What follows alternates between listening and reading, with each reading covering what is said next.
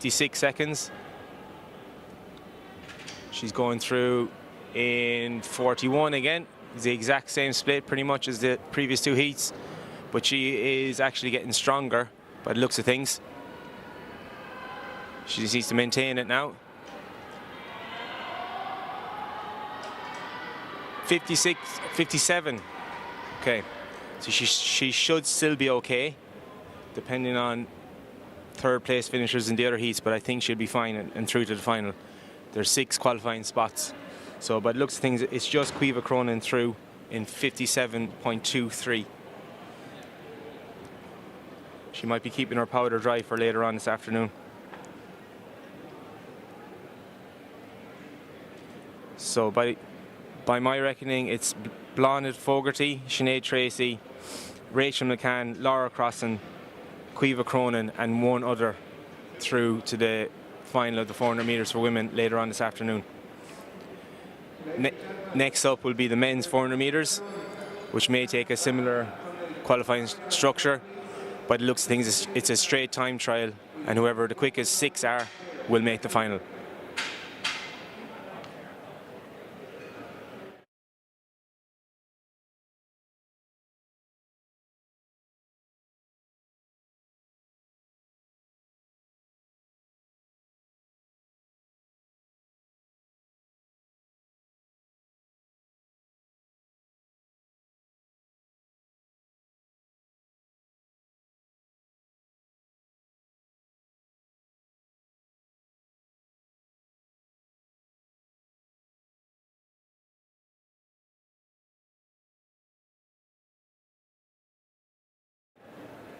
So just to give you a run through of the timetable, the events coming up. Next up would be the 400 men's heats, followed by the 3,000 metres for men, the 1,500 metres walk for women, 200 metre heats, 60 metre hurdles heats, 800 metres for men and women, and the events following will be discussed later on. But the main final that to look forward to is at 11 o'clock in just over half an hour, is the men's 3,000 metres final, which possibly could be an IUAA record depending on how the men want to run it, but that would be an excellent race to look forward to. Before the 3,000 metres for men, we have the 400 metres for men heats, which will be a straight time trial. The first 6 fastest times will qualify for the final later on.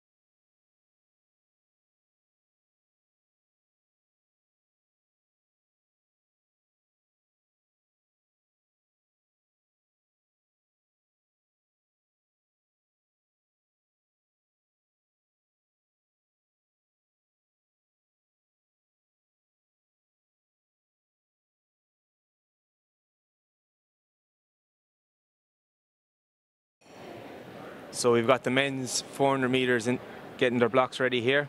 There's a serious number of entries here, and it's going to be difficult to qualify for many of the men this morning. It's the first 6 fastest times from 4 heats, and there's 5 in each heat, so it's going to be quite tricky. In the first heat we have Jack Rafferty from DCU in lane 2, Owen Kenny from UL in lane 3, James Holden in lane 4, Joseph Doherty from NUIG in lane 5, and Cathal Ryan in lane 6. Some of the other names of note would be Cathal Crosby coming up later. He is running in heat number 3 in lane 6, and he will have a better idea of what time he needs to run. But basically, it's basically a flat out 400 rest, hope that you've made the final, and then you've got a final later on. So if anything, it's going to be very good training and good preparation for the likes of Cathal, who will be looking to build round and round in championships later on in the year. So it's going to be a very interesting qualification for the men's 400 metres. It'll be starting in about 2 minutes.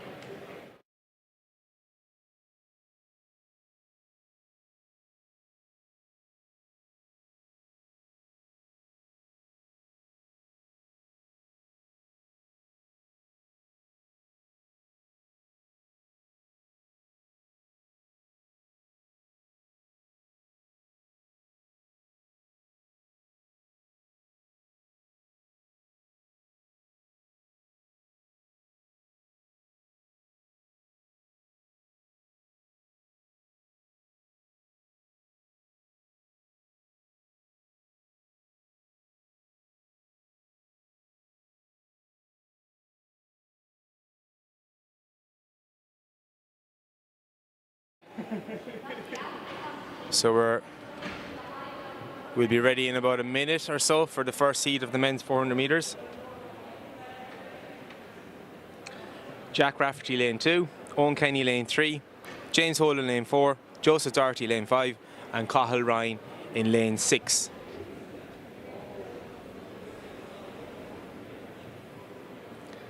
Jack Rafferty should be the man to beat in this heat.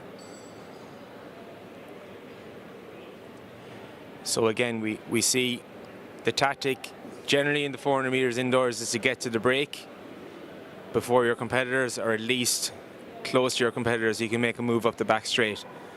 So we'll see who gets out very, very hard in the first lap and tries to maintain it, or who kind of sits in and makes their move up the back straight. There's only 2 places on the track where you can really make your move, and you have to time it very well. The 400 metres IUAA record is held by Thomas Spar from UL in 46.87. So I'm not sure if we'll see that go today, but depending on who qualifies and what shape they're in when they qualify for the final, we could see a 47 clocking possibly. The fastest time this year is 48 seconds. Here we go.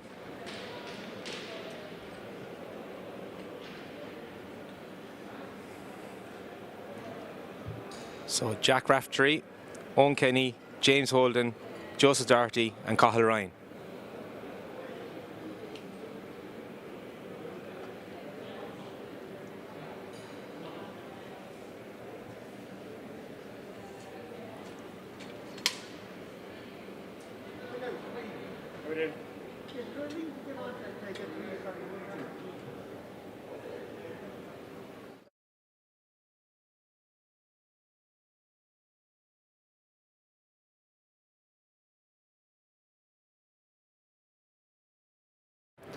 And we're off and running. Through 100 metres in just over 11 seconds. The competition's very hot here. Jack Rafferty kind of pulling away, but Owen Kenny is following closely. He looks fairly comfortable. 24 seconds, just under 24 seconds clocking through the first lap. He's going to maintain it up along the back straight here. So as I said previously, it's a straight time trial, the first 6 fastest times. So Jack Rafferty is just making sure he's got a good clocking. He's going to be looking for about a 48 clocking, I assume here. Let's see.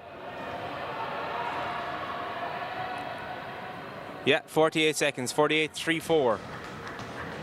48.34 for Jack Rafferty. Owen Kenny was in second there in around 49 seconds, so he'll have to wait and see. So 48.34 is the benchmark for the rest of the heats, which is good running, which actually I think is not an all-comers record.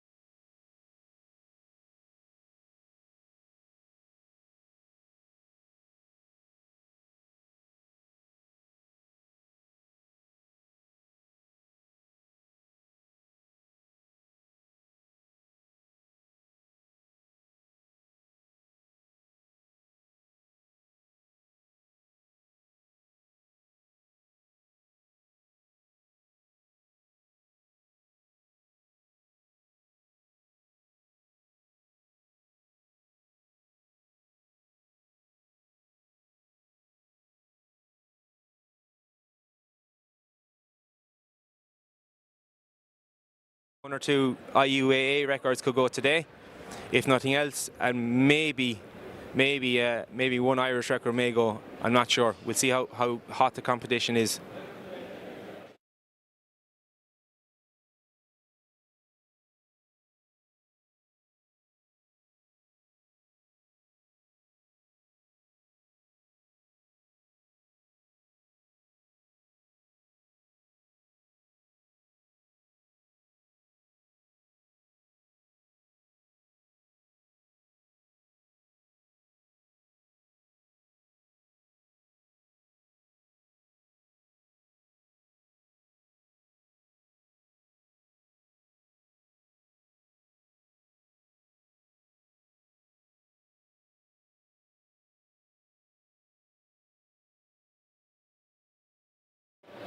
Here we are with Heat 2 of the men's 400 metres. The benchmark here is 48.34, which is quite a high benchmark, to be honest. We'll see how the men compete and fare in this. They're getting into their blocks now.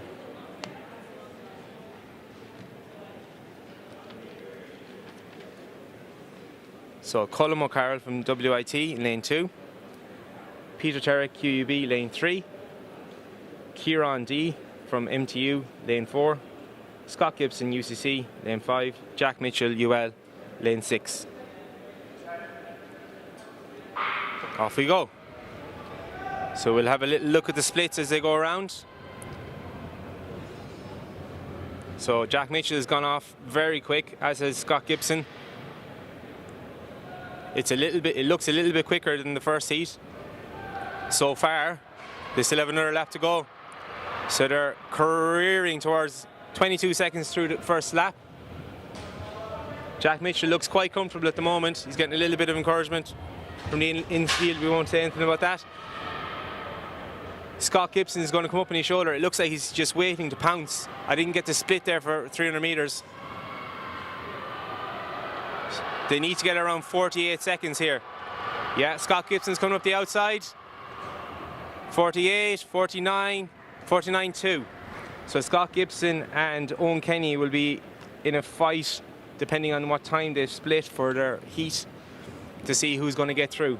And Jack Mitchell still has a very strong chance also. Some very good running here. Two men around 49 seconds. 49.21 was the winning time by Scott Gibson from UCC. So it's a tough qualification I don't envy the men here. If you qualify here, you still got to get out and you still got to run a final. So the two men there, Scott Gibson and Jack Mitchell, they seem happy enough with their run. They can't do much more now except watch on.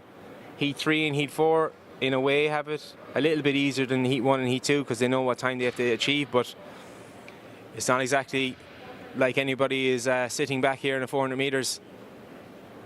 400 metres is one of the toughest events on the track.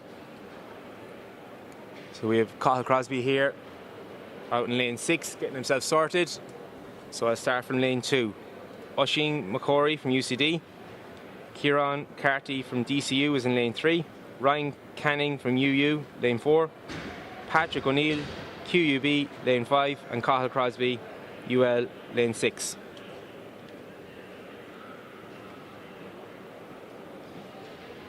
So Cathal Crosby should comfortably enough run a 49 or even a 48 here. He'd be aiming for 48, I assume, to make sure of his qualification.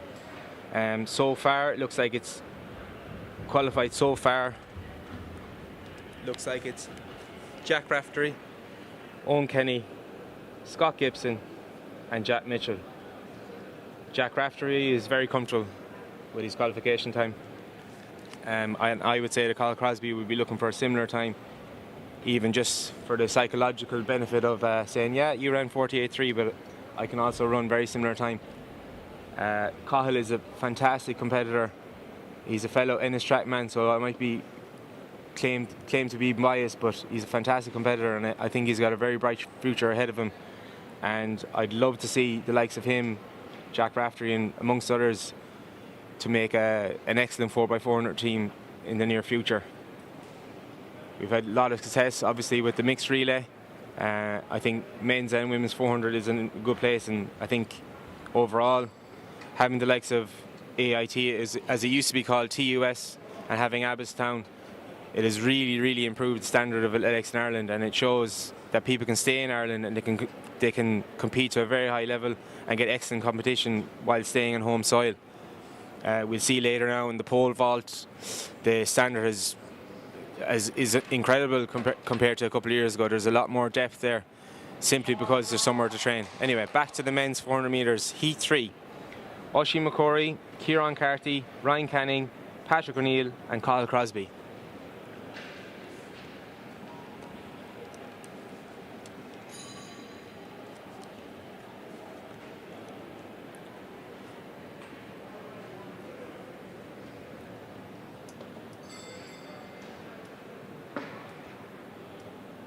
So 48 or 49 seconds is the aim here. And we're off. I'll try and get you the splits at 1, 2 and 300 metres just for a little bit of comparison. Here we go. Cathal is racing ahead there. It can be a little bit misleading. He's around 11 seconds there. He's got to get out hard and he's going to try and settle, I think. Make sure he's got the win and make sure he's around 48, 49 seconds. So he's through in 22, 23. He's about a 3 or 4 metre gap on Kieran Carty. And that gap is actually increasing. So we're through 300 in roughly 35. And Cathal looks comfortable. He's a very good technique. He's driving the arms. He's very relaxed looking. Drew and Haley Harrison have coached him excellently. 45, 46, 48 seconds, 48.5. Brilliant run. Brilliant. 48.5. I don't think the rest of this heat will qualify. They seem to be around 50 seconds, maybe 49 high, but Cathal Crosby looked very comfortable there. He's strolling away there. Jack Mitchell is having a little word with him there. Jack should be okay depending on what happens in this next heat. So far I have no results from the other heats, but my reckoning is Jack Raftery, Owen Kenny, Scott Gibson, Jack Mitchell and Cathal Crosby. So that's 5. So at least 1 spot, possibly, depending on how quick they can run in the next heat. So we've Billy Ryan from NTU in the next heat in lane 2, Aaron Barron, lane 3, Jamie Mitchell, lane 4, Jamil Saidi in lane 5, and Hugo McGee in lane 6.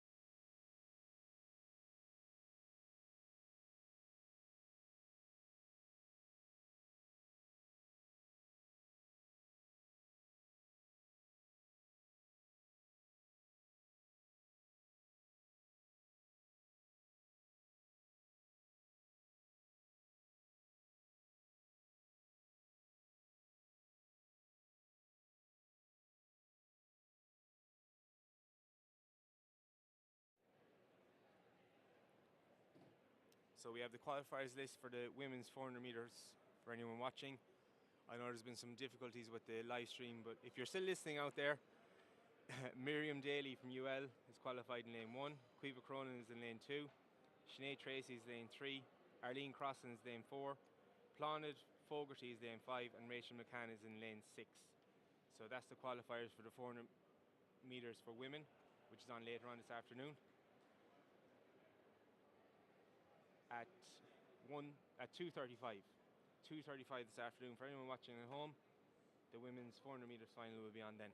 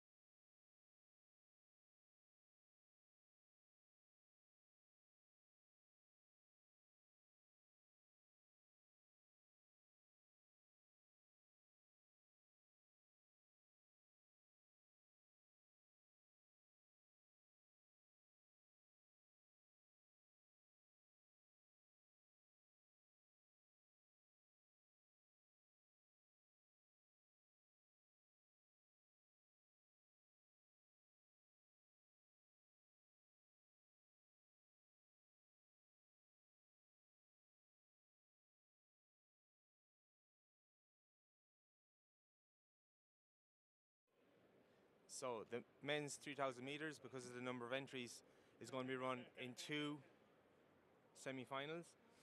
There'll be 2 heats.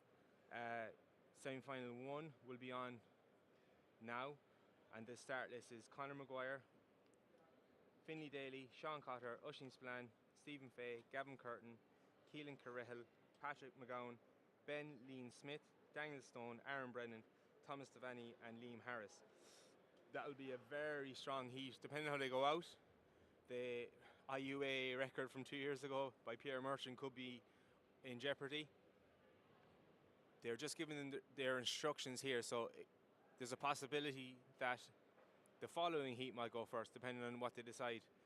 We have Latif Adeboale, Michael Comer, Joe Dowd, Nisha Burke, Aaron Tansey, Colin Weiss, Cahir Purvis, Dara McRicard, and Daniel O'Brien. That heat might go first, depending on what the officials decide here.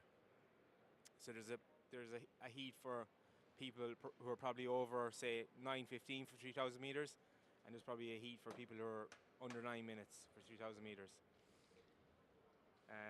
The name that would stand out, one of the names that would stand out here in semi-final 2 is Keelan Carrihil, who won his European gold medal as part of the under-23 team in Abbottstown just before Christmas.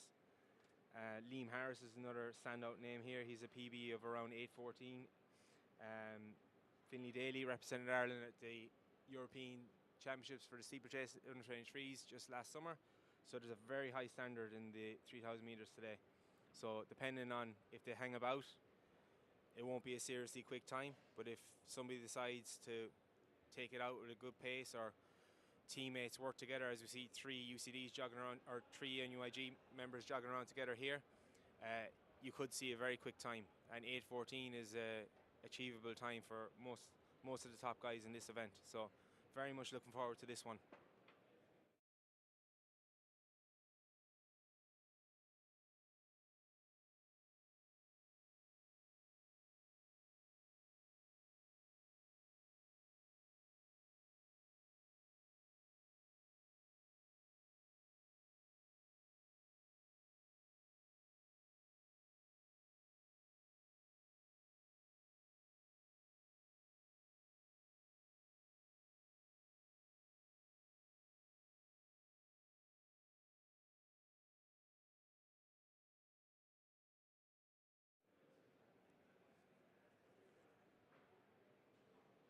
So a little bit of a delay starting the 3,000 meters for men.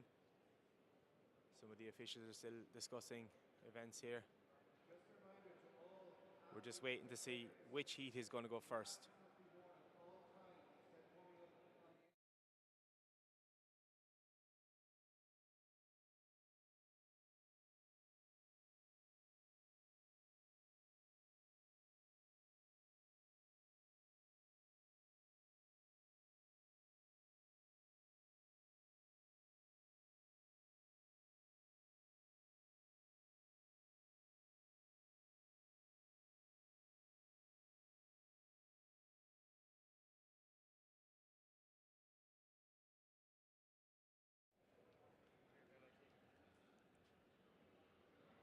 This 3,000 meters is an excellent opportunity for these young men to achieve personal bests, and it looks to me, I might be wrong, but it looks to me like NUIG might have a little plan here.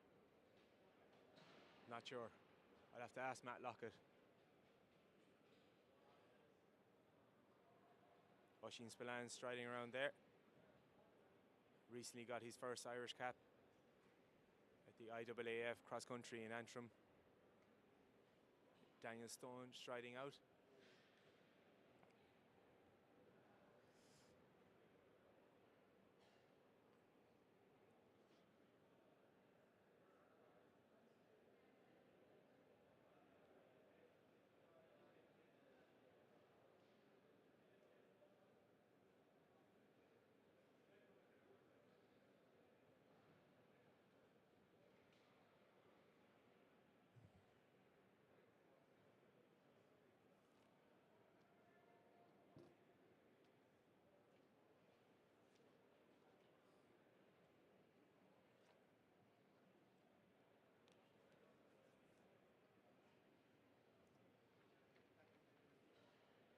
The high jump for men is in its early stages here in the infield. Some people are sitting out at this height, slightly lower height. In the field, we have high jump for men. We have the weight for distance for women ongoing in front of us here at the stand jump. Long jump for women. Pole vault for women will be on a little later on. Triple jump for men. Weight for distance for men. Shot put for women. Long jump for men. Pole vault for men. High jump, shot put, and triple jump all coming up.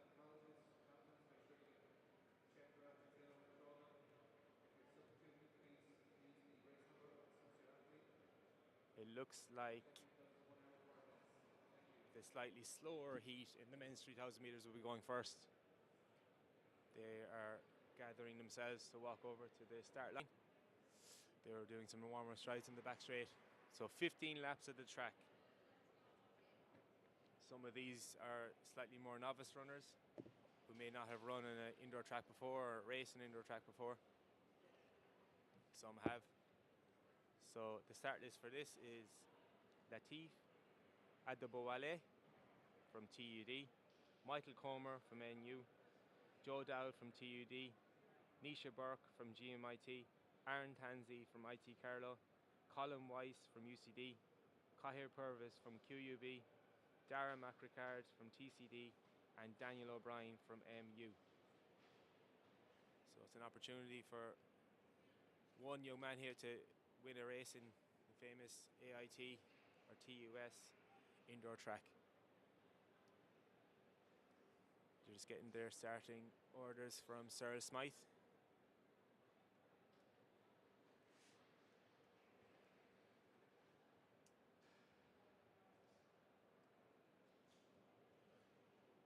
There's 9 in this heat and 13 in the second heat.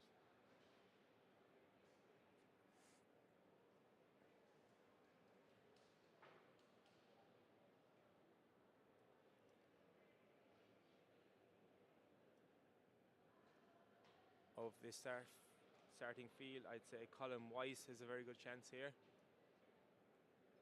From UCD, he's starting on the curve line, the second curve line, black headband.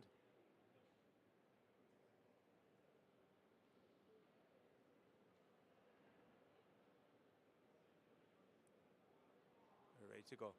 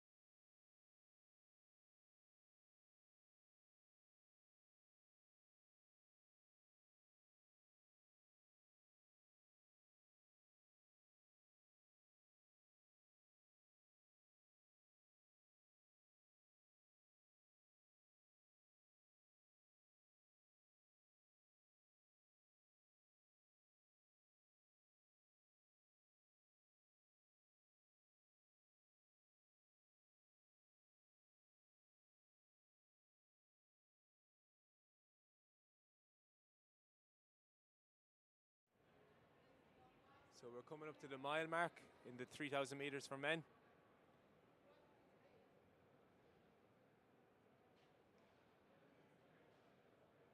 And Colin Weiss is stringing it along a little bit.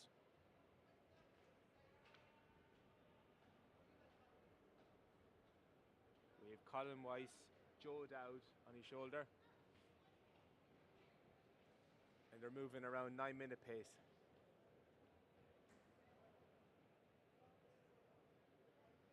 This is the point in the race where it gets a little bit harder. You've been moving well through the first mile, but you still got another just under a mile to go. And the burn starts to come on a little bit. So Colin Weiss is stepping out. I don't know whether they're sharing the pace or he's asking for help.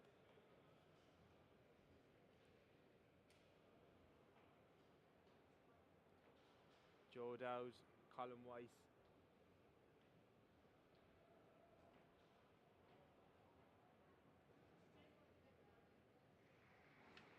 They're coming up now to the 2K mark when they go through the start-finish line.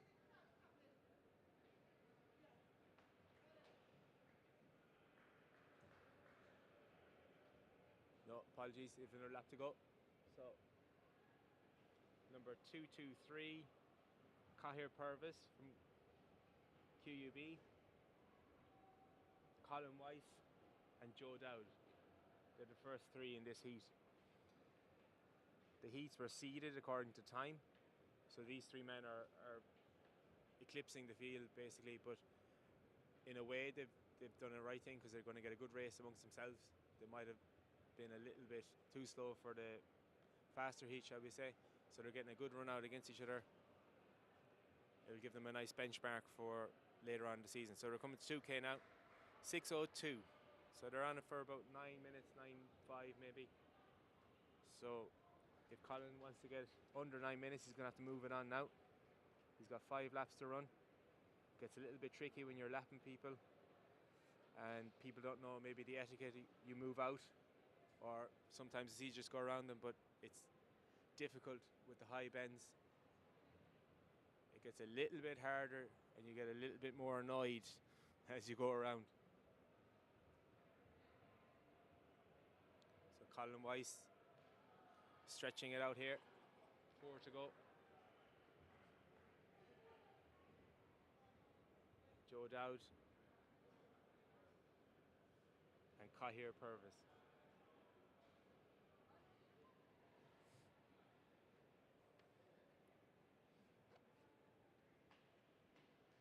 We'll have to keep an eye on the Intervarsity competition also. There'll be an overall men's and women's winner, an overall winner on the day.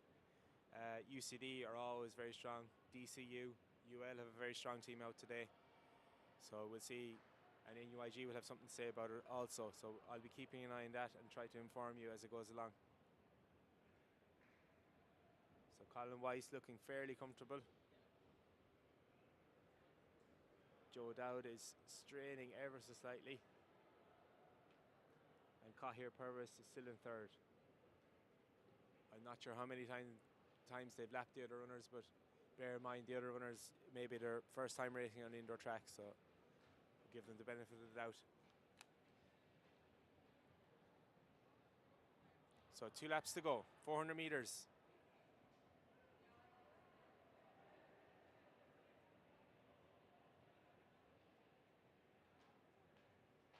He's stretching it out now.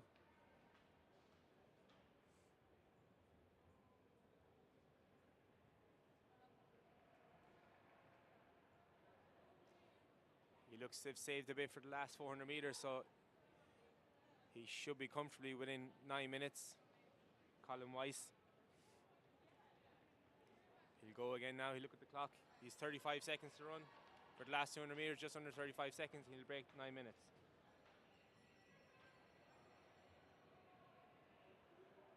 Let's see, he's split with 100 to go. He's moving very well. Colin Weiss is moving very well here. Cahir Purvis coming through the start-finish line, 200 to go. So can he break 9 minutes? Sub 9. Colin Weiss. 8:55, 8:56, 8:57. Lovely stuff. 8:58, 9.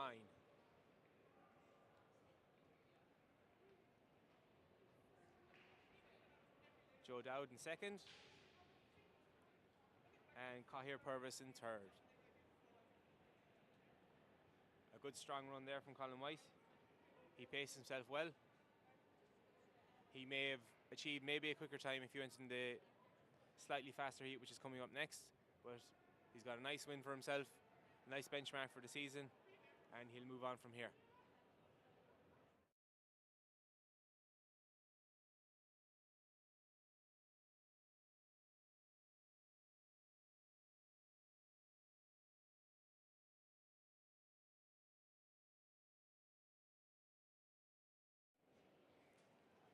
So next up on the track is the 3,000 metres, the second heat, which was seeded with slightly faster times. We have Conor Maguire from UCD, Finlay Daly, NUIG, Sean Cotter, NUIG, Oisin Spillane, UL, Stephen Fay from TCD, Gavin Curtin from MTU, TUS, Keelan Carrehel from DCU, Patrick McGowan, DCU, Ben Lean Smith, UCC, Daniel Stone, DCU, Aaron Brennan, NUIG, Thomas Devaney, UL, and Liam Harris of UCC. So we have 2 gold medal winners from the European cross country, Thomas Devaney and Keelan Carrehel. So we'll see how they fare on the slightly more favourable conditions here in the indoor track. I have a feeling that it'll be quite a quick race. I also have a feeling that some of the universities will work together to make it a quick race. They won't be hanging about. And with so many in the race, they can't afford to hang about. 13 entrants in this slightly faster heat of the men's 3,000 metres. So they'll make their way over to the start line. We've gone a little bit behind schedule, so need to get a move on.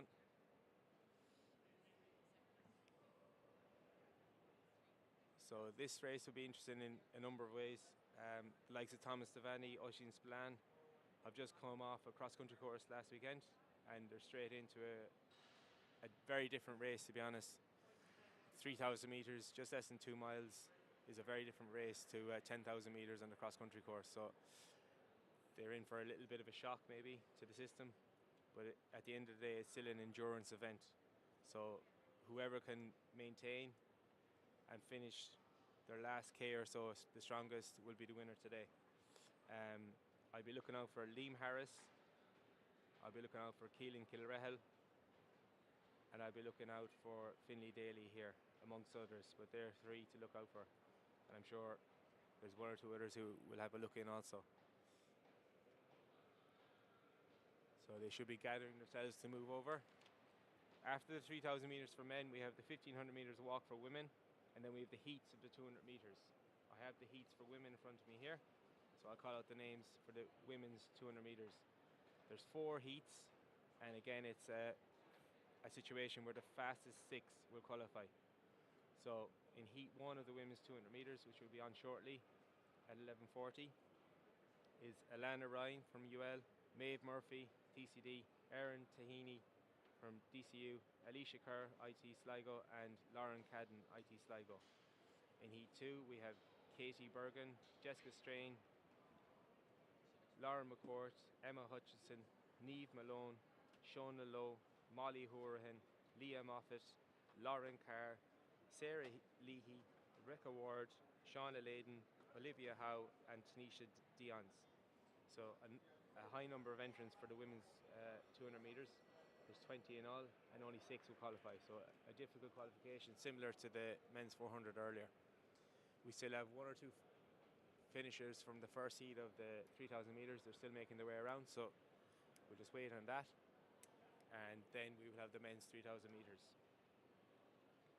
After the 200 metres for women would be the 200 metres for men, which would be the same qualification, the fastest 6 across the line, across the heats. And then we're onto the hurdles on the inside of the track, 60 metre hurdles for men and women. Then we're back out for 800 metres for men and women. And we will have the finals of the hurdles after the 800 meter heats for men and women.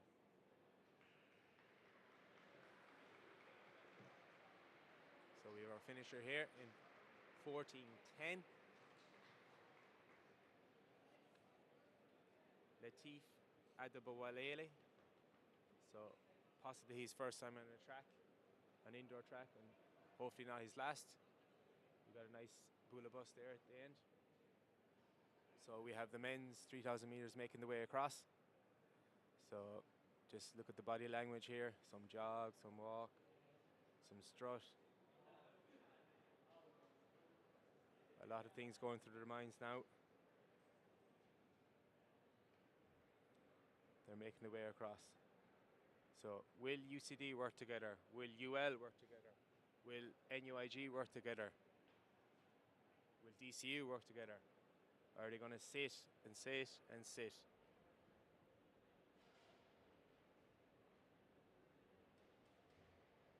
So we're nearly ready to go.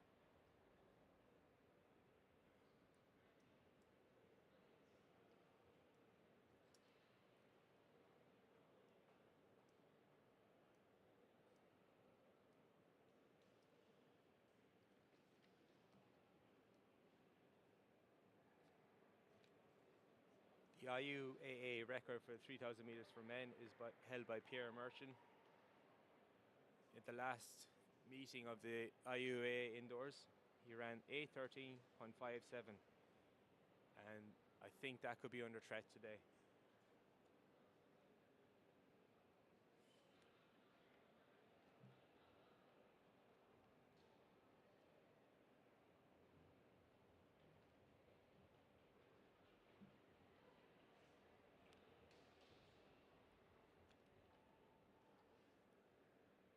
The quickest time this year is by John Travers, 7:53, followed by Hiko Tanosa and Tristan Forsyth.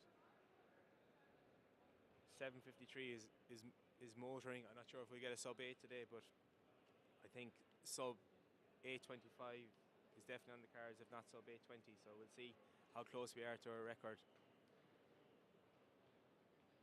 I'll shortly be leaving Iua Record. I'm on coaching duty,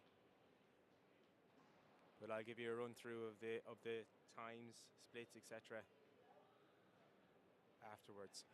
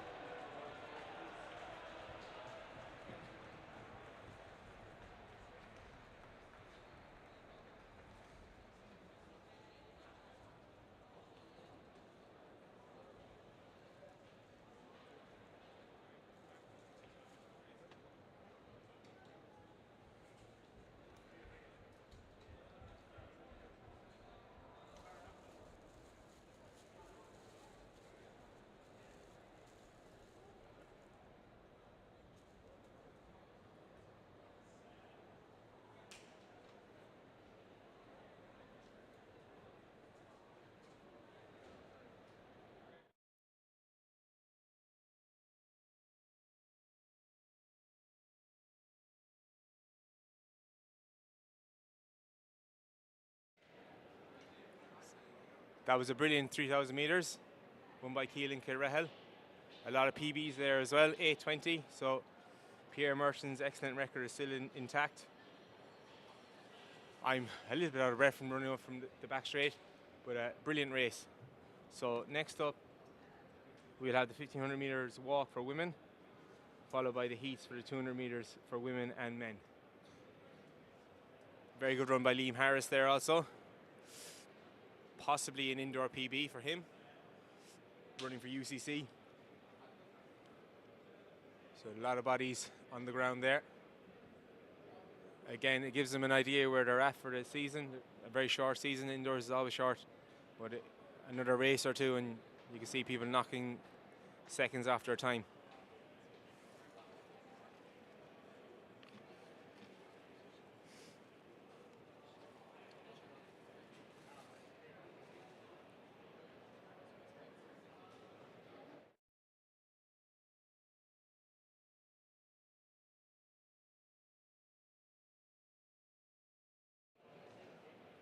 In the 200 metres heats for men, which will follow the women, there are 6 heats. So 6 heats and there's only 6 qualifiers.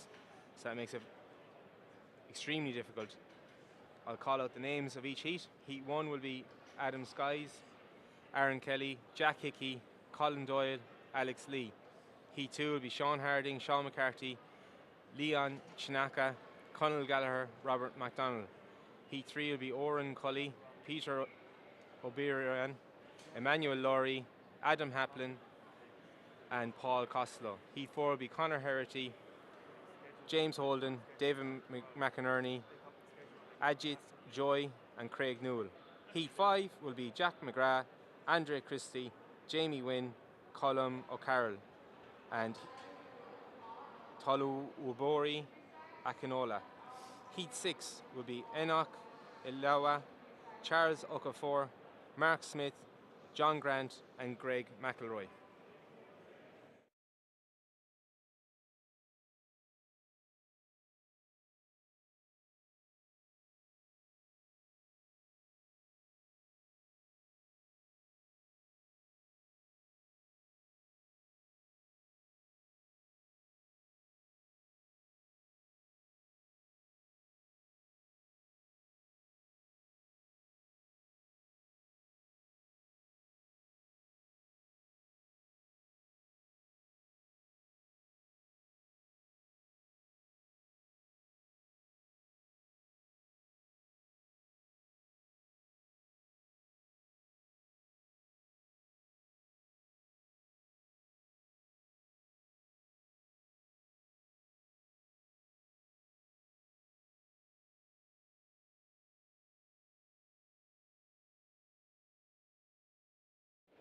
I also have the start list for the 400 metres final for men. It will be Owen Kenny from UL, Jamie Mitchell from LIT, Scott Gibson from UCC, Jack Mitchell from UL, Jack Raftery from DCU, and Kyle Crosby will be on lane 6 again for UL.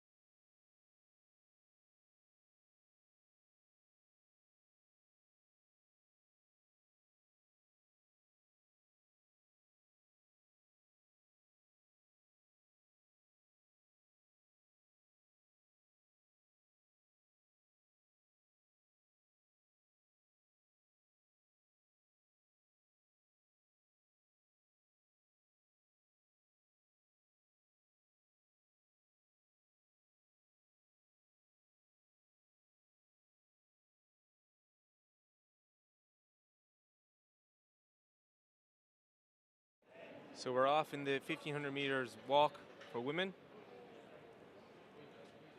We have 3 entrants: Ava Delahunt, Emily McHugh and Sarah Glennon.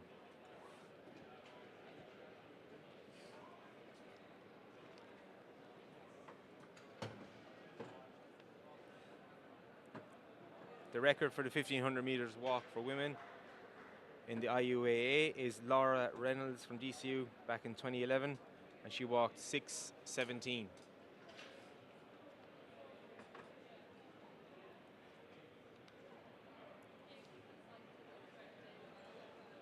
So when the women come around, they will have 6 more laps to do.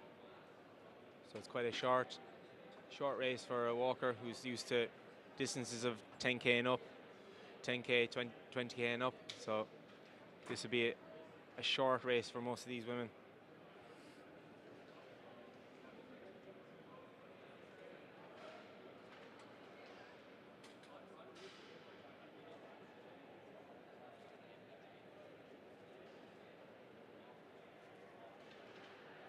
So Sarah Glennon is leading, followed by Emily McHugh, followed by Ava Delahunt.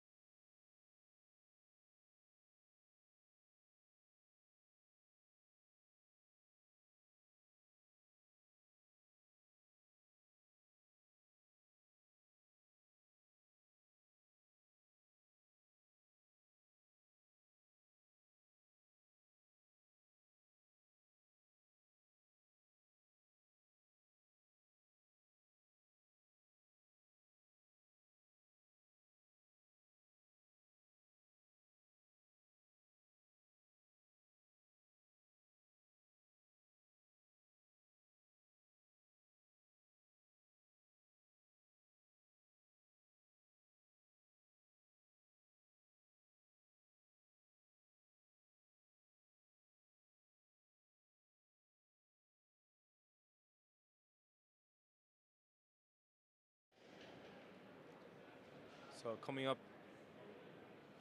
to 3 minutes here in the women's walk, 1500 meters walk, and we have Sarah Glennon as a clear leader at the moment, followed by Emily McHugh and followed by Ava Delahunt.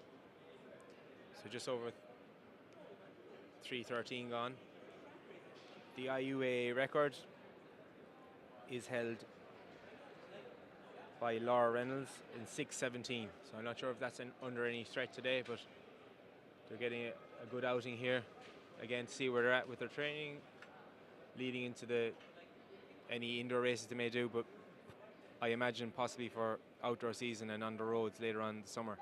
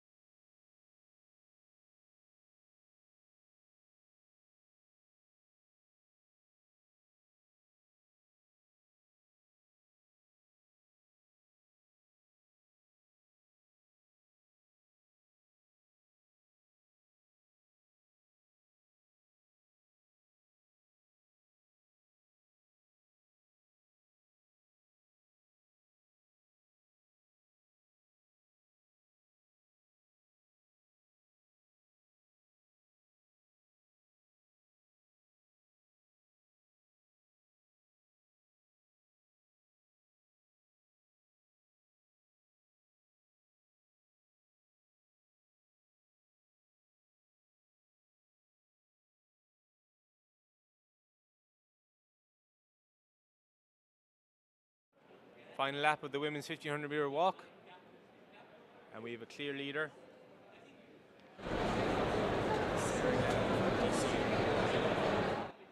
Following her is Emily McHugh from MU. And in third place is Ava Delahunt.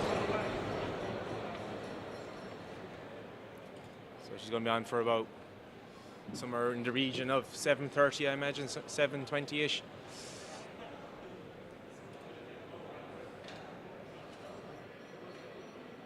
Coming through to take her last lap, Ava Delahunt as well. So a nice short race for the female walkers here. And after this, we're moving on to the speedsters of the track, the 200 metres for women and 200 metres for men. So, nice finish here for Sarah Glennon from DCU, 7:11. So quite a good time, considering that the record for the indoor walk, 1500 metre indoor walk, is held by Laura Reynolds in 6:17. So she works a bit at that. She might get a bit closer to it. And here we have Emily McHugh. And shortly followed by Ava Delahunt. It could be Eva Delahunt, my apologies if it's Eva or Ava. I often get mixed up, but well done. All through.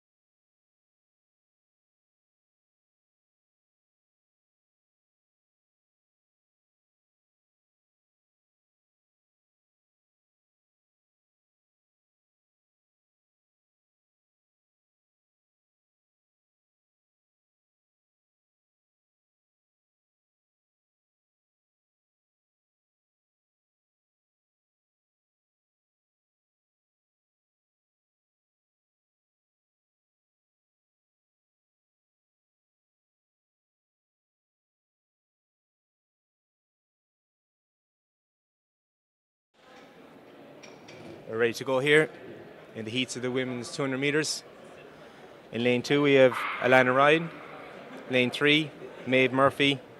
Lane 4, Erin Tahini. Lane 5, Alicia Kerr. Lane 6, Lauren Cadden. So one lap of the track.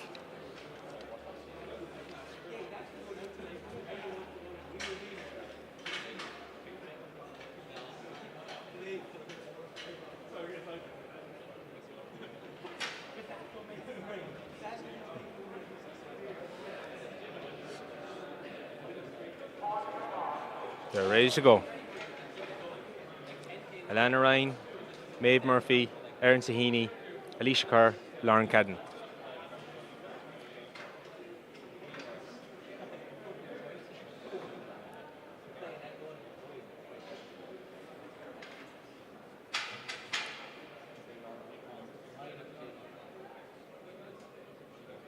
They need to get out quick here. It's a straight time trial. Off we go. Clean start. Whoever comes first in this will probably qualify as long as their time is quick enough. So hard to make out. We'll see now when they come off the top bend. Maeve Murphy looking good. And Alana Ryan looking very good. On the outside lane we have Lauren Cadden, who's going to come through to take it in 24.7. So 24.7 is the benchmark set by Lauren Cadden. So 24.7 seconds for Lauren Cadden. And Alana Ryan was just behind her, roughly 24.8, 24.9. So Alana Ryan and Lauren Cadden will be looking with a lot of interest on Heat 2, 3 and 4, because it's only the first 6 fastest women who will qualify for the final today. So there's 4 heats, a total of 20 athletes, and only 6 will qualify. So it's quite cutthroat disqualification. There's a heat, a semi and a final in 200 metres, but today's heat straight into the final, or a semi straight into the final. So we're moving on. Heat 2, we have Katie Bergen from IT Carlow, Jessica Strain from CIT. We have the MU athlete in the middle, Antwi. We have Lauren McCourt, Emma Hutchinson from UU.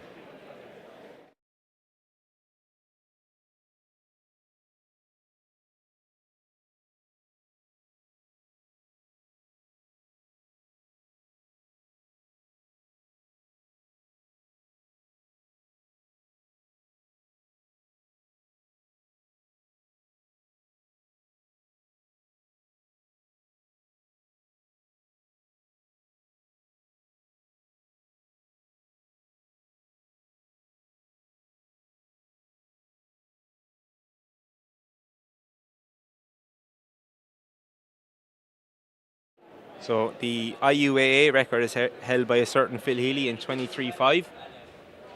So I don't think that's in jeopardy today. But basically, the time, anyone looking at home, the time the ladies will be looking for, the women will be looking for here is 24 seconds.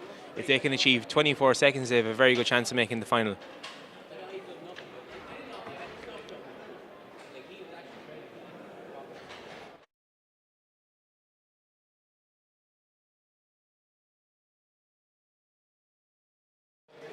So we're ready to go here in Heat 2 of the women's 200 metres. Bergen, Strain, Antwi, McCourt and Hutchinson. The time to beat here is 24.7. If 1 or 2 of these athletes can achieve 24.7 or quicker, they're through to the final.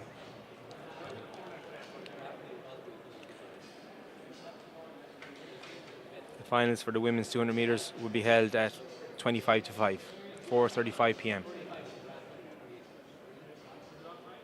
So we're ready to go. And we're off.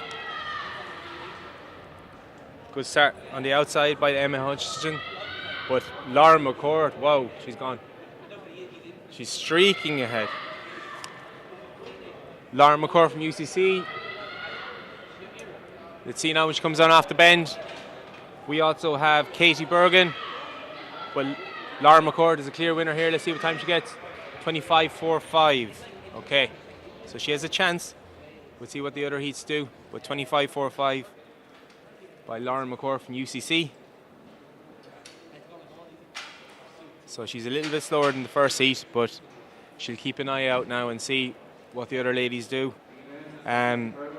We have the three times to look that I've picked out so far are Alana Ryan 24.9, Lauren Cadden 24.7, and Lauren McCord 25.45. So we have 2 more heats to go. If any of these heats are quicker than Lauren McCord's time at 25.45, she might be in trouble. We'll just have to wait and see.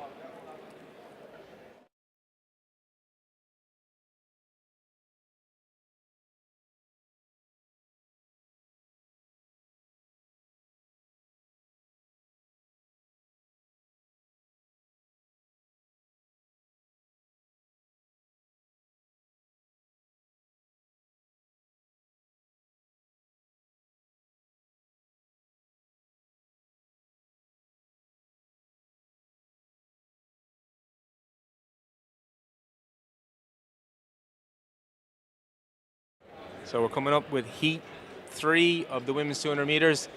The previous heat was won by Lauren McCourt in 25.45. We're looking here at, in lane 2 is Niamh Malone from NUIG, Shauna Lowe from UCC in lane 3, Molly Horahan from UCD in lane 4, Leah Moffat from UU in lane 5, and Lauren Carr from DCU in lane 6. The time to beat, the quickest time so far is by Lauren Cadden from IT Sligo in 24.7, followed by Alana Ryan in 24.9. Lauren McCord's time in 25.45 is a possibility that 1 or 2 in Heat 1 could be quicker than her as well. I haven't the results to hand, but she still has a chance. The winner of the previous Heat, Heat 2, Lauren McCord, is in with a shot. I'm not sure how things are going to pan out for her. She may get into the final. But we're on Heat 3 of the women's 200 metres.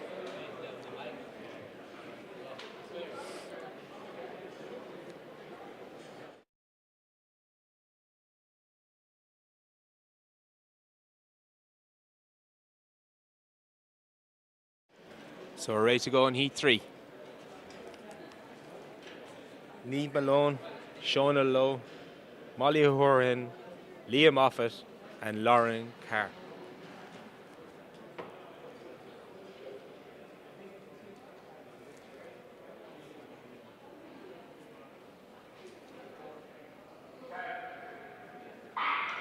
Let's see how they do. The outside lanes have produced the winners in the last 2. And again, we have Lauren Carr and Leah Moffat. Leah Moffat is streaking ahead a little bit. Yeah, she's taking a lot out of the bend here. Apologies, that's not Leah Moffat, that's Molly Horan. Molly Horan coming through in 25.51. So Molly Horan, 25.51. She's going to be in trouble, I think. I'm not sure, but she's a little bit slower than Lauren McCourt, who was 25.45. So the winner there was Molly Horahan, 25.51 for the middle lane, lane 4. So Lauren Cadden is safe. She's through to the final. She was the quickest, and the quickest of all the heats so far from IT Sligo. Alana Ryan should be fine from Newell. And we have Lauren McCourt waiting to see, and there could be 1 or 2 others from Heat 1. Heat 1 was the quickest of them all so far by a considerable amount. So we'll see what Heat 4 throws up for us. In Heat 4 we have Sarah Leahy from UL, Rebecca Ward from TCD, Sean Layden from UCD, Olivia Ho from WIT, and Tanisha Dions from DKIT.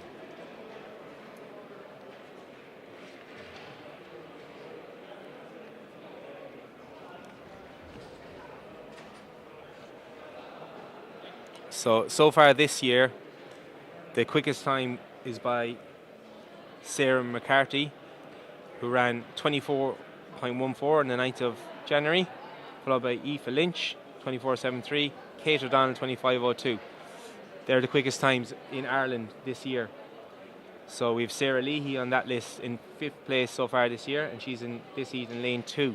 So there's a good chance we might see Sarah Leahy to the 4 in this heat. And if Sarah can emulate her season's best, she'll be through to the final. So this is the benefit of being later on in the heats. You know what your competitors have done. You have an idea what you need to do. She's already done it. She's done it 20 days ago. She's run 25.27, so she knows she can do it again.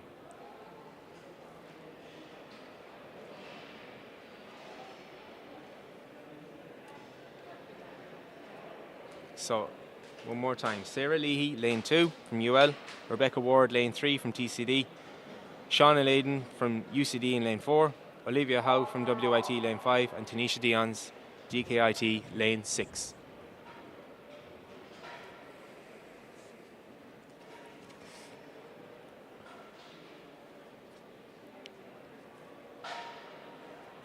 A 25-second clocking here will be enough to qualify for the final.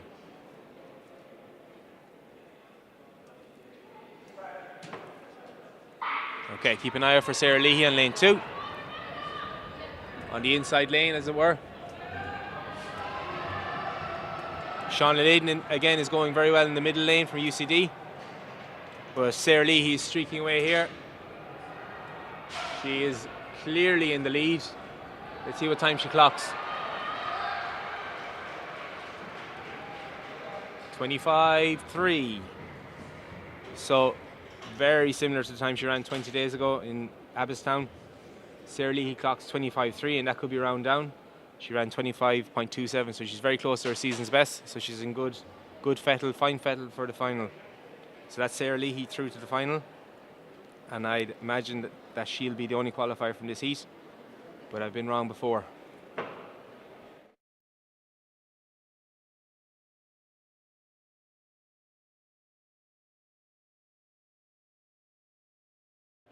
So, from those heats, by my deduction, clearly Lauren Cadden is the quickest, 24.7, followed by Lana Ryan, 24.9. There could be one more qualifier from that heat. Next, we have Sarah Leahy, 25.3, followed by Lauren McCourt, 25.45, and Molly Horahan from UCD in 25.51. So there's one other place that I've missed there, so that we'll see who comes out in the list of qualifiers for the women's 200 metres final. Next up, we'll have the men's 200 metres, and the qualification is even more difficult. There are 6 heats, and of those 6 heats, we're getting 6 qualifiers. So if one heat is quicker than all the rest, you could have 6 from the same heat qualifying for the final, which is fairly unlikely, to be honest, but because it will be seeded. In heat 1, we will have Adam Skies from QUB, Aaron Kelly from MU, Jack Hickey from UL, Colin Doyle from MTU, and Alex Lee, who's guesting in lane 6.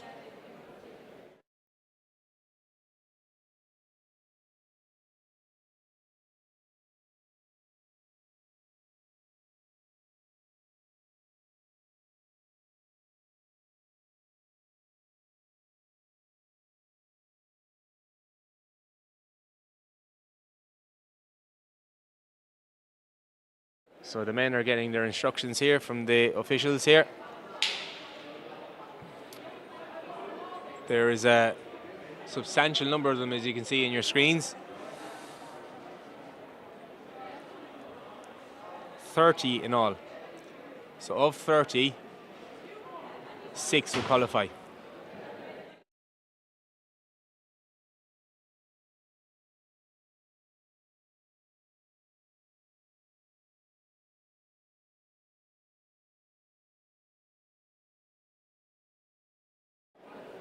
So in heat 1, one more time, is Adam Skies from QUB in lane 2, Aaron Kelly, MU, lane 3, Jack Hickey, UL, lane 4, Colin Doyle, CIT, or MTU as it's now called, lane 5, and Alex Lee, who is guesting, who is a para-athlete. You might be able to see his blade. He runs with, he's amputated in one leg, so he's got a blade on his right leg. He's in lane 6.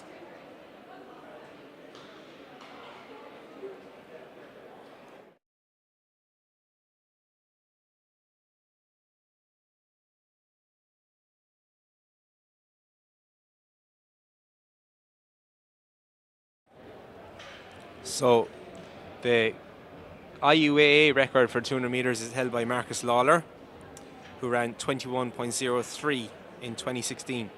And the best times this year so far is held by Robert McDonald, who's run 21.27, followed by Mark Smith, Colin Doyle and Craig Newell. So these names will come up in the following heats.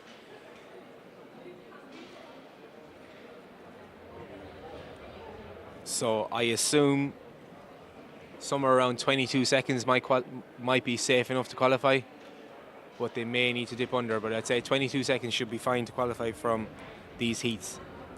The first heat will tell a lot, as it did in the previous races with the women. The first heat was by far the quickest.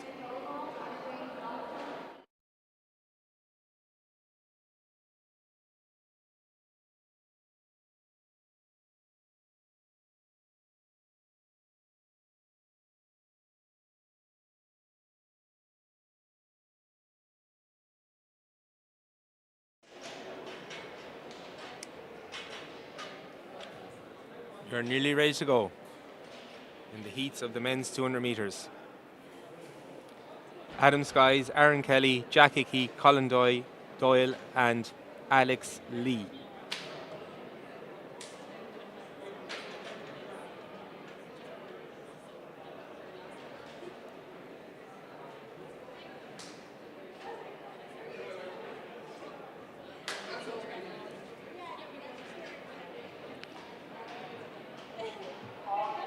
We're ready to go. Skies, QUB, Kelly, MU, Hickey, UL, Doyle, CIT, and Lee guesting for GCH, Galway City Harriers. Jack Hickey in lane 4 for UL, sprints PRO and UL. Training under Haley and Drew Harrison, whose group has increased exponentially in the last couple of years. And we're off. So roughly 22 seconds, I think. So we have Colin Doyle streaking ahead for MTU. Jack Hickey's going well in the middle lane, lane 4. But Colin Doyle clearly in the lead here, followed by Jack Hickey. 21.5. Ooh, it's a nice run. 21.5 by Colin Doyle there. Good run, very good run from Jack Hickey there. The summer in 22s, and an excellent run by para-athlete Alex Lee also, running on the outside lane. That was a very good standard 200 metres. So that puts Colin Doyle, who's third in the 2022 list. He has the 4th fastest time. So he's got the 3rd fastest time this year and the 4th fastest time this year in 200 metres. He ran 21.43 in Abbottstown on the 9th of January. So he's similarly to Sarah Leahy, he's maintaining his form and the consistency hitting similar times. You know that he's going to dip under and run a bit quicker again. So we have heat 2. So 21.5 is the mark set by Colin Doyle from NTU. Heat 2 we have Sean Harding, Sean McCarthy, Leon Chinaka, Conal Gallagher and Robert MacDonald. So Robert MacDonald has the quickest time in Ireland this year, 21.27. Not too far off Mark Lawler's record of 21.03, held since 2016. So he'll have something to say about Colin Doyle's 21.5 clocking. So watch out for Robert MacDonald on the outside lane, lane 6.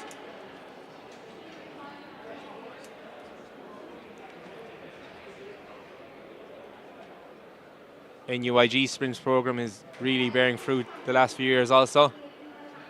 And it's wonderful to see all the various universities have really improved and expanded. It gives these men and women excellent competition. They don't have to go anywhere, especially indoor season. You don't have to fly anywhere to get a good race. We have a fantastic facility here and in Abbottstown.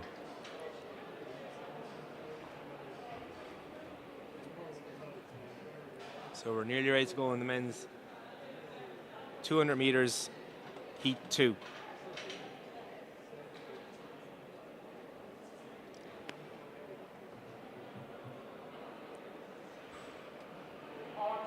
They're on their marks. Sean Harding, Sean McCarthy, Leon Chinaka, Conal Gallagher, Robert MacDonald. Robert MacDonald is the quickest man in Ireland this year with 21.27. Colin Doyle just put it up to him there by running at 21.5.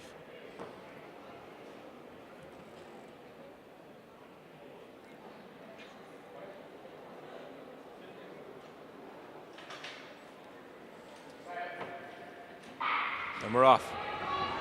Let's see. Outside lane. Robert MacDonald.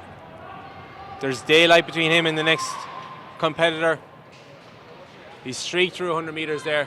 He's moving beautifully. Robert MacDonald. Let's see what time he clocks. 21.29. So slightly, just ever so slightly slower. 0.02 of a second slower than his previous clocking in Dublin on the 9th of January. 21.29. The next competitor was quite a considerable distance behind, so I'm not sure if they will qualify, especially considering there's 6 races. There's 4 more races to go, 4 more heats or semi-finals, whatever you want to call them, to go. 6 heats altogether, only 6 qualifiers. So there's a very good chance that first place from each heat will come through, unless it's a very quick heat and it's a very tight competition. Heat 3 coming up. We have Oren Cully from TCD in lane 2. Peter Obadirian from IT Carlow. Emmanuel Lowry from TUD. Adam Haplin from AIT. And Paul Costello from Newell. So Cully, Obadirian, Lowry, Haplin and Costello.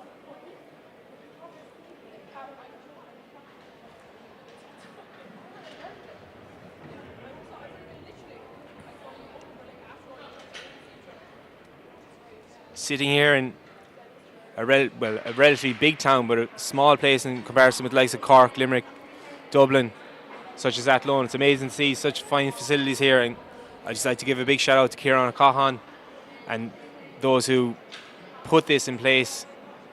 Nobody would have believed it before this was here, and I'm just looking here, and it's absolutely an amazing facility, and for years and years to come it's going to be the basis of many's athletics achievement, and it's going to help so many people to achieve their goals. So seeing something like this in Athlone is actually very inspiring for a country lad like myself.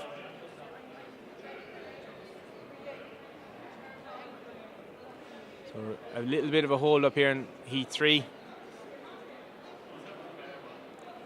All the races have gone off without any hitch so far. The officials are doing an excellent job. It's one of the busiest IUAA Intervarsities I've seen indoors. Probably the busiest I've seen. It's great to see such an appetite for competition after such a long break, intermittent break from competing. So Heat 3, here we go. Cully, Obadiran, Lowry, Haplin, Costello.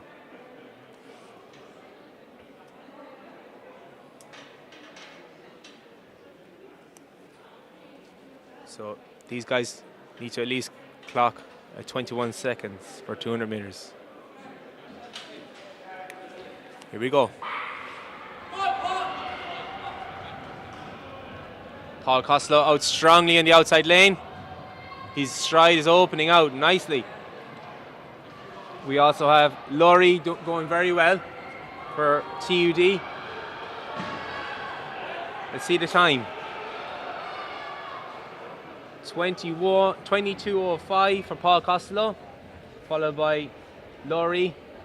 So 22.05. That could be enough to get him through, depending on the other qualifiers. 22.05. It also depends on the first 2 heats and what times the lesser placed people clocked in Heat 1 and 2, which were quite quick. Heat 1 was won in 21.5 by Colin Doyle. Heat 2 was won by Robert MacDonald in 21.29. So 22.05 is quite a distance behind that. But Paul has done his job, he's won his heat, so that's all he can do for now. Emmanuel Laurie has a shot, because he was closely behind Paul. But we'll just have to wait and see. So they're going to watch with interest now for the next 6 heats of the men's 200 metres. So the qualification is fierce.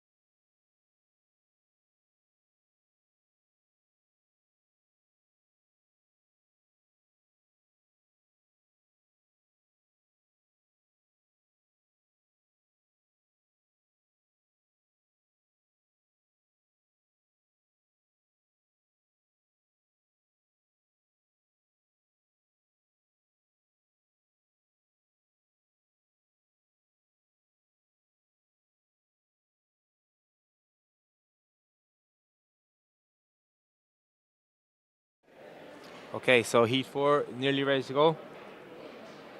Connor Herity from WYIT in lane 2.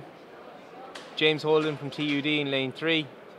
Dave McInerney from MTU in lane 4. Ajit Joy from UU in lane 5. And Craig Newell from UU in lane 6.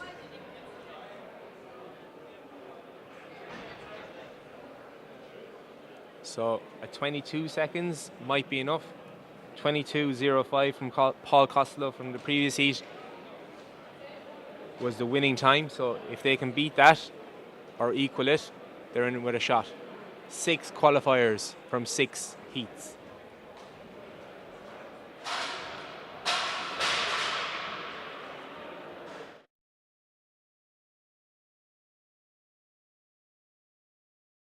So they're being called to their blocks now.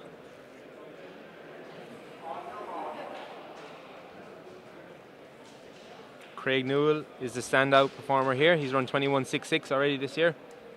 So if he can equal that or run something similar, he's in with an excellent chance of making the final, which will be his goal for today, is definitely to make the final. So Craig Newell on the outside lane, lane 6, keep an eye out for him. And lane 6 has been the winner in the previous 2 heats. So Craig Newell is number 5 now, was number 4 on the 2022 list. And we're off. Craig's off. Again, he's got daylight between him and the next competitor. So let's see what time he can clock. If he clocks 22 or quicker, which he definitely will, unless something awful happens here. He looks very smooth. Good arm action. Oh, 21. I gave him the commentator's curse there. 21.43. He'd probably be. That's actually, excuse me, my apologies. 21.43 is a season's best for Craig Newell. Brilliant stuff. Brilliant stuff. Season's best puts him up to number 3, equal number 3 in the 2022 rankings with Colin Doyle. So an excellent run by Craig Newell there.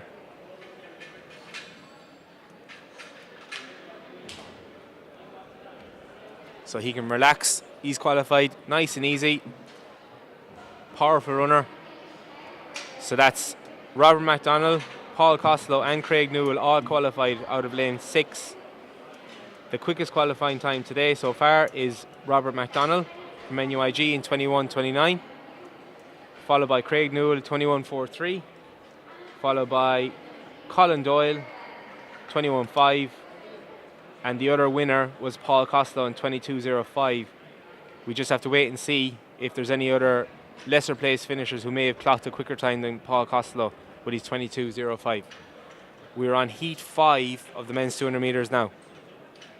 On the inside lane will be Jack McGrath from UCC, Andre Christie from MTU, Jamie Wynn from LYIT, Colum O'Carroll from WIT, and Toluwabori Akinola from UCD is on lane 6. Thank you.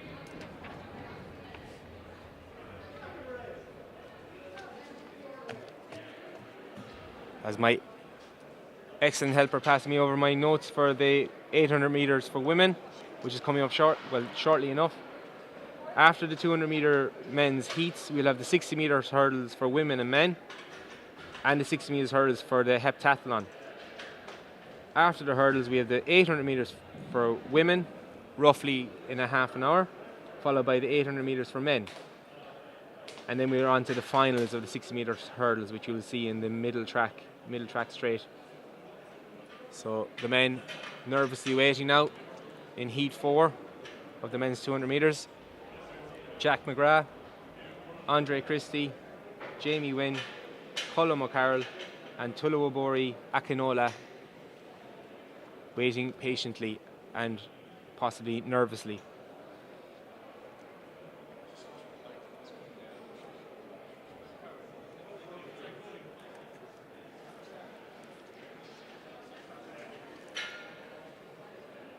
We've gone slightly behind schedule here, but no fault to the officials. There's so many entrants today, which is excellent. So that's good news.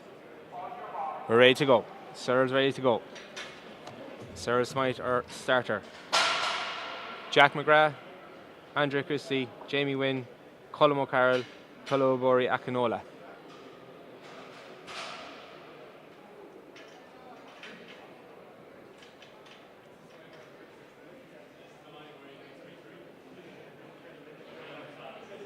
They need to go 21 seconds here. Here we go. So Akinola is streaking ahead again, as has happened in the previous 3 heats. It can often be deceiving, but on lane 2 we have Jack McGrath putting it up to him, but it looks like Toluwabori Akinola is going to take it. 22.7. 22.7, so I'm not sure if that's going to be enough. A solid run from Toluwabori Akinola from UCD, but I'm not sure if it's going to be enough. He's followed in by Jack McGrath from UCC. So both those men running around 22 seconds high. So just looking at my notes here, definite qualifiers are Colin Doyle from the first heat, Robert McDonald from the second heat, Paul Costello should be okay, and Craig Newell is definitely okay. So there's 4 qualifiers from the first 4 heats, which were all quicker than this heat. It has to be remembered. So there's bound to be 1 or 2 from the previous 4 heats who will be quicker than Toluwabori Akinola and quicker than Jack McGrath. So I don't think they're going to get in. I could be wrong, but this heat coming up is a very strong one. So I have a feeling this one will at least be 21 mid, if not quicker. We have Mark Smith as a standout performer here, who's run 21.33. So, starting in lane 2, we have Enoch Elawa from UCD. Lane 3 is Charles Okafor from DCU. Lane 4, Mark Smith, the standout performer from DCU. Lane 5 is John Grant from MU. And lane 6 is Greg McElroy from WIT. So there are 6 entrants, I should say, in heat 6 of the men's 200 metres. This is the 6th heat of the 200 metres. So far, home and dry for the final later on is Colin Doyle, Robert McDonald, Craig Newell. They are definite for the final, I believe, unless something spectacular happens here. And the other winners were Paul Costello in 22.05, so he should be okay. I don't think Toluwabori Akinola is going to make the final, but we'll see.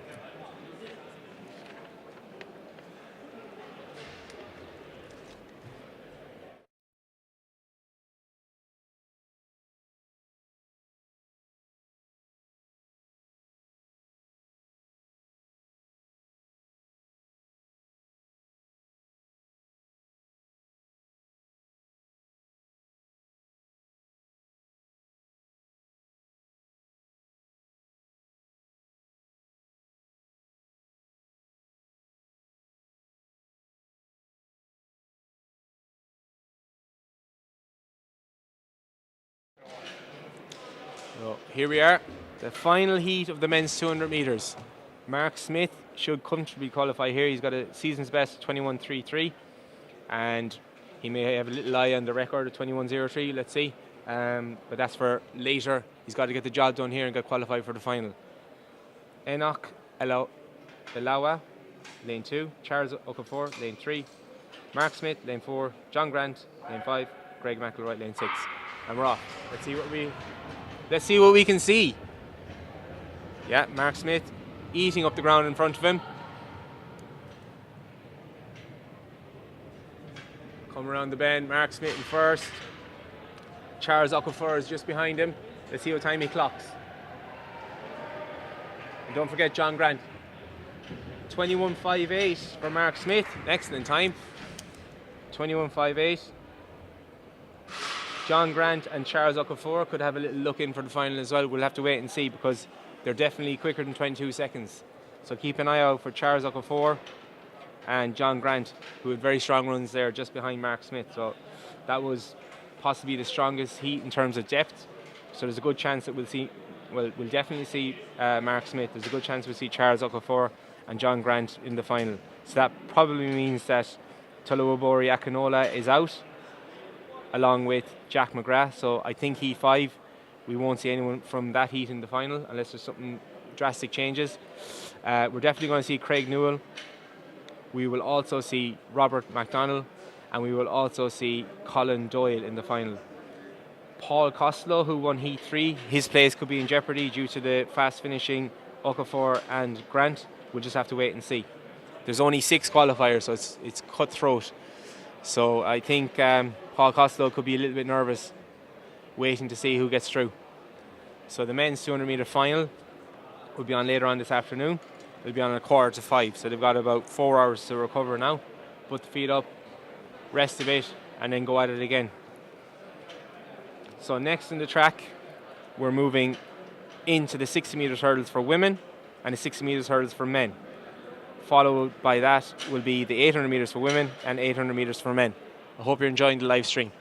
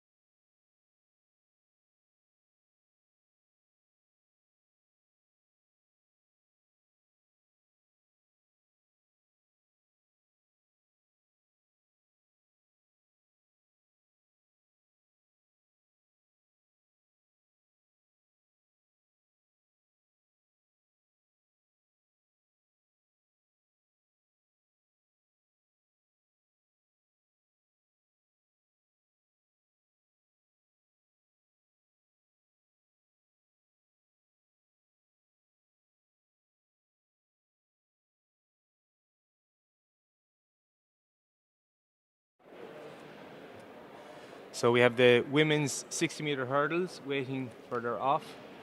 We also have a very good pole vault competition ongoing.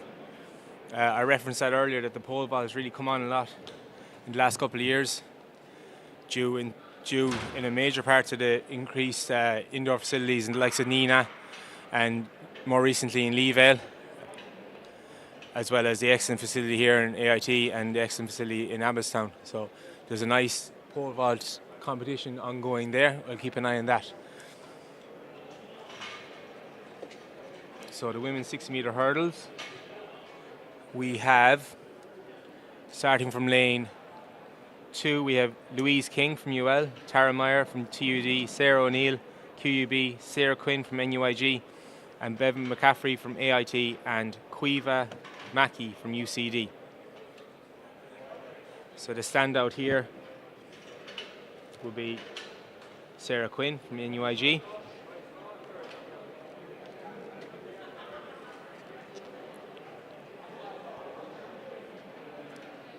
The quickest time this year is 8.11 by Sarah Levin. Thank you.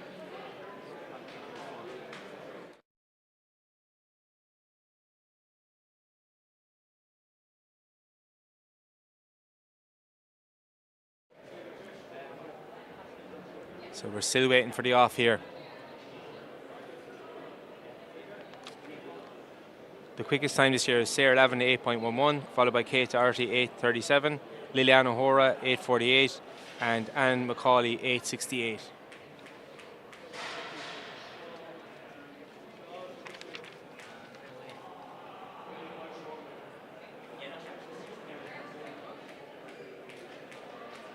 Bit of a hold up here.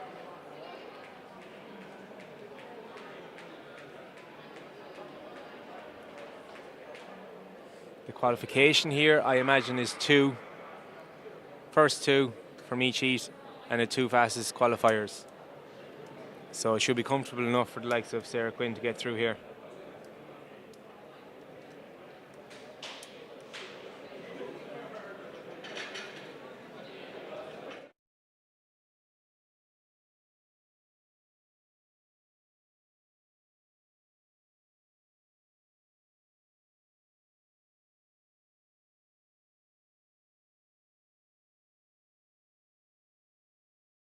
We're ready to go.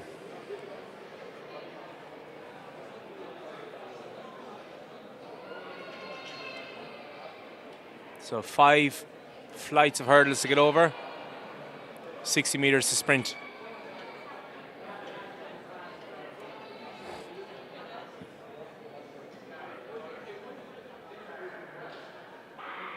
Here we go. Sarah Quinn immediately out to the first hurdle.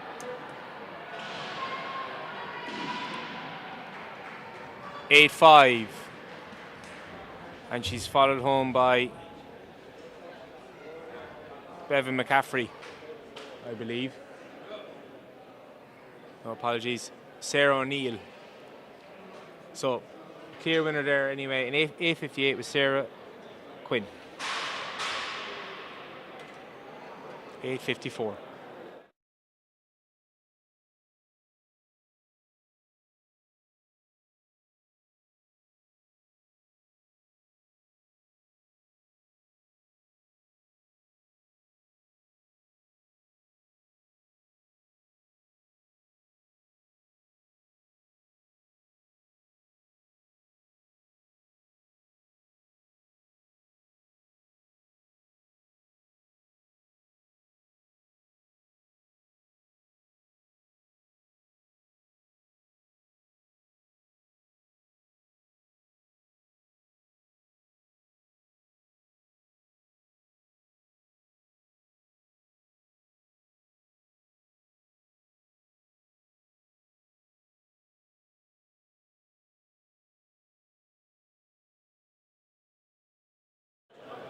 So we have the second heat ready to go with the 60-meter hurdles for women. From lane 2, we have Niamh McCorry from DCU, Eva McPartlin from UCC, Niamh O'Neill from DCU, Aoife Sheehy from UL, Paula Igwe from WIT, and Kate Doherty from TCD.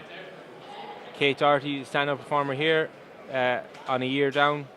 from TCD. She's run 8:37 this year, which is a little bit good bit faster than Sarah Quinn's time, her clocking there. So we could see a nice showdown between Kate Doherty and Sarah Quinn later on.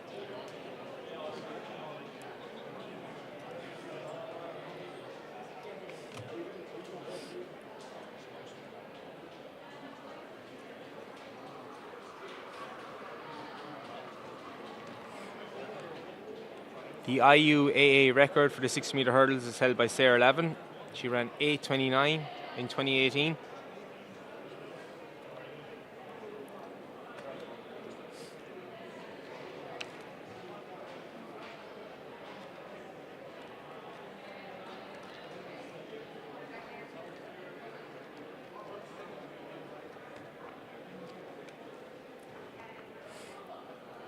The Irish record for 60-metre hurdles is a fantastic time of 7:84 by Derval O'Rourke, set in Moscow on the 11th of March 2006.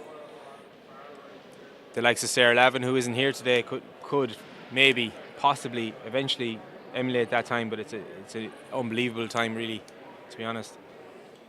But back to the IUAA 60 metres hurdles for women, semi-final 2. They're on their marks, or getting ready to go on their marks.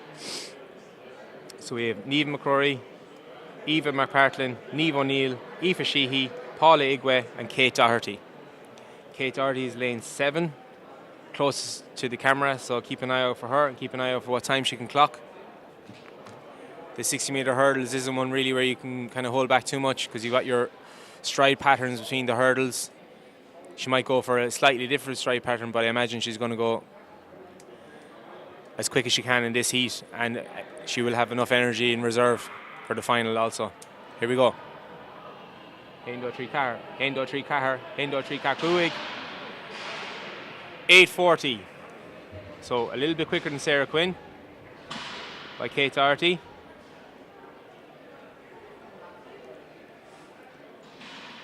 So the winner of Heat 1, or Semi 1, was Sarah Quinn in 8:54. And Kate Doherty won in 8:40. Heat 2. That's a good clocking. It's very close to her season's best, which was set in Manchester of 8:37. So she's maintaining form nicely, and a little bit of competition now in the final. Hopefully, will bring out a quick time in her. We should see Sarah Quinn and Kate Doherty in the middle lanes, which might put a little bit of pressure on each other, which is all part of it. All part of hurdles is dealing with the hurdles and dealing with your competitors and what they're doing beside you. So she's not too stressed at running 8:40, so you can see a quicker time from her a little later on. The final of the 60-metre hurdles for women is on at 1:30, so they've a short rest before they go back out. We next will have the 60-metre hurdles for the Heptathlon. So these women are doing 5 events today. They have done high jump, long jump. They're onto the 60-metre hurdles. Apologies, they've done long jump. They're onto the 60-metre hurdles now. They will do shot put and high jump in 800 metres. So the 5 events the women will participate in today for the Heptathlon, which is a separate competition, is the long jump, 60-metre hurdles, shot put, high jump, and in 800 metres to finish. So just to exhaust them completely, they run in 800 metres at the end of the day. So it is the ultimate athletic competition, the all-rounder, the person who can jump long, who can throw, who can jump high, who can sprint and hurdle, and also have a bit of endurance to complete 800 metres in a decent time.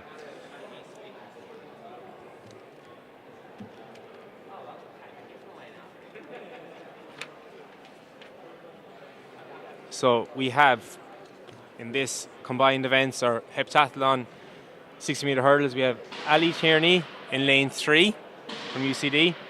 We have Laura McDonald from UL in lane 4. We have Ruby Millett from UCC in lane 5. And Sarah O'Keefe from IT Tralee in lane 6.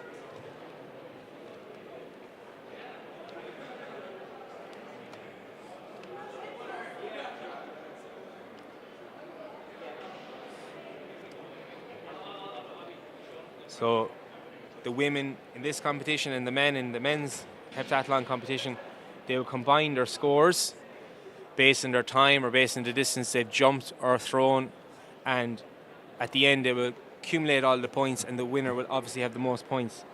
The record for the multi-events in women is held by Elizabeth Moreland from DCU, who accumulated 3,985 points in 2018. So we'll keep an eye on the scores they're achieving and how they correspond to points, how their times correspond to points in the high hurdles here and in the other events. And I'll give you information as and when I get it as to who is leading in the heptathlon. 4 competitors, so only 3 of them will get medals. So let's see who the strongest hurdler is of the multi-eventers. Ali Tierney is in lane 3 in the yellow vest of the UCD. Laura MacDonald is in the burgundy, white and blue of UL. Ruby Millett is the red of UCC. And Sarah O'Keefe is on lane 6 for IT Tralee.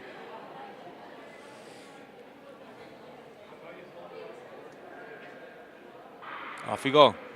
So it's tighter, much tighter than the other hurdle races until Ruby Millett decides, no, I'll take away here. 8:59. So that's an excellent clocking by Ruby Millett.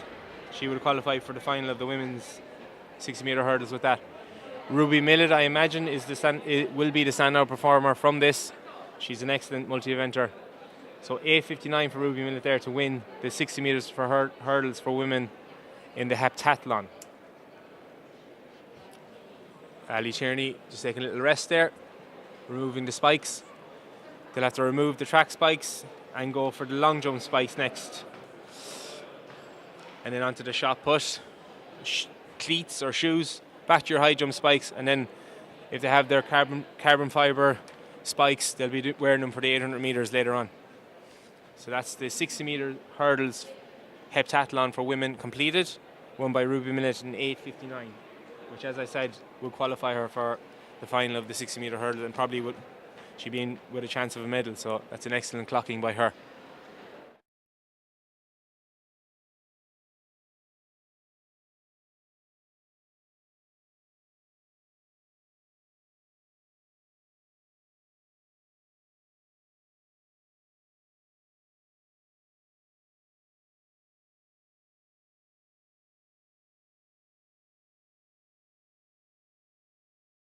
So we're moving on now to the 60 meter hurdles for men.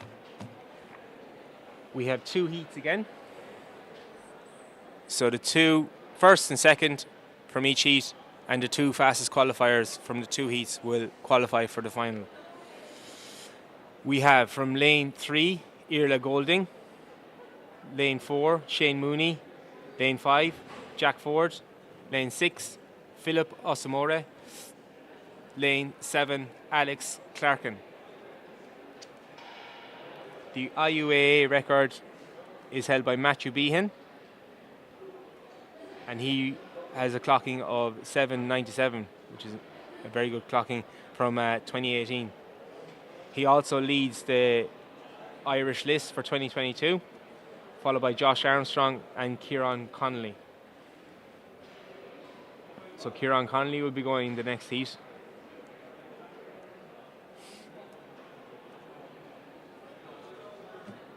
So if we're to see an 8-second clocking, low 8-second clocking, low to mid 8 seconds will qualify the men for the final. The hurdles, high hurdles, as you may heard me calling them for the women, they are high for the men. So they're a little bit higher than the women's height. A lot more clattering, a lot more banging.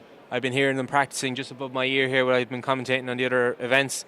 The women tend to hurdle, whereas the men tend to go through them like a bull through a china shop.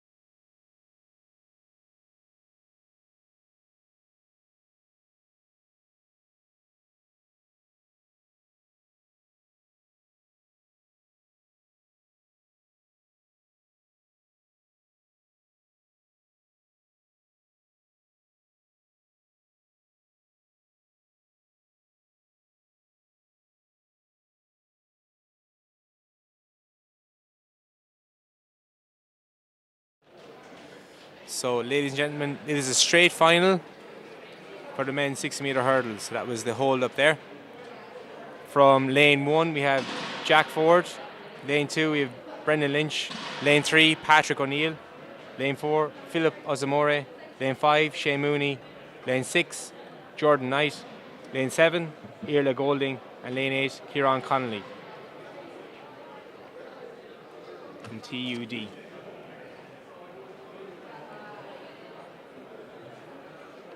So back to the IUAA record is 7:97, held by Matthew Behan. He's also the quickest this year, but not competing today. But the name to look out for here would be Kieran Connolly in lane 8 from TUD. He is the quickest of the fields this year.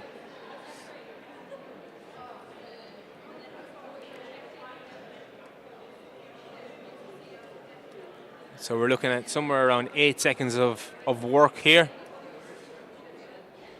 The same number of flights of hurdles as the women. Just these hurdles are a little bit higher, and they're going to give the officials a good bit more work to do because they're going to be knocking them down. They already have knocked them down in their little runouts there. After the 60-metre hurdles for men final, we will have the 60-metre hurdles for the combined events.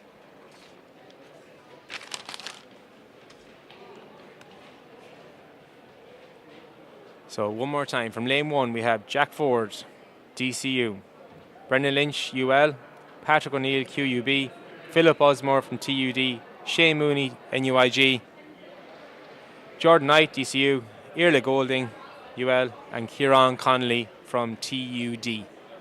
They're on their marks.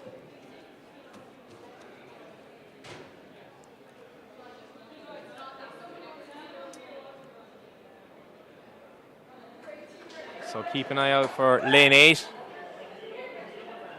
Kieran Connolly.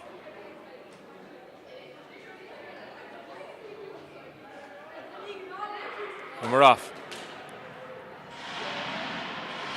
Oh, Iula Golding has something to say about that, as does Shane Mooney from NUIG. Kieran Connolly just got it a little bit wrong there in his second hurdle, I think, and he messed up his stride pattern. So that was an excellent run by Iula Golding and Shane Mooney, who took first and second place, and Kieran Connolly, I think, got in third there. I was tipping him for the win, but things can go wrong in the hurdles. He didn't knock any, but he seemed very uncomfortable at the second. First and second, he seemed to get it wrong, and if that happens, the race gets away from you. The winning time was 8:37.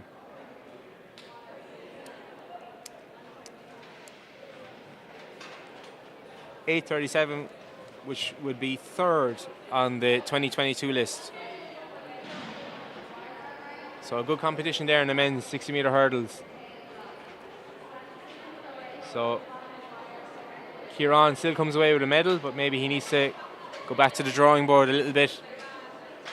Sometimes hurdlers do a lot of their work by themselves, so they mightn't have the experience of having someone running right beside them, and that adds a lot of pressure and makes them miss their stride pattern or throws them off ever so slightly, and when the race is only 8 seconds long, you haven't got much time to be adjusting yourself. So we're moving on to the men's heptathlon, who are doing the 60-metre hurdles also. In lane 2 is Tristan Chambers, lane 3 David Dagg, lane 4 Oliver Gormley, lane 5 Dylan Chambers, and lane 6 Owen Sharkey.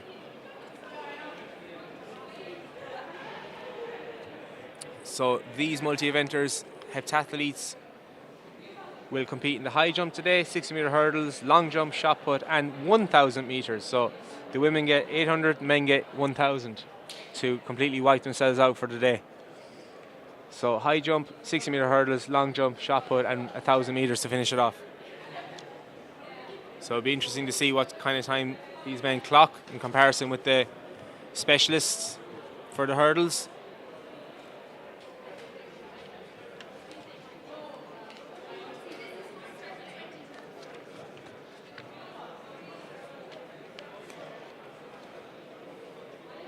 Previously we had Ruby Millett, who clocked an 8:59, which is very comparable with Sarah Quinn's 8:54 and Kate Doherty's 8:40. So let's see if one of these men stick their head above the pamphlet to say, oh yeah, I'm a decent high hurdler too.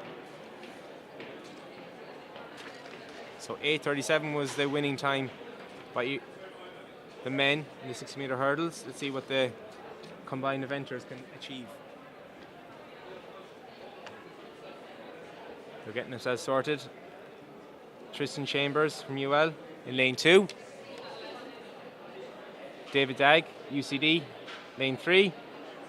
Oliver Gormley, DKIT, lane 4. Dylan Chambers, CIT, nor MTU, lane 5. And Owen Sharkey, again from UL, in lane 6. UL very well represented in the hurdles today and the multi-events. Of course, when the men multi-eventers come to outdoor season, they have to complete 10 events. The Decathlon, considered again to be the best all-round athlete, covering all the athletic disciplines.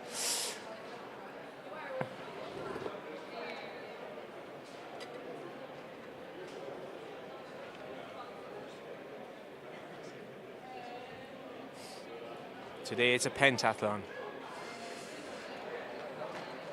They're adjusting the hurdles here, the officials. We should be off very, very shortly.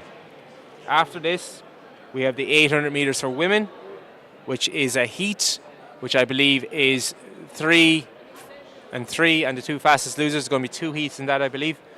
Followed by the men's 800, which could be very interesting. And we will come back to the hurdles for the women's final, because the men's final has already been run. So we're ready to go in the combined events, pentathlon, 60-metre hurdles.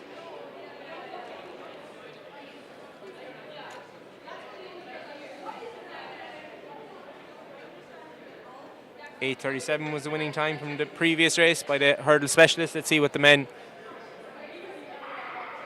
And we're off. So some interesting techniques here. But we have Owen Sharkey from UL and David Dagg takes the win in 8.9. Very good running by David Dagg. He was a clear winner in the end. David Dagg wins it in 8.9 seconds, which will be a nice points tally for it. He looks very happy there. So David Dagg, that will add to his score nicely. Remember, some of these men might be specialist throwers. They might have someone who's a little bit better at the endurance events, which isn't often the case because there's so many other events they have to cover. But David Dagg will be achieving the maximum points of all these athletes for this particular event. So 8.9 seconds. I have the start list here for the women's 60-metre hurdles final. I was focusing in on the winners, but here are the entire qualifiers. In lane 1, we have Quiva Mackey from UCD. Eva McPartlin from UCC is in lane 2, will be in lane 2. Tara Meyer from TUD will be in lane 3. Neve O'Neill from TCU will be in lane 4. Kate Doherty will be in lane 5. Alongside her will be Sarah Quinn from NUIG. In lane 7 will be Bevan McCaffrey from AIT or TUS. And in lane 8 will be Louise King. So we'll have Kate Doherty versus Sarah Quinn. It will be a very good competition. As was the men's, we had 3 men very close together. And that's what you want to see. So the 60-metre hurdle final for women will be on at roughly 1:30. We're slightly behind schedule, as the women's 800 should have gone off maybe 10 minutes ago, but there was a bit of a hold up as there were so many entries for the 200 metres for men. But we will get back on track as there won't be the final for the men's 60-metre hurdles has already been run.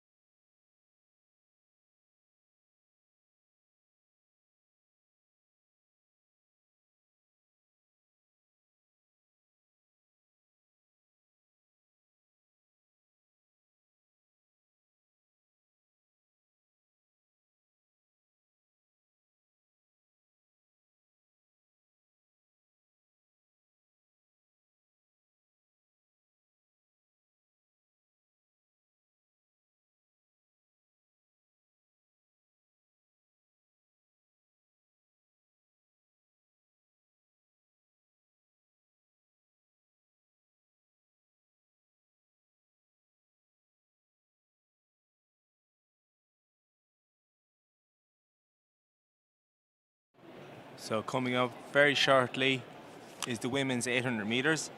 We're going to have 2 heats.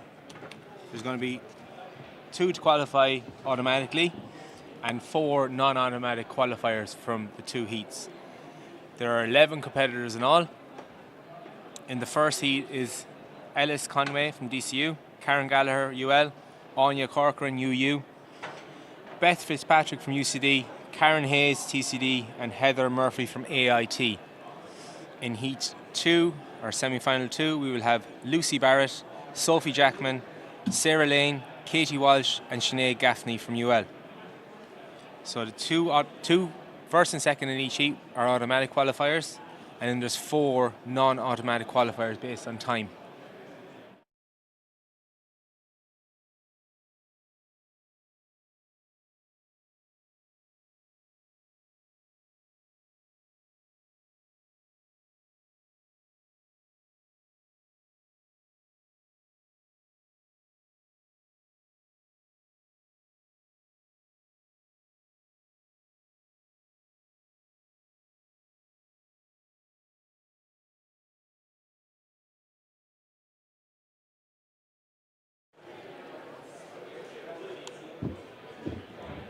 I have the list of qualifiers for the 200 metres men. I'll go through them very, very quickly. Paul Costello, Tolu Abori Akinola, Craig Newell, Mark Smith, Colin Doyle, and Robert MacDonald.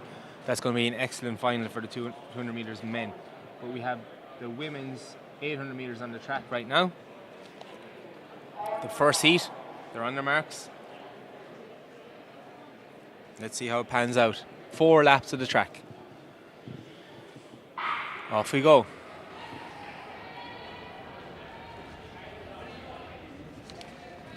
So we'll see who wants to get out hard, who wants to sit in. Quite often the 800, it's about sitting in for the first half of the race and making your move somewhere in the second half.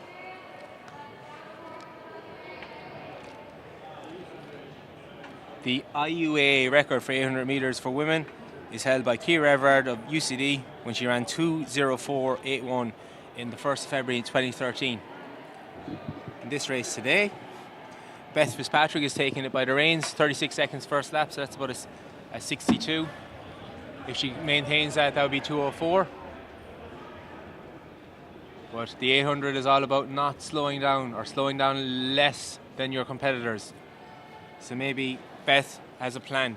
She's going to run a good hard first half and hope that she burns some of them away. But there doesn't seem to be anyone dropping, bar maybe Heather Murphy, who seems to be struggling a small bit. So we still have Beth Fitzpatrick out in front, and in the pack is basically everyone else. And Heather Murphy's making a little bit of a rally because the pace has slowed quite considerably. It's 75. That's more like a 2:30 800 now, so it's slowed quite a lot. The girls are happy enough to sit in. Karen Gallagher from UL there is running nicely. She needs to stay in on lane 1. That's good. You don't want to be running out in lane 2 because you're covering more distance. So it's moving along nicely. Karen Gallagher is making a nice little move with 300 to go. She's up into second, but still it's Beth Fitzpatrick out in front. Let's see what they come through with a bell to go. You'll hear the bell ringing. So we have Beth Fitzpatrick, Karen Gallagher. Karen's making a move. 200 to go. Karen has a PB of 2:20 from when she was about 15 years of age, so I'm hoping she might eclipse this here, but she'll have to get a move on here. We have UU's Anya Corcoran moving through here. Moving through nicely, as is Karen Hayes, who sat in very nicely there because they know it's 2 to qualify. So Karen, Gallagher, and Beth Fitzpatrick need to fight it out and try and get a good time here. So 2:22. 2:26 is the winning time. Apologies, Ellis Conway, who came through to win there in 2:26. And in second place was Karen Hayes. In third, I believe, was Beth Fitzpatrick, and in fourth was Karen Gallagher. So Beth and Karen will have to keep an eye on the clock. They're inside 2:28 anyway, so they need to keep an eye on the clock for the other competitors. But in the end, fairly comfortably in 2:26.59, Ellis Conway took the win there, and Karen Hayes, she did very little, was very, very clever. choosing 226 high. So automatic qualifiers from that are Ellis Conway of DCU and Karen Hayes of TCD, Trinity College Dublin. Karen Gallagher and Beth Fitzpatrick need to hold on, and Anya Corcoran still has a chance depending on how this second heat pans out. I was mentioning earlier about the benefit of being the later heat. It is of a huge benefit in middle distance races because you can see exactly what you need to do. So 228 or 226 is not a fantastic time, or not a fantastic time that is hard to achieve. So the women in this race know what they have to do to run around 226. And there's only 5 in the race, so if they all run under 226, they're all through. As simple as that.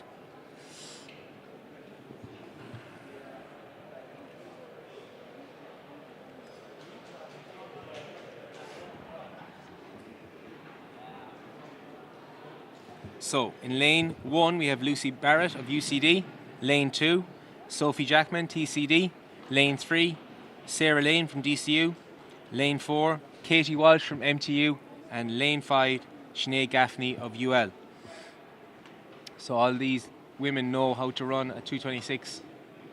So 72, 73, first 400, and do it again.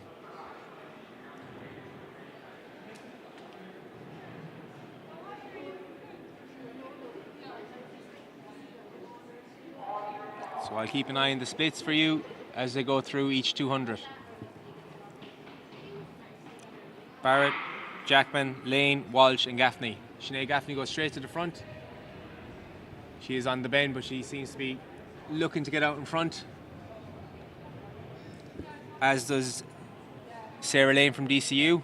So Sinead gets out in front, it appears, yeah. So Sinead knows she can run around that. She just needs to get out to the front, keep it steady. Let's see the first 200 and see how it progresses. So she's gone out quite quick now, Sinead. 33 seconds. Sinead Gaffney is a medical student in Newell. She's followed around by Sarah Lane of DCU, followed by Sophie Jackman of TCD. They're all in with a shot. There's 2 automatic qualifiers from the other heat, so 4 of these women could qualify for the final if they run it right. Of course, Karen Gallagher and Beth Fitzpatrick won't be too happy about that, but we'll have to wait and see. So, Sinead Gaffney coming around again. They're all fairly comfortable looking. It's not a bad lick. 69.70, so it's 220 if they keep it going. They need to break 220 or run 226. So Sinead is running nicely. She's very disappointed with her run last weekend, she said openly, and she's doing herself great justice here. I'm delighted to see. Coached by Keith Fallon from Galway, GCH. So hopefully, biasedly, I will be hoping that Sinead keeps it going. So here we come around. On her shoulder there is, and has always been, Sarah Lane. But Sarah isn't really making a move. Sinead needs to keep it going. She's looking around. She's got a lap to go. She needs to go. She needs to go. She's looking around. Lucy Barrett is coming around the outside. Sinead, if she goes with this, could qualify. She just needs to keep it together. So Lucy Barrett from UCD is streaked ahead a little bit here. And as usual, she's been followed. Sarah Lane has just followed. She just knows what she needs to do to qualify. So Lucy Barrett is going to be the automatic qualifier here. Let's look at the time. 220, 221, 222, 223, 224, 225. So I believe everyone has qualified from that, bar, unfortunately, Katie Walsh, who was just behind Sinead Gaffney. So Sinead did the business there. So I believe, could be wrong, but I believe that everybody in that heat made it through. So we have Lucy Barrett, Sophie Jackman, Sarah Lane, and Sinead Gaffney all through to the final, I believe, along with Ellis Conway and Karen Hayes. That is to be confirmed, but that's what it would appear there. They all seem to be comfortably within 226. We'll have to wait and see. That was a good competitive semi-final of the women's 800 metres. Next up, we have the men's 800 metres heats, or semi-finals. There seems to be a lot of entries. I'm yet to get an entry sheet, but there's considerably larger number of men who are looking to run, and that was evident from the entries. There's a lot of year-down athletes running, so people who've finished university but want to run one more time for the university, and could you blame them when they've missed a whole year of competition from last year? So this will be interesting. It might be a little bit less, how should I say, nice together. There might be a few more elbows out. They might be as decent to each other, but we'll have to wait and see.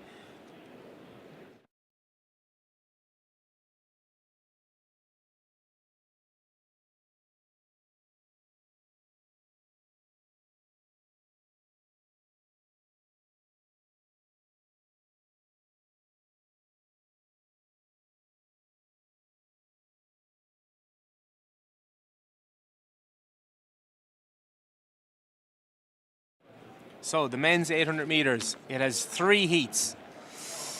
3 heats, and it is the first 2 again from each heat, and this time it's only 2 fastest qualifiers, so it's a little bit more difficult than the women's who had 2 heats. So in semi-final 1 is Jamie McCarthy from Newell, Jed Walsh, DCU, Ted Collins from TCD, Peter Kilgannon from UCD, Tommy Connolly from UCC, Mark Camerly from QUB, and Jack O'Leary from IT Tralee. In semi-final 2, we have Sean Terrick from QUB, Jake Bagg from UL, Esiosa Omar Igbe from DKIT, Kyle Moorhead from NUIG, Colin Smith from DCU, Fergal O'Hare from TCD, and Jack Pender from WIT. And then in semi-final 3, we have Roland Surlis from NUIG, Liam McKenna from TCD, Owen Staunton from GMIT, Oisin O'Givna from AIT, Rory Prendeville, who actually isn't running today, he was down to run in the 3rd heat, and Neil Keane from NUIG. So of those starters, I'd be looking out for, in Heat 2, I'd be looking out for Jake Bagg. I'd also be looking out for Roland Surlis.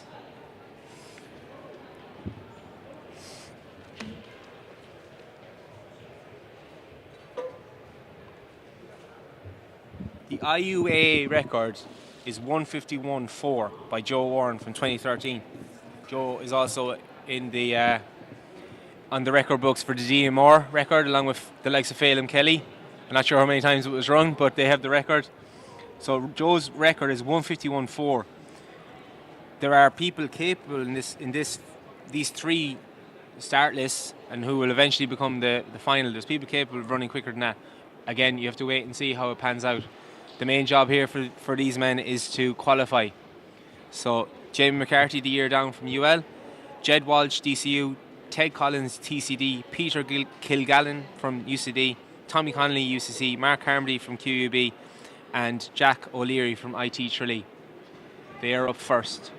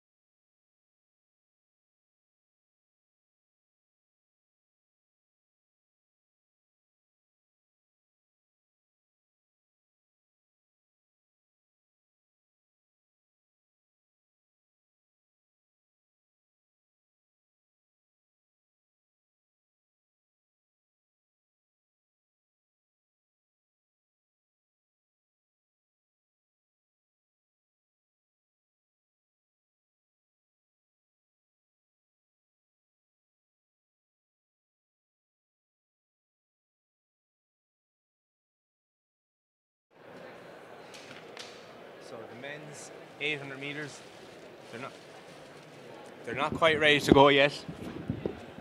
But I'm going to return to the women's 800 qualification. So I believe that Karen Hayes and Ellis Conway are automatic qualifiers, along with Lucy Barrett and Sarah Lane. So that means that Sinead Gaffney, Sophie Jackman and Karen Gallagher are through to the final, I believe. It's yet to be confirmed, but it's great news for the likes of Karen and Sinead Gaffney on a personal note. But that is the qualifiers. They are the qualifiers for the 800 metres for women. Ellis Conway, Karen Hayes, Lucy Barrett, Sarah Lane, and I believe it's Sinead Gaffney, Sophie Jackman, and also Karen Gallagher. But that's to be confirmed later on.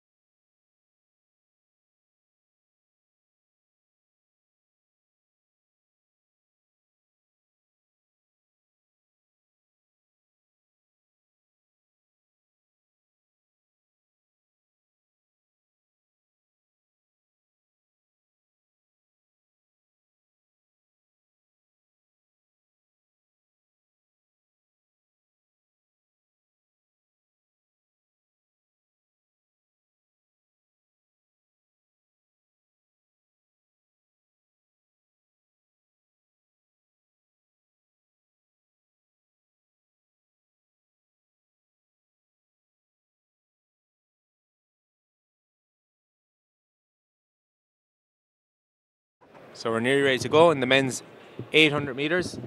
4 laps of the indoor track here in TUS. Jamie McCarthy is in lane 1. Jed Walsh is lane 2. Ted Collins lane 3. Peter Kilgallen lane 4. Tommy Connolly lane 5. Mark Hamry lane 6. Jack O'Leary lane 7.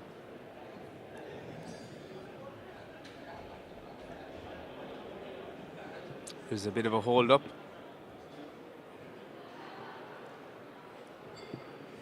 And I may have wrong information as Jamie McCarthy is in the infield now. I can see him clearly, so it's a possibility that they've removed Jamie and put him into another heat, as Rory Prenderville is not running today. So Pierre Merchant down there organising the troops. Pierre Merchant is the 3,000 metre record holder for the IUAA.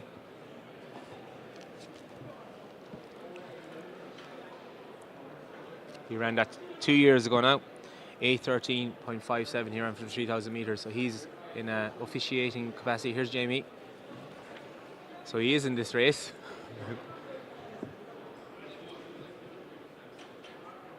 He's in no rush to come out. So there appears to be a lot more people coming out. Are they running a straight final? I don't know what's happening. There's a lot of discussions going on. Sometimes running a straight final is the best option, but I wouldn't think so in this case. It possibly would have been the best option for the women's, as there's lesser numbers, but it would be absolute carnage if they put all the men together here.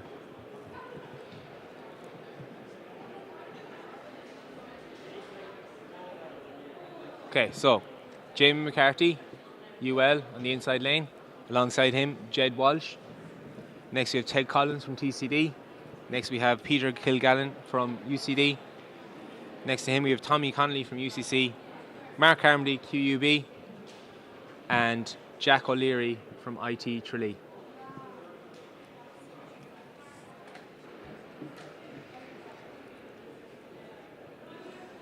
The national record set by Mark English is 146. The IUAA record is 151.4. We won't be looking for any records in the heats though. This will be a cagey affair, I imagine, for the first couple of laps.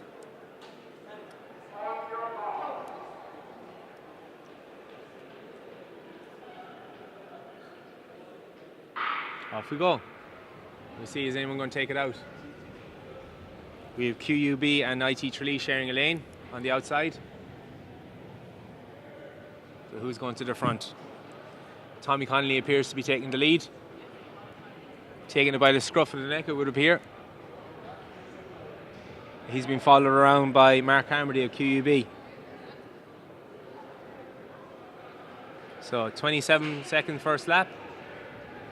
See if they can keep that going. In third place at the moment is Peter Kilgannon. He's a strong looking runner. So Tommy Connolly is taking through 300 in about 41, 42 seconds. He's leading from the front.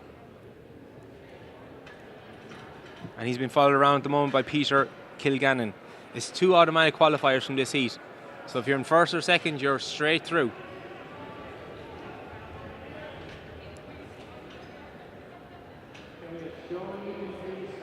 Peter Kilgannon appears to be making a bit of a move up the back straight.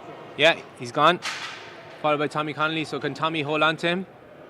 Because he's starting to get eaten up by third place. So we're coming through with a lap to go. Let's see what they got for the last lap. 2 automatic qualifiers. Mark Carmody appears to be aiming to get into that second slot. He appears to have judged it right, has he? Peter Kilgannon is wavering ever so slightly. 140 with 100 to go. Peter Kilgannon with Mark Carmody actually eating up the ground on him now, so Tommy Connolly is going to have to finish strongly. 153, 54, 155, 156. So around 156 was Tommy Connolly's time. 155 was the winning time.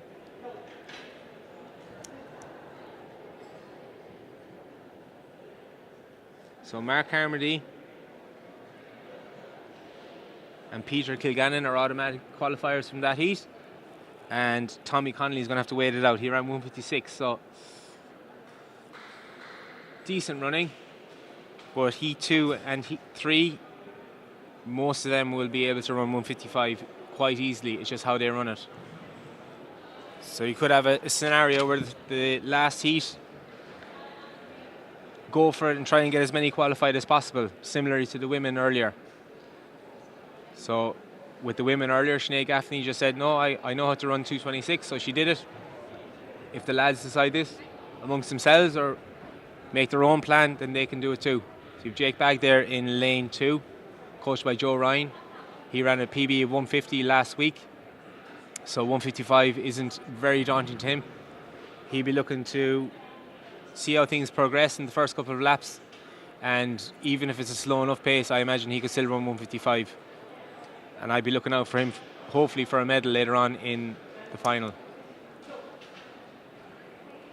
So 155 is the mark. Sorry, 156 actually is the mark for a fastest qualifier. But 155 is the mark set out by Peter Kilgannon and Mark Carmody. In this race, in lane 1 is Sean Terrick, 2, Jake Bagg, 3, Essa Osa Omoregbe. Kyle Moorhead is in lane 4, Colin Smith, lane 5, Fergal O'Hare, lane 6, and Jack Pender, lane 7. And we're off.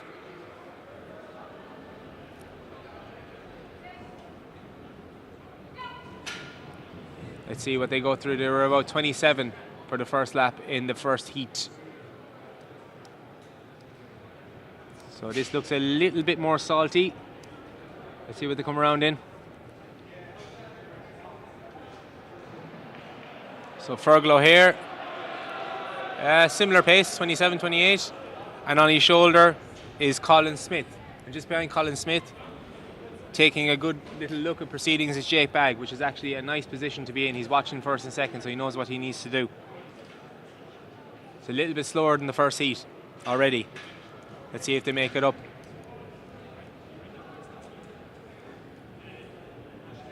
So they're all in it at the moment, but there's still 2 laps to go. A lot can change. So Colin Smith is taking a little bit more interest in proceedings, along with Kyle Moorhead. But still at the front is Fergal O'Hare. He's having a look around. Colin Smith and him are having a look to see what's going on. They need to get a move on. because Kyle Moorhead is having a look. See, he's back into second place. Jake Bagg would want to get it out because they should be okay, these four anyway, but there's going to be a bit of a posturing before the final. So Jake Bagg's made a little move here up the outside, maybe a little bit too early because he might have expended a bit too much energy, but he looks very graceful. So Jake Bagg takes lead with 100 to go. 1:42 is the time. We have Jake Bagg followed by Fergal O'Hare, followed by Fergal O'Hare. Jake Bagg going to take it easy. Very nicely done. 1:55 followed by Fergal O'Hare, and I imagine that Kyle Moorhead will be safe.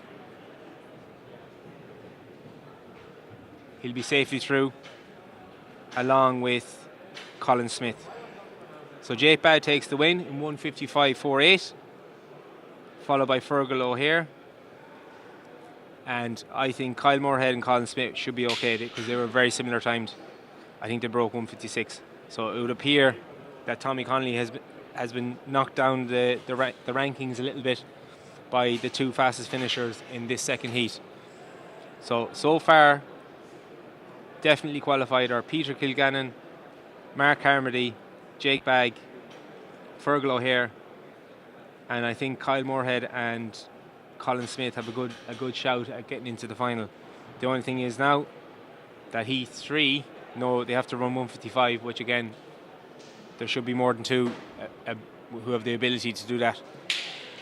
We'll just have to wait and see. So in Heat 3 we have Roland Sullis, who don't want to put too much pressure on him, but he has a very good chance of winning the final from NUIG. Liam McKenna from TCD, Owen Staunton from GMIT, Oisin O'Givna from AIT, Rory Prenderville, who is not running, so there's one less person to race there. Rory Prenderville unfortunately picked up an injury, and Neil Keane from NUIG is on the outside.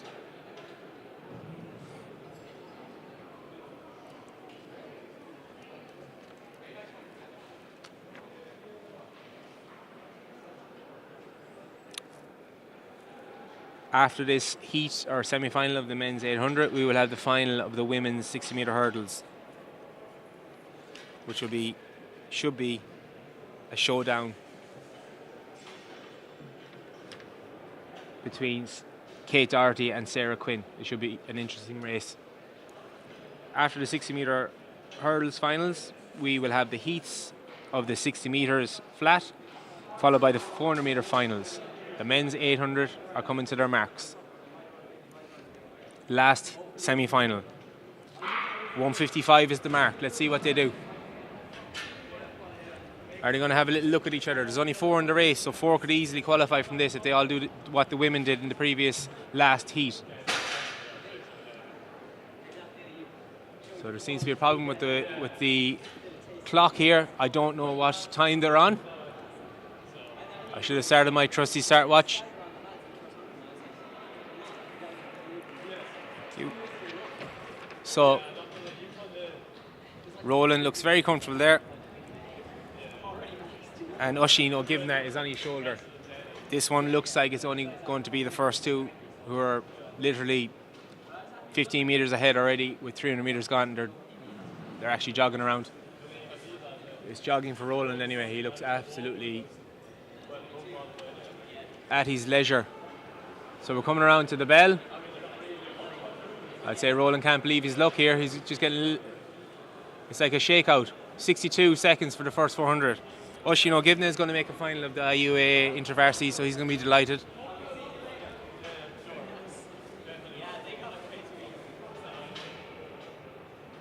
So it's safe to say that Kyle Moorhead and Colin Smith are going to make the final also. So Liam McKenna is in third.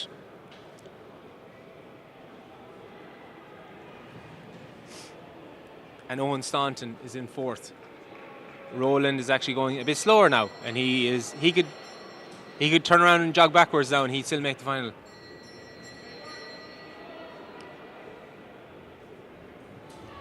So well done to Oisin O'Givna. Just keep it going now. You're in the final. This is actually ideal for Roland because he won't have expended any energy. He won't have dipped into his lactic acid he won't have any lactic in his legs. It'll actually feel as if he just loosened out a bit for the final. So I'm looking at Roland for a possible win in the final, along with Jake Bagg. And I like the look of Kyle Moorhead from MUIG also. So 2:11, that's probably the slowest. He might do a similar time in training. Roland Suris, 2:11, followed by Oisin O'Givna, also a similar time, 2:11.8. So by my calculation, which again can be dodgy at times, but this is what I have in front of me. Peter Kilgannon and Mark Carmody were the automatic qualifiers from Heat 1. So that's 2. Jake Bagg and Fergal O'Hare were the automatic qualifiers from Heat 2, followed by Kyle Moorhead and Colin Smith. And from Heat number 3, Roland Surlis and Oisin O'Givna were the automatic qualifiers. So of those qualifiers, I think Tommy Connolly may have been run out of it. You have Peter Kilgannon, Mark Carmody, Jake Bagg, Fergal O'Hare, Kyle Moorhead, Colin Smith, Roland Surlis and Oisin O'Givna, who should be through to the final of the 800 metres for men, which is on at 4:15, all things going well. So that's the end of the heats of the 800 metres for men. We're now moving on to look at the women's 60 metre hurdles final.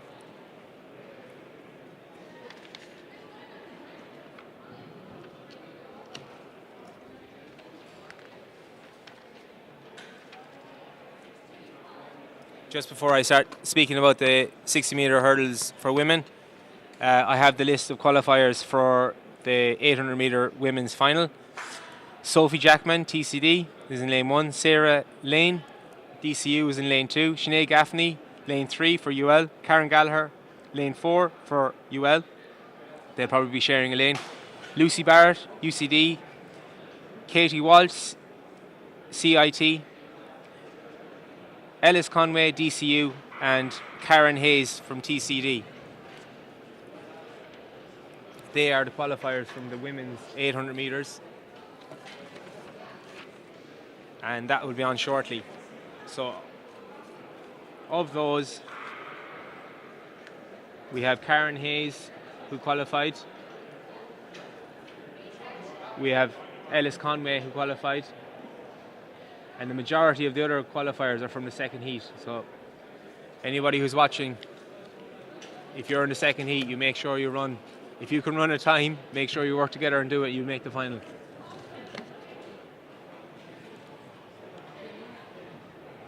So we got the women's 60 metre hurdles final. The men's was a straight final, won by Irla Golding. The women had a semi-final to go through, qualification. And the lineup is as follows. Lane 1, Quiva Mackey. Lane 2, Eva McPartlin. Lane 3, Tara Meyer. Lane 4, Niamh O'Neill. Lane 5, Kate Doherty. Lane 6, Sarah Quinn. Lane 7, Bevan McCaffrey. And Lane 8, Louise King. This race will be between Kate Doherty in lane 5 for TCD and Sarah Quinn in lane 6 for NUIG. I think the rest are running for the bronze medal, but I was wrong with the men's, as Kieran Connolly came a little bit unstuck in the first couple of hurdles. So anything can happen in the hurdles. It is definitely one of the events where anything can happen.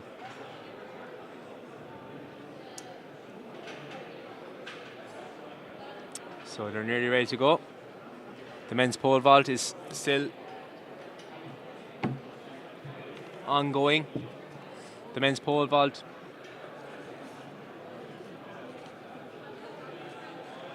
on the left of your screen.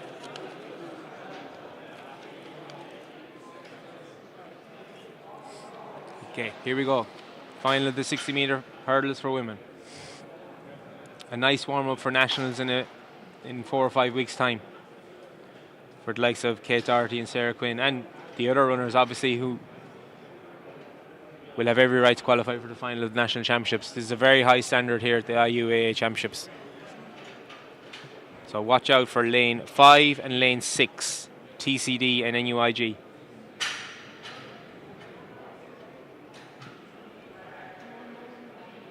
Here we go. Kate Doherty taking the lead, Sarah Quinn in second. It's a fight for third. DCU in third, I believe. Niamh O'Neill, I believe, was third. So Kate Doherty takes the win in 8:35. Very good run. Slightly quicker than her time earlier. So a good run too from Sarah Quinn in second. And Niamh O'Neill, the middle 3 lanes, came third. 8:35 was Kate Doherty's clocking.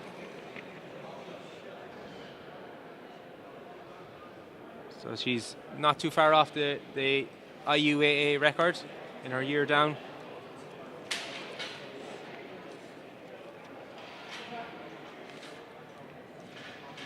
So 8:35, that's a new season's best for Kate Doherty.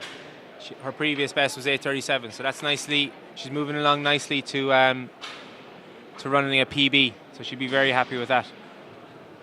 Very controlled over the hurdles. I don't think any of the hurdles were knocked in comparison with some of the men, but there's differences to be taken into account there also. But a very good race, 2 very good hurdles races. Again, the technical events are coming on all the time, and it's due to places like the track here in TUS, or AIT as it was formerly known. If we didn't have places like this to train in, it would be much, much, much harder to achieve what the athletes are achieving today.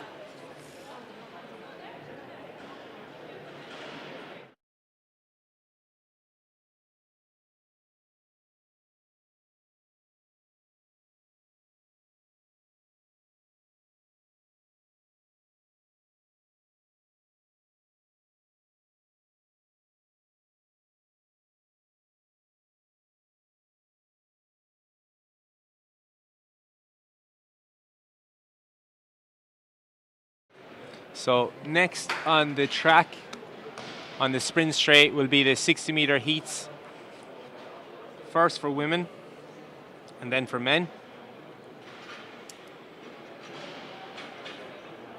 So the women's will have 3 heats. The first 2 automatic qualifiers, and the 2 fastest non-automatic qualifiers, or fastest losers if you don't want to be politically correct, as we used to call it. So we have 3 heats with basically 8 to qualify. And in the men's, there are 32 entries for the 60 metres for men. So the men's 60 metres is going to be incredibly difficult. The women's will be very difficult also to qualify for the final. There's only 8 spots on the track. So the first heat of the women's 60 metres would be Erin Tahini from DCU, Alana McGuinness, TUD, Rachel Keenan Dillon from MU, Kate Doherty again, no rest for the wicked. She'll be out in semi-final 1, so she won't have much time to recover. Bevan McCaffrey from AIT or TUS, Aisling Kelly for UCD, and Sarah Quinn is out again for NUIG in the first heat. So they're having no time. They're going to go straight back out into their blocks, probably for the best, because they don't want to be getting cold. They probably just want to get out, get running, and then have their break before the final, which I imagine they both will make. In semi-final 2, we have Tanisha Dion's, Molly Scott, an excellent sprinter from IT Carlow, Lauren Roy, we have Antwi from MU, Shona Lowe from UCC, Grace Lawler from AIT, and Kelly Bester from UL. In semi-final 3, we have Emma Hutchinson, Jessica Strain, Jennifer Hanrahan, Niamh Foley, Sive O'Toole, Katie Bergen, and Sarah Leahy. So a lot of entries for the women's 60 metres. Many of those have run already in the 200 metres or the 60 metre hurdles, so we'll see how that pans out. The men's list I won't even go into because there's so many entries, but there are 4 heats and there are 8 to qualify. So that's an incredibly difficult task to get out of those heats with all those fantastic sprinters. One of the ones I'll be looking out for is Israel Olatunde. He is very close to running the Irish record for 60 metres, which would be unbelievable. He's got a heat later on and then a final to maybe do that. So we'll wait and see what happens there.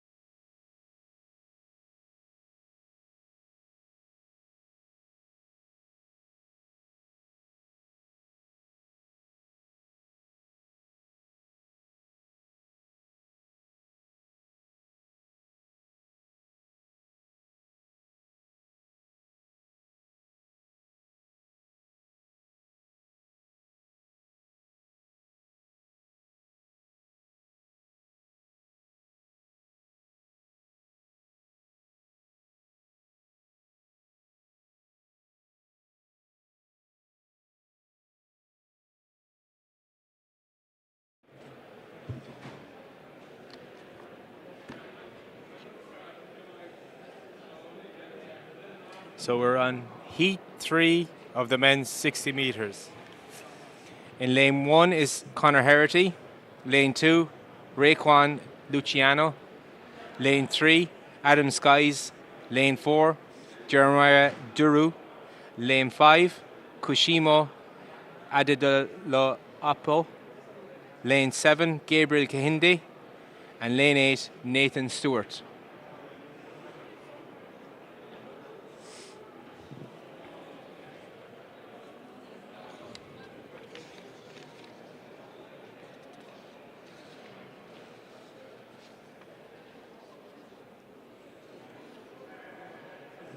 Oh, we have a false start in lane 2.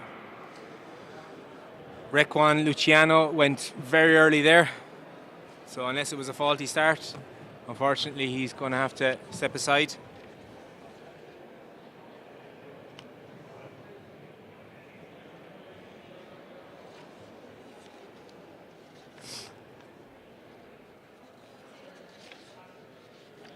I have a start list for the women's 60 metres final, which I'll discuss with you. Yeah, so Raekwon Luciano is gone. Unfortunately, he went too early, so he won't get a run out today.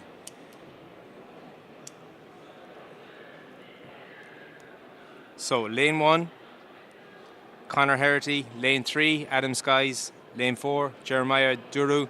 Lane 5, Kushimo Adedapo. Lane 6, Tulu Waburi Ankilola. Lane 7, Gabriel Kahinde. And lane 8, Nathan Stewart.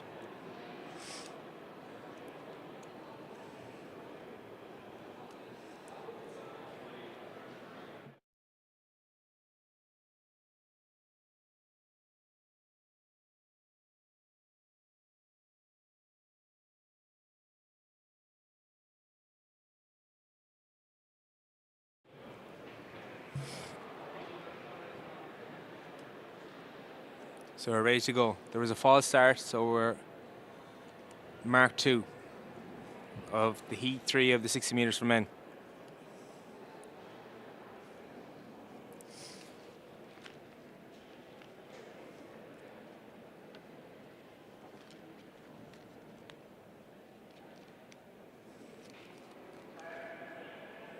We're off. Looking for a clocking of 6 seconds. So streaking ahead there. Oh, it was between Adam Skies and Tuluabori Akinola there for first place. So we'll see who comes out on top. 6:93 is the clocking. It's a quick time.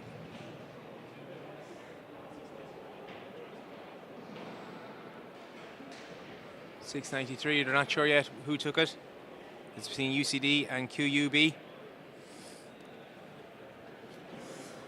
Irish record of 6.5, IUAA record of 6.5. Could be maybe under pressure. We've already had a record in the women's 60 metres by Molly Scott in the heats. So let's see if she can do in the finals. So heat 4 coming up. In lane 1 we have Liam Mead from UL. Lane 2, Thomas McAdam from MU. Lane 3, Luke O'Carroll from UL. Lane 4, Owen Staunton from GMIT. Lane 5, Owen Doherty, MU. Lane 6, Greg McElroy from WIT.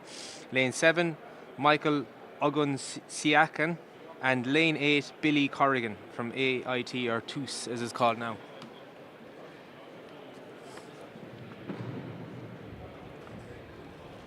So this is the last heat in the men's 60 metres.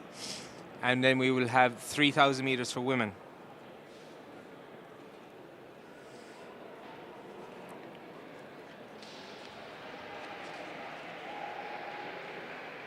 We've just had a clearance in the men's pole vault.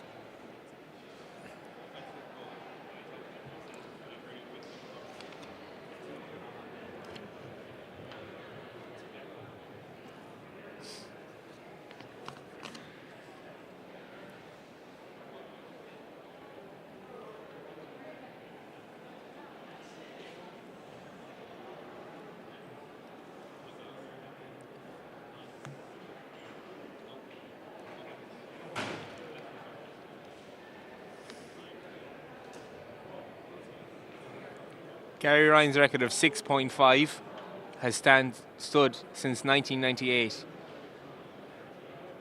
Israel Olatunde has run 6:67 this year.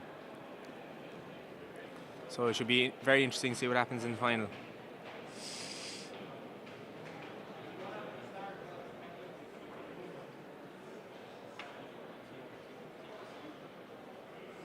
So last heat coming up.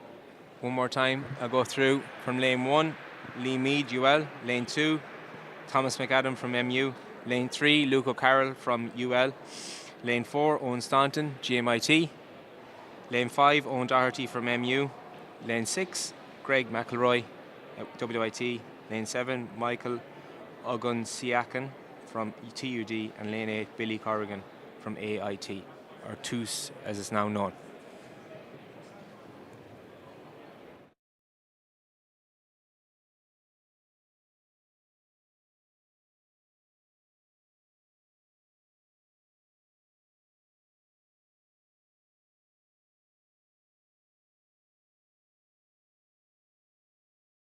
And we're off.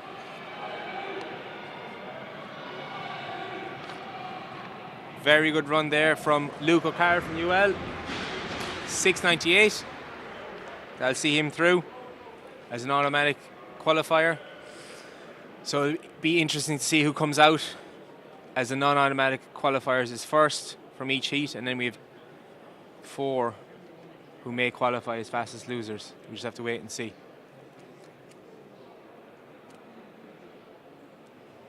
So a very good run there by Luke O'Carroll from UL. UL having a very strong showing today.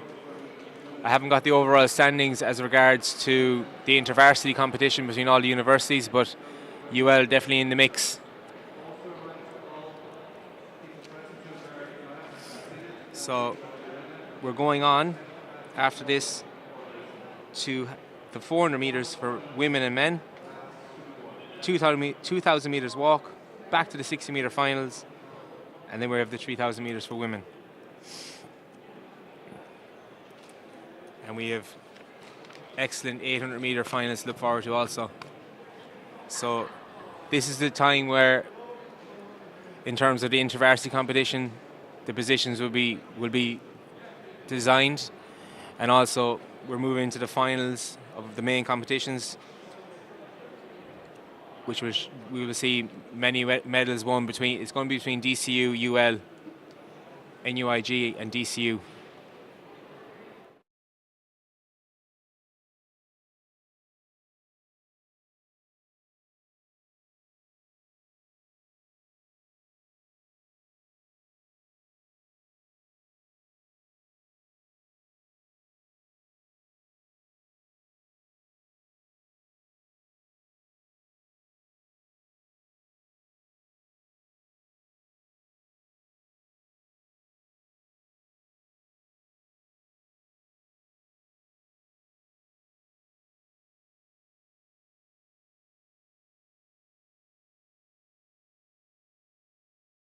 So the women's 400 meters final, they're making their way to their marks.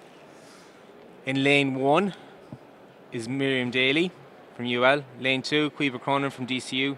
Lane 3, Sinead Tracy from NUIG. Lane 4, Arlene Crossan from UU.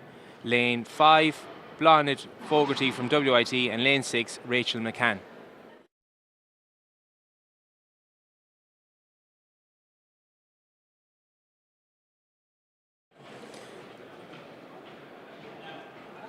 The quickest qualifiers were Rachel Mccann and Laura Crossan. But that doesn't always tell you who's going to be the winner.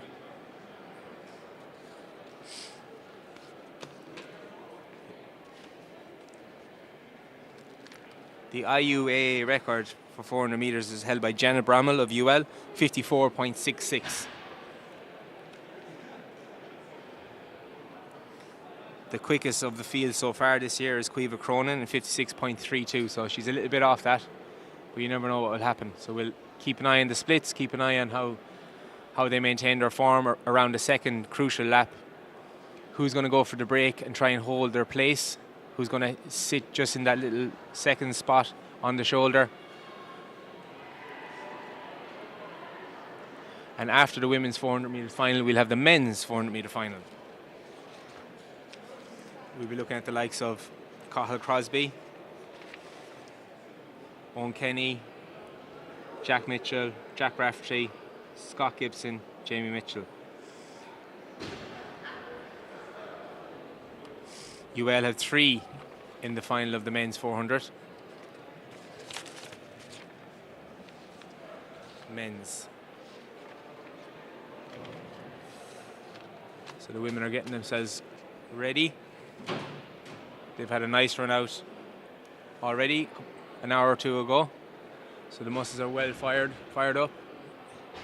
This is all good practice for them to go through rounds and see what works best for them in terms of recovery, in terms of fueling. They're going to leave it all out there now in this last 400, unless they have the unfortunate job to anchor a 4x200 metres later on. Then they would have a very busy day indeed, but they won't be worrying about that now.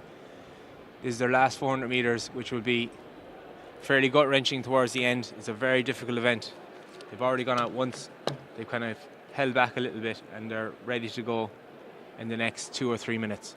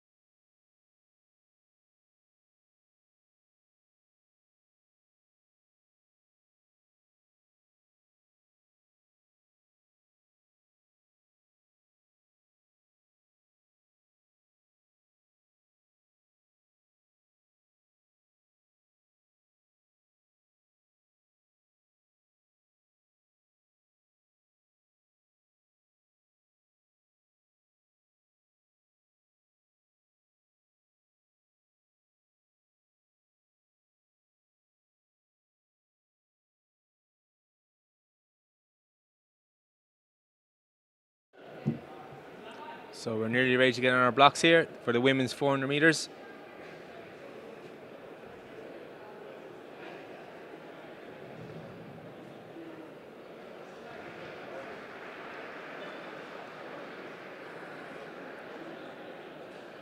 While I was away, Molly Scott ran an Irish record.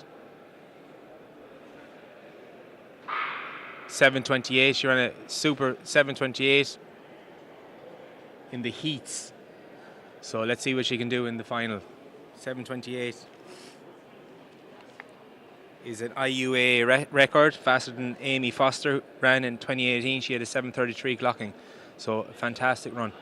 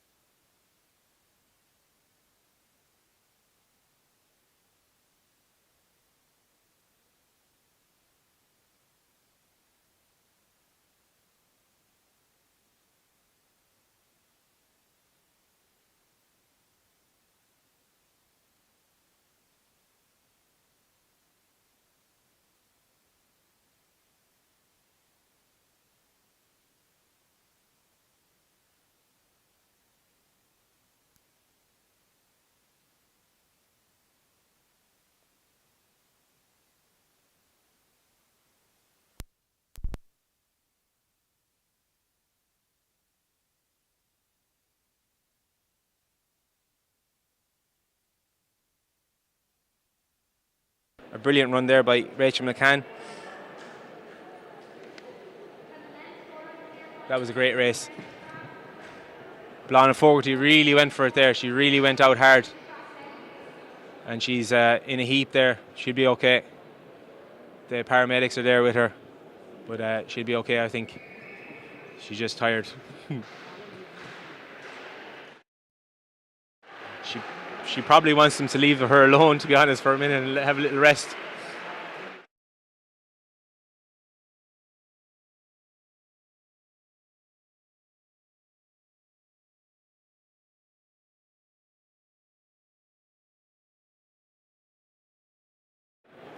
So the men are getting themselves steady and sorted and ready. The women were waiting around for quite a bit there, but it's all part of it. So Blonde Fogarty will be happy enough with her medal. She went out very hard, got to the break before everyone else. Caoimhe Cronin was there all the time, but Rachel Mccann really paced it very well, and she really pulled away in the last 80 metres around the bend. So she'll be delighted with herself. So it looks like a bit of cramp for Blonde Fogarty there. She's just getting her hamstrings and calves stretched out there. We've all been there. So the men's final. In lane 1 is Owen Kenny from UL. Lane 2, Jamie Mitchell from LIT. Lane 3, Scott Gibson from UCC. Lane 4, Jack Mitchell from UL. Lane 5, Jack Rafferty from DCU. Raftery from DCU. And lane 6, Carl Crosby from UL. I have a feeling lane 5 and 6 will be duking it out.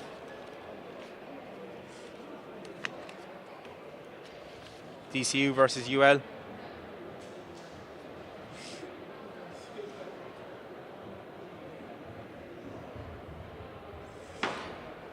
The quickest time so far this year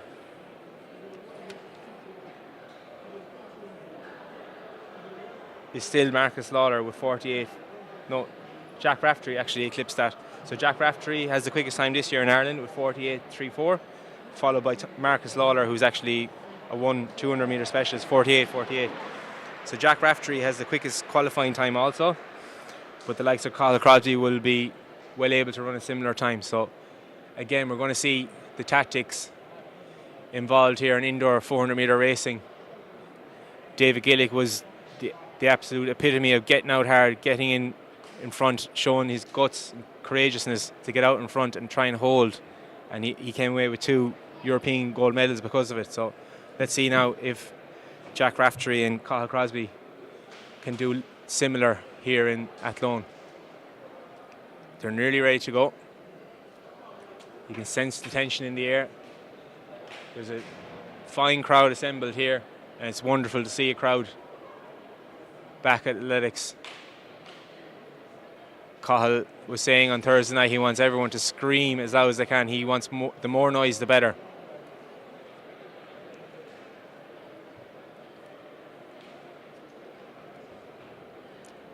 Cathal Crosby, UL. Jack Raftery, DCU. Jack Mitchell, UL. Scott Gibson, UCC. Jamie Mitchell, LIT. And Owen Kenny, UL. UL have 3 men in the final.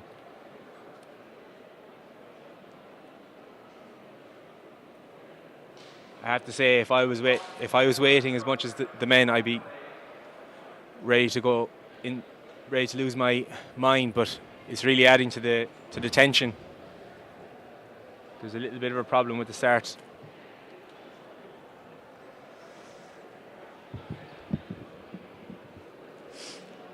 So that 2022 list with Marcus Lawler was at the top until this morning. Jack Raftery, Thomas Pitkin, they're the only 3 who've run 48 point this year. But I hope to see something special here in the final of the men's 400. They're ready to go.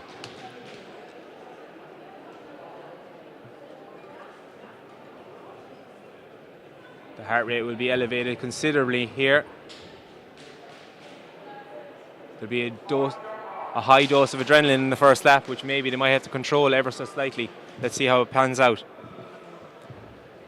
Kenny UL, Mitchell LIT, Gibson UCC, Mitchell UL, Raftree DCU, Crosby UL.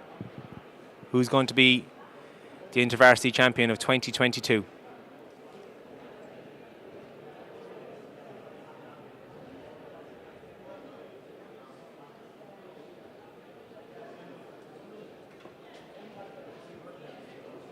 There's going to be some noise here when this starts.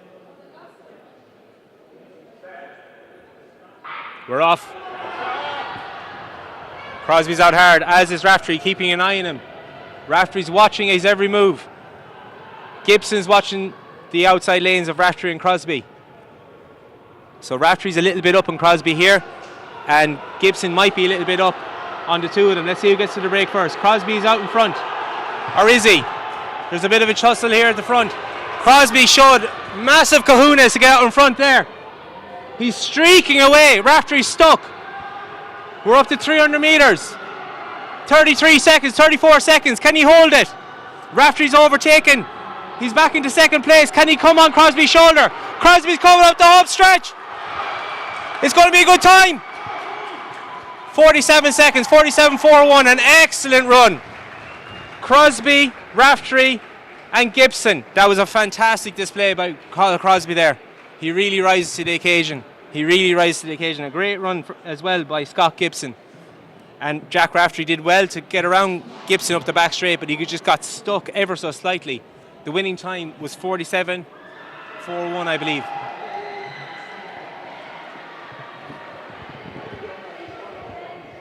So that's an excellent time. Top of the Irish rankings this year for Carl Crosby.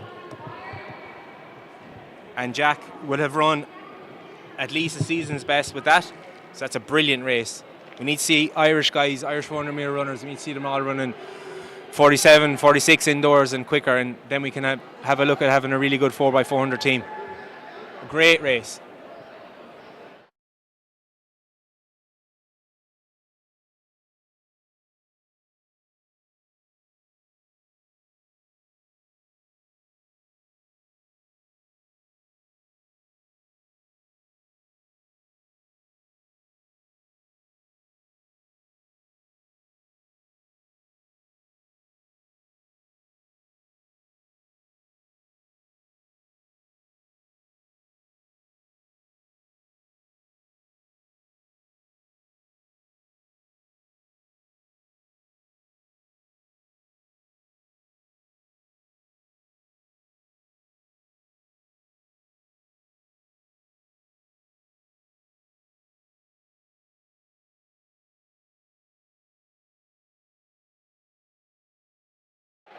So a bit of rubber bubble for the pole vault here.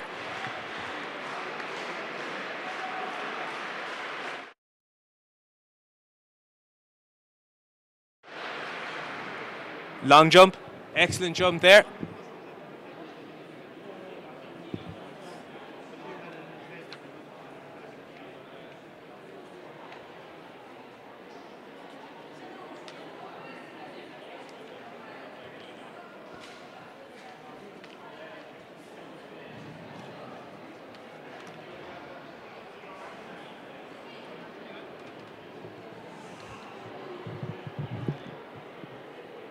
So as I said earlier, the field events are going along nicely. There's an excellent competition.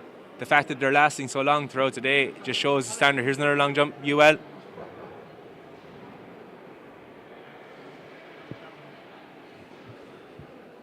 So the standard and the depth of competition, the quality of the competition is improving all the time, which is excellent to see. So after that, I catch my breath. Carl Crosby, the winner of the men's 400 metres there. 47.41, followed by Jack Raftery and Scott Gibson. An excellent 400 metres race there. Jack is just applying something to his hamstring there, just shows you. He's applying some ice to his hammy. Next up is the 2,000 metres walk with Oisin Lane from UL, David Kenny, CIT, Ryan Roberts from MU, Ewan Lagan from DCU, and Adam McInerney from DCU. So it'll be a very high quality race walk here between Oisin Lane and David Kenny.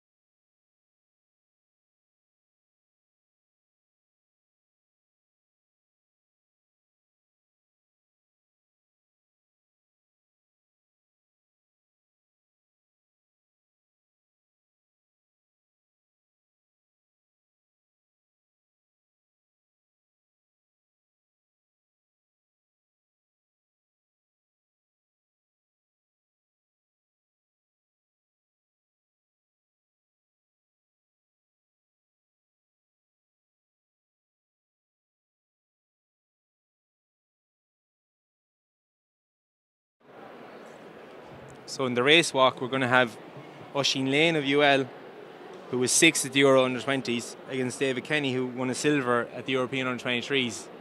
So a very high standard. David Kenny's coming out into the track now as the long jump continues. The long jump record is Adam McMullen from UU, 7:43, set in 2015.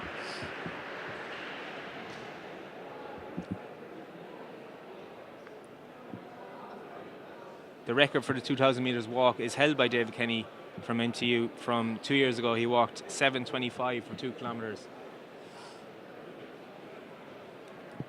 So Oisin Lane will be looking to stick with him for as long as he can. Another excellent race walker.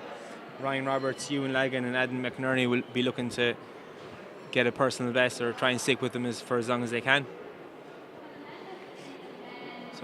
So 5 entrants in the men's race walk, 2,000 metres.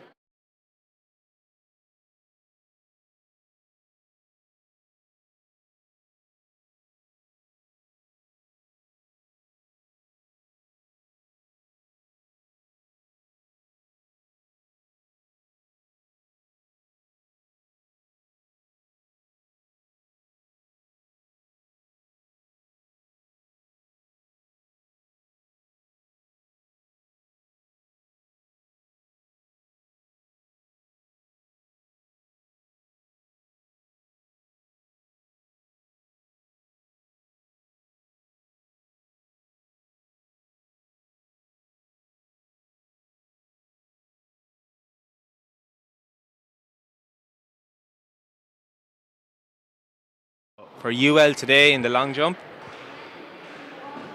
we have Luke O'Carroll and Joe Miniter. Joe's out in track now on the runway. Joe from West Clare.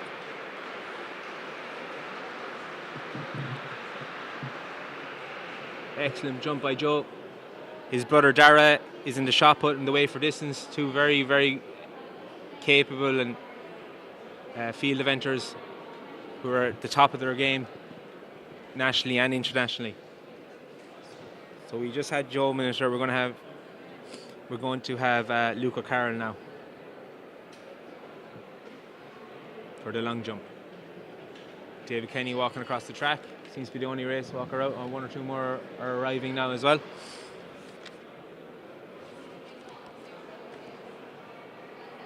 The 2,000 metres walk is down for 3:05.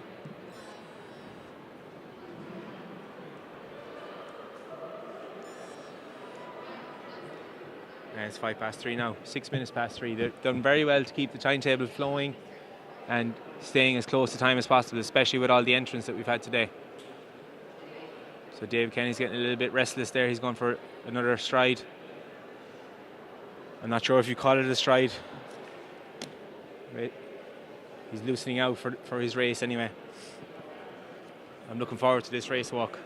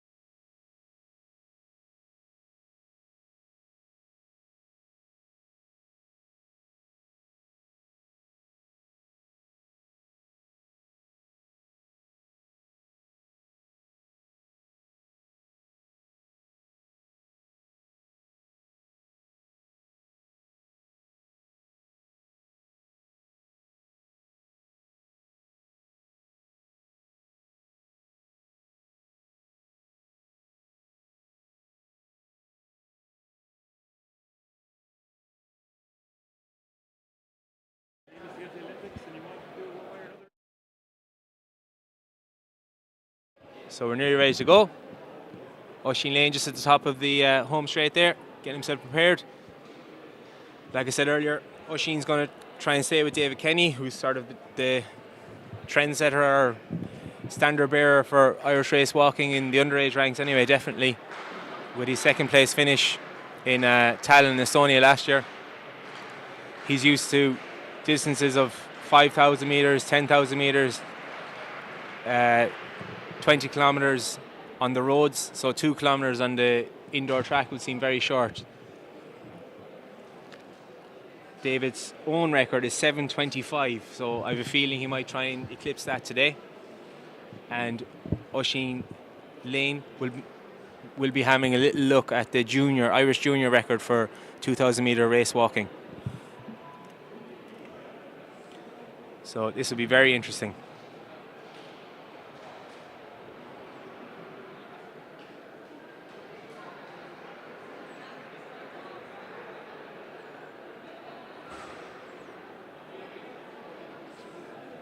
David Kenny trains down in Cork, where he also goes to university at MTU. Trains with the great Rob Heffernan. And Oisin Lane is coached by his father. He's a first year now in Newell, originally from Mullingar. He even ran the national cross country before Christmas, so he is still keeping up some of his running. Another excellent race walker. So we're nearly ready to go. We're looking at about 7 minutes of work here, just over 7 minutes for the leaders. 7:25 is that record, so let's see how fit David Kenny is feeling today.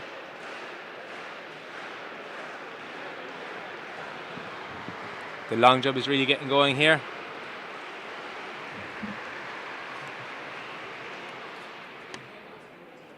Joseph Miniter again. And we're ready to go on the race walk. 2,000 metres. 10 laps of the track. Oisin Lane straight to the front. He'll have a plan in place he and his father would have come up with. David Kenny is edging in front there. So 1 foot must be on the ground throughout the race. There'll be judges keeping an eye on that, so people don't get carried away, break into a running stride.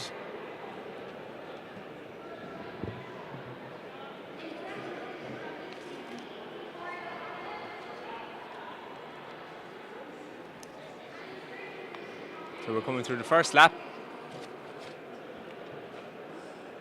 David Kenny, Oisin Lane, and Adam McInerney keeping close order there as well. So Adam McInerney isn't going to let the boys away.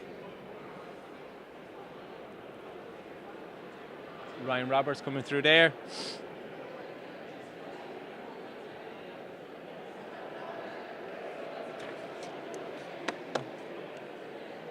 So they're through 300 metres in just over 70 seconds, which is a good lick if you're out for a walk.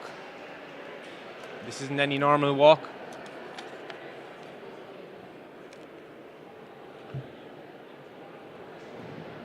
We're in danger here having the first person lapped.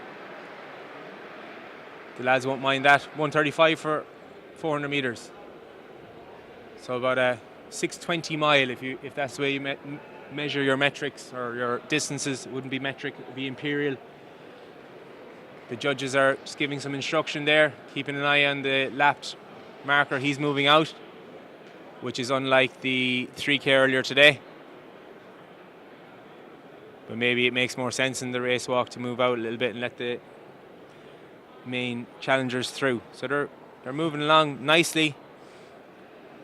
There's a little gap between each one. They're moving on almost as if a train. David Kenny's a train. Oisin Lane is the first carriage, and Adam McInerney is the second carriage as they go through, checking their watches, even though there's a clock right there. I'm not sure why they did that, but anyway, there's a clock right in front of them. Maybe that's just a force of habit. David Kenny's moving on nicely. Be interesting to see his split in just over 2 laps, see what he is for 1 kilometre. He'll have it all made out with Rob Heffernan this morning or yesterday afternoon.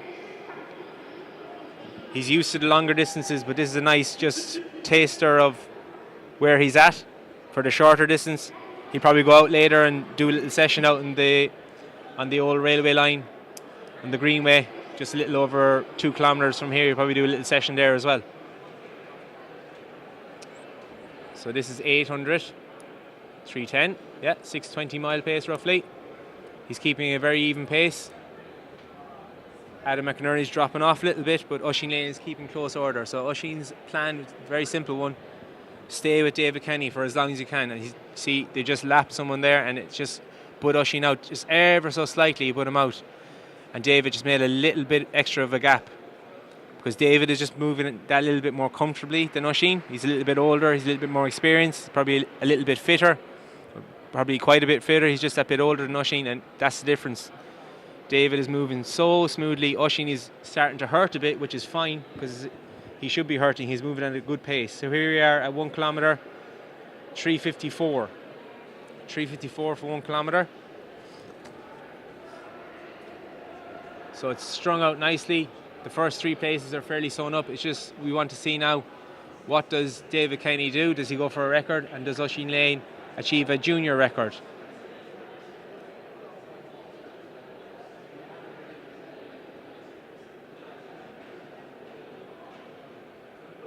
David Kenny's striding out. He's a very strong athlete.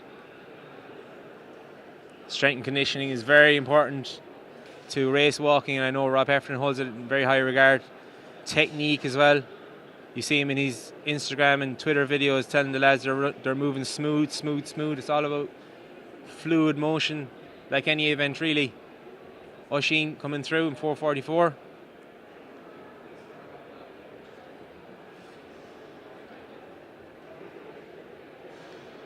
And in third, Adam McInerney.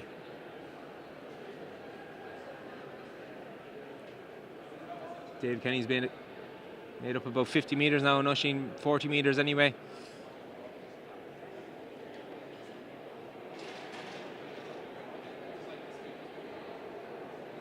So he's going to come up to another lapped marker from MU, Ryan Roberts. He'll have to step out. He's not stepping out, unfortunately, but anyway, David will continue regardless. He's got a little over 2 minutes to go. So 2 kilometres is like, it's not, I wouldn't say a sprinter, but it's a very short distance for these men, especially David Kenny. Oisin's starting to show a little bit of pain in his face, but again, like I said, that's absolutely fine. He's moving nicely. As is Adam McInerney, who's got a bronze medal sewn up. And everybody in this event has got at least a couple of points sewn up for their university, which could pay dividends at the end of the event. When everything is done and dusted, it could be the difference between winning the Intervarsity and losing it. So well done to all the other competitors getting out and doing it. So here's David Kenny through again. And Oisin Lane coming up. The gap is growing ever so slightly the whole time. Just David is moving at a pace that's a little bit quicker than Oisin. Oisin's slowing ever so slightly, but he's still moving very well. First year student in Newell. Ryan Roberts coming through, and he might be lapped in the next few seconds by Adam McInerney. So David Kenny coming through again. He seems to be speeding up. His record is 7:25. Let's see how close to it he gets. He's got a lap to go. I don't think he'll make the record. We'll see. I think he's going to be a little bit outside it. Oisin Lane coming through. Can he get close to the Irish junior record? He's on 7:10 with a lap to go. Checking the watch again. He needs to keep moving. That's it. And coming through in third is Adam McInerney from DCU, who achieved very valuable points for DCU in this intervarsity competition. David Kenny's coming through. He's a little bit outside his own intervarsity record, but that doesn't matter. He's won in 7:34.94. Well done to David Kenny. Excellent display of race walking there.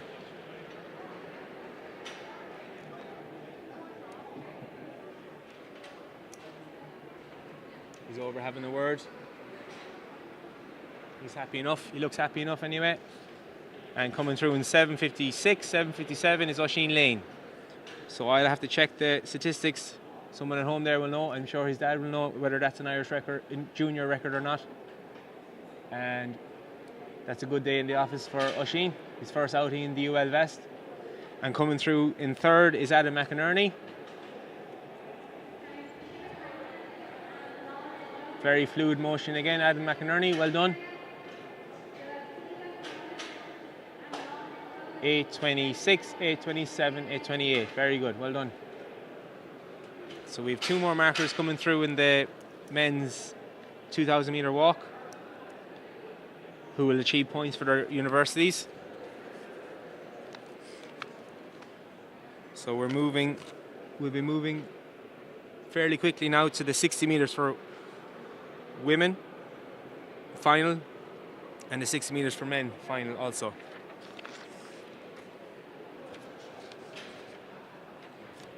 In the 60 metres for women, there are 8 finalists. Jennifer Hanrahan from DCU, Sarah Quinn from NUIG, silver medalist from the 60 metre hurdles previously, Molly Scott, who set an Irish record in the heats in lane 3, Sarah Leahy from UL in lane 4, Kate Doherty, the gold medalist from the 60 metre hurdles in lane 5, Lauren Roy from QUB in lane 6, Erin Taheny from DCU in 7, and Sive O'Toole from UCD in lane 8. The women over there getting their instructions from the officials here. So I was talking about Irish athletics going from strength to strength across the board. I was going through individual events. Race walking is another one that's really, well, the likes of Rob have really brought it up to another level, and now that he's a coach, he's really encouraging his race walking. He's got his academy run with Pierce O'Callaghan, and seeing the pictures and videos of nearly hundreds of kids out race walking is amazing to see. So whatever event in athletics, there's an event for everyone, so that's fantastic to see. And his positivity and his high performance mentality is great to see in Ireland as well. And it's definitely something you see in the younger athletes, that they're not afraid when they get to international competition. They're not afraid to say that they're going to win a medal or win it outright. And an excellent example of that was Abbottstown just before Christmas, and the fantastic, unbelievable performances that we had in the cross country. So let's keep it going now for the indoors, and hopefully we get some fantastic performances in Belgrade and Serbia.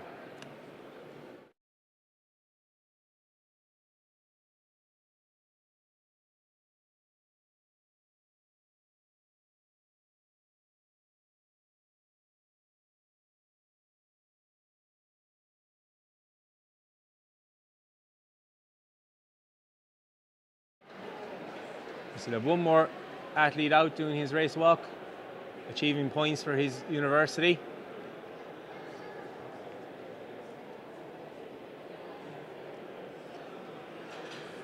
After the women's 60 metres final is the men's 60 metres final.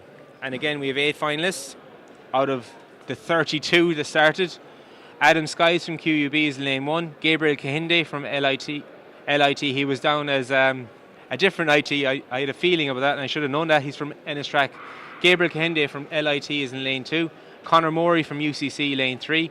Israel Olatunde in lane 4. Keep a big eye out for him. Toluwabore Akinola in lane 5. He was out in the 200 metres earlier. He's beside Israel Olatunde there. Craig Newell, lane 6. David Murphy, lane 7. And Luke O'Carroll, lane 8. The 60 metres for men is a big one to keep an eye out for. And obviously Molly Scott in the 60 metres for women. Is she going to actually break the Irish record? She equalled it. Is she going to break it in her final? After the 60 metres, we're moving on to the distance event, the 3,000 metres for women. Then we have the 2 800 metres finals, women and men. 200 metres, women and men. The blue ribbon event, the 1,500 metres for women and men.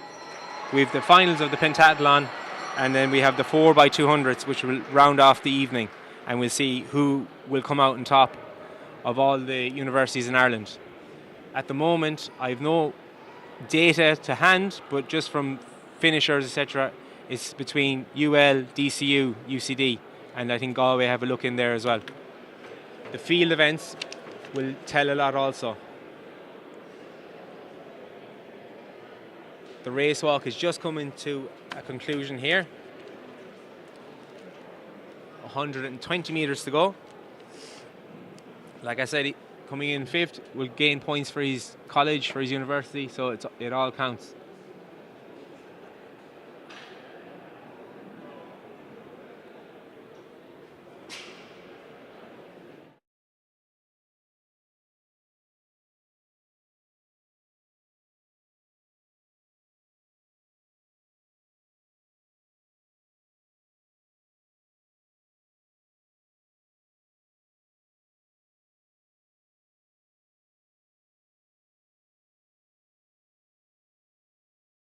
A round of applause here.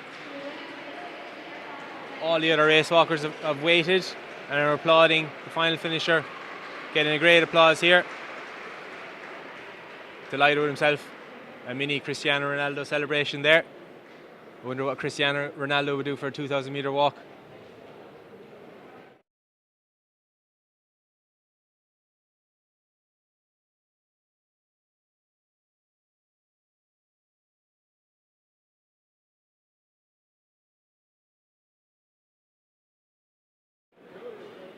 That gentleman's name wasn't on the start list, but kudos to him. He's gained his college some valuable points, 2 points I believe for 5th. So let's see how that pans out at the end.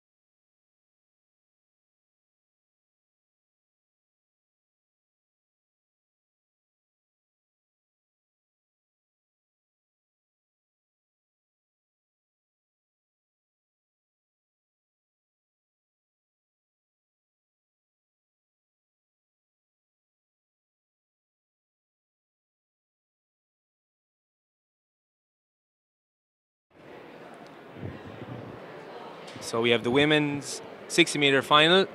They're getting in their blocks. Jennifer Hanrahan, DCU, is in lane 1.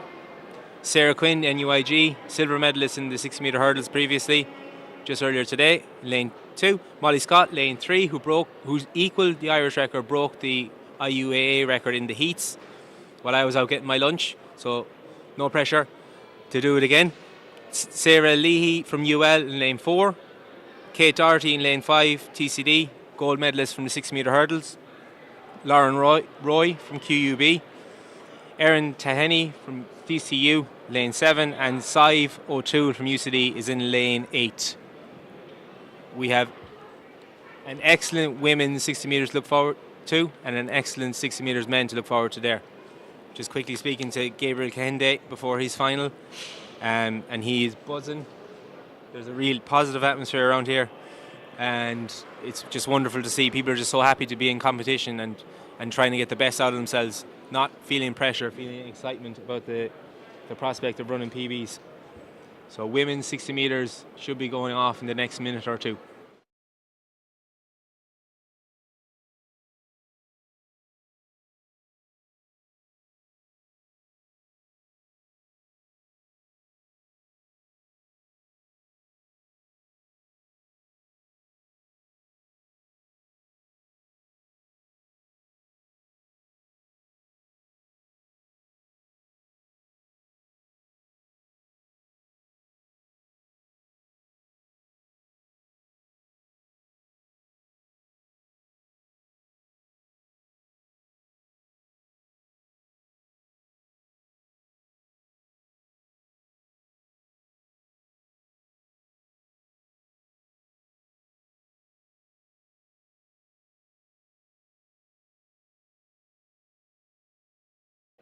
We're ready to go in the women's 60 metres.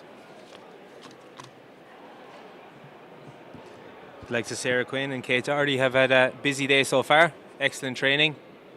Let's see if one of them can achieve, one or both of them can get a medal. Molly Scott is the class of the field. She's going to be looking to break the Irish record.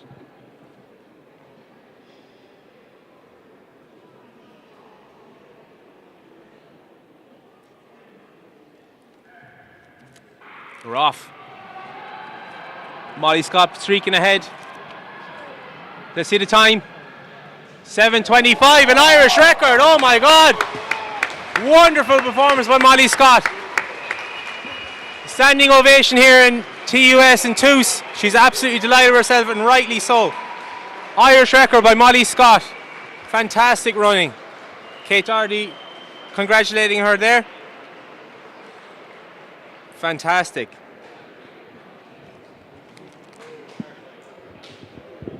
$7:25. So that's 10 metres in a little over 1 second at a time. So just try and compute that for yourself at home. Fantastic performance. 7:23, I've just been told, is the official time, so even better again. Yeah, she just heard there, 7:23. Brilliant. I know Molly was focusing on the hurdles, was refocused into the flat sprinting and is paying dividends now. So well done, Molly Scott from IT Carlow. Fantastic performance.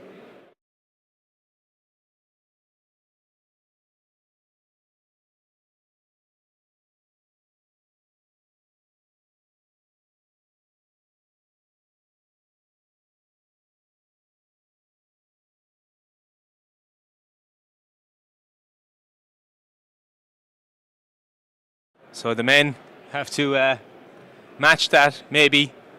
So Molly ran 7:28 earlier today and 7:23 in the final. A new Irish record. Absolutely fantastic. 7:27 earlier today, 7:23 in the final. Fantastic stuff.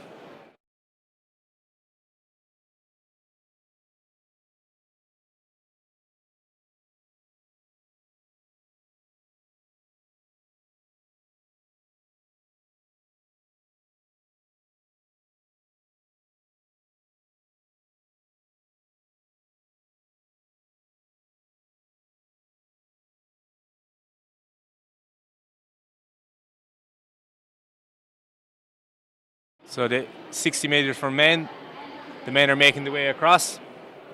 I'm just trying to refocus myself after an Irish record.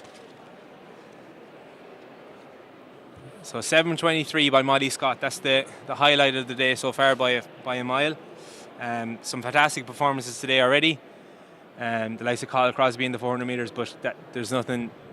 An Irish record is an Irish record. So 7:23 for Molly Scott, 60 metres indoors. Absolutely phenomenal performance. The men are up next, and in lane 1 will be Adam Skies. In lane 2 will be Gabriel Kehinde. Lane 3 will be Conor Morey. Lane 4 will be Israel Olatunde. Lane 5 will be Toluwabori Akinola. Lane 6 will be Craig Newell. Lane 7 will be David Murphy, and lane 8 will be Luke O'Carroll. So, can Israel Olatunde emulate Molly Scott in the men's ranks? Can he run an Irish record? We'll find out in the next 2 or 3 minutes.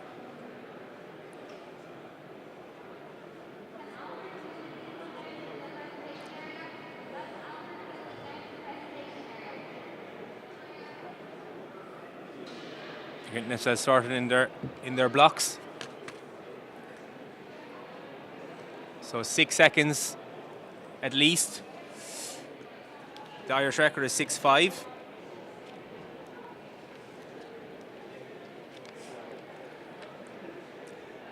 Olatunde has run 6:67 this year, so he's very close to it.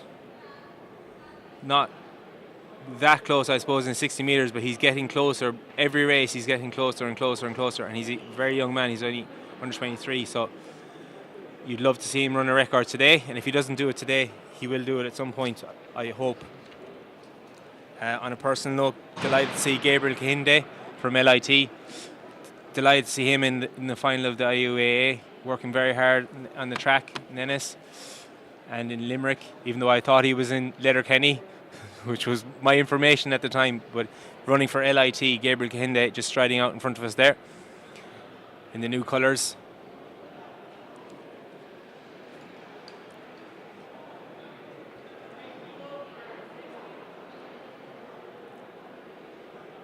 So we're nearly ready to go.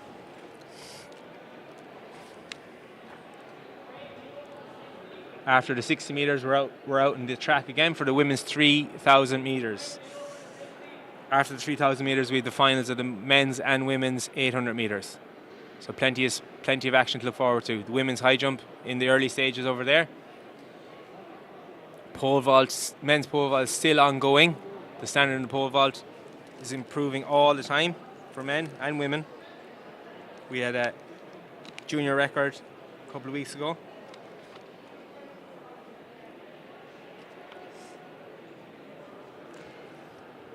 The IUAA record for the pole vault is held by Thomas Houlihan, 471 back in 2017.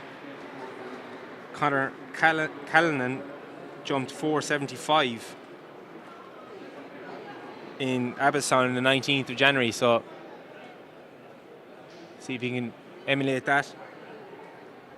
And the highest pole vault this year is by Matthew Callanan Keenan, again in Abbottstown on the 9th of January. So we have 3 pole vaulters above 4 metres 40 centimetres. But back to the men's 60 metres. The speedsters of the track, the real speed men. They're going to be running for 6 seconds.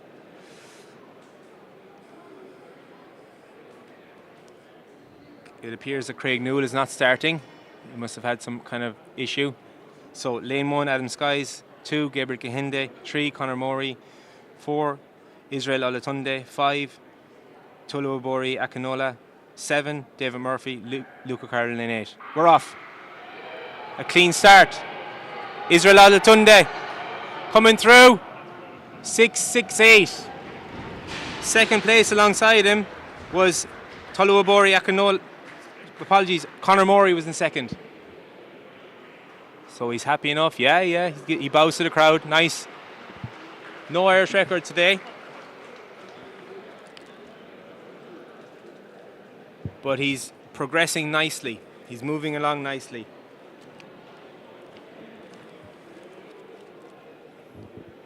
So 6:68, he ran 6:67 a couple of weeks ago, so he's very, very, very much banging on the door of at least sub 665, if not sub 660, and then he's getting into real Irish record territory like Molly Scott. The cheer from the crowd for Molly Scott and her absolute enjoyment and excitement at running Irish record was brilliant to see. So Israel Olatunde is a name to watch out for. In second place there was Conor Murray, I believe. So 668 for Israel Olatunde.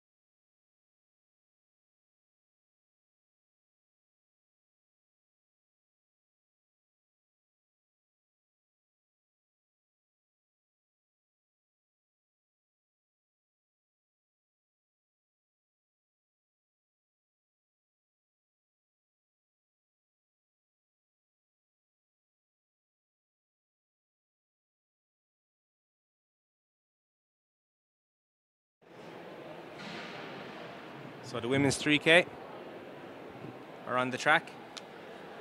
Sophie Maroney from UL, Louise Murray, TCD, Aoife O'Quill from DCU, Aoife Kilgallen, NUIG, Celine Gavin, TCD, Danielle Donegan, UCD, Evelyn Coughlin, TCD, Greta Stremick, I'll try that one again. Greta Stremicki from Phelim Kelly's group is running as a guest. Lucy Holmes from CIT and Courtney Maguire from UL.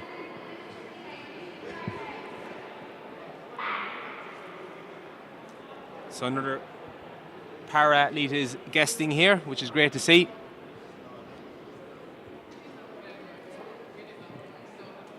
So 15 laps of the track in this one. UL have 2 representatives, TCD have 3.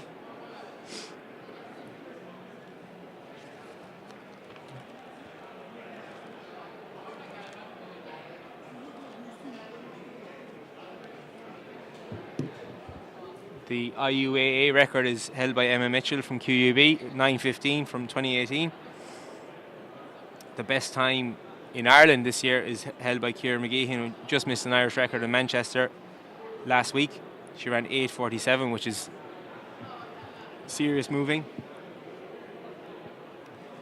The ladies here will be looking at somewhere around 10, just under 11 minutes. They're getting their instructions here from Pierre Merchant again, who was the men's 3,000 metre record holder for the IUAA.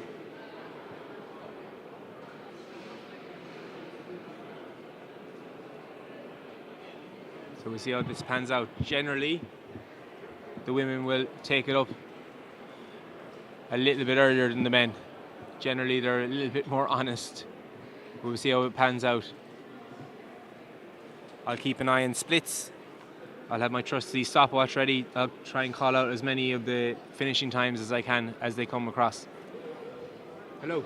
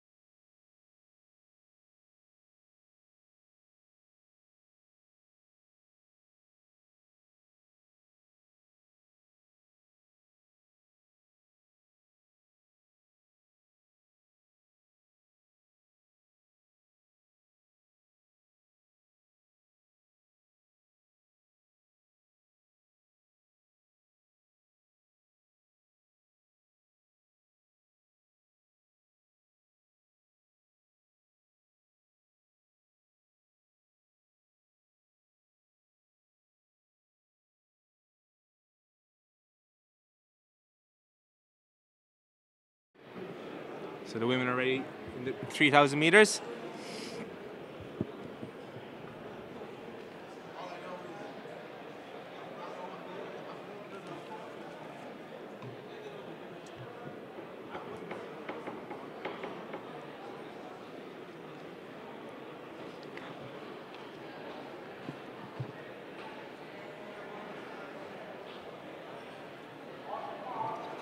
We're ready to go.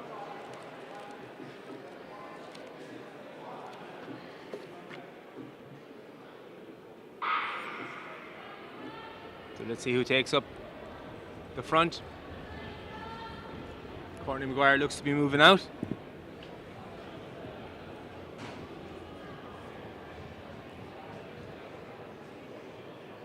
So Courtney is used to slightly longer events. She's preparing for the John Tracy 10 mile next week. She had an excellent run in the Antrim Coast Half Marathon. Suffered a bit of injury after that, but she's back running well.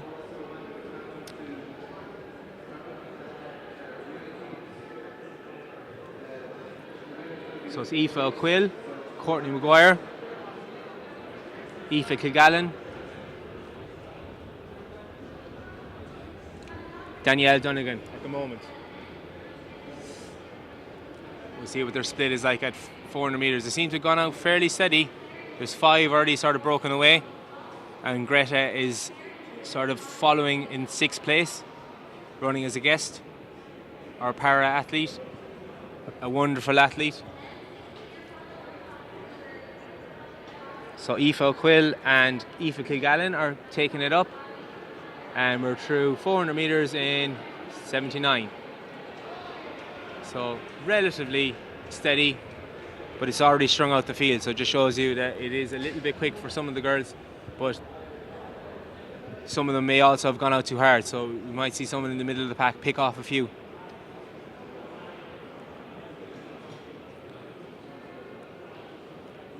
So we have still got Aoife Kilgallen out in front, followed by Aoife O'Quill, followed by Courtney Maguire. It's fairly strung out now, so the pace is hot. She looks very comfortable, Aoife Kilgallen. And Aoife O'Quill in 2nd place. The battle of the Aoifes. Courtney Maguire just been overtaken there for 3rd.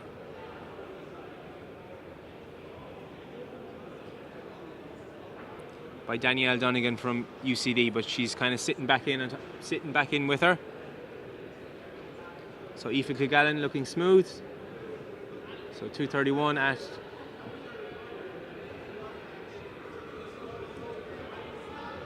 so it looks fairly, 1st and 2nd look fairly sewn up at the moment, but a lot could change.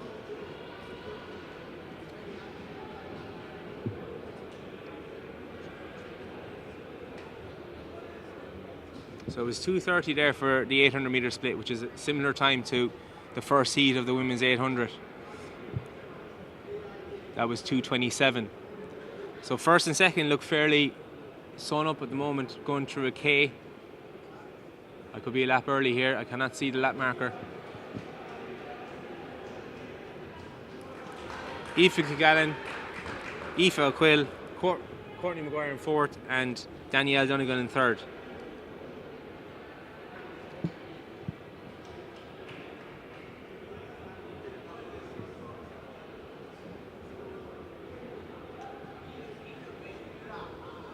Good running there from Sophie Moroney.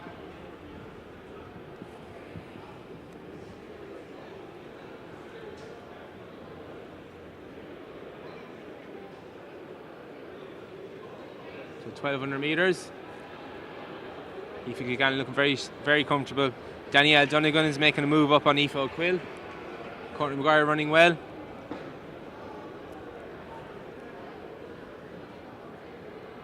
So, as I said before the race started, often the women just take off. The men might sit in and look at each other a little bit and see who's got a better kick, but generally in 3K and upwards, the women just go for it and set out their pace, their target pace, and that's it. So 1400 metres.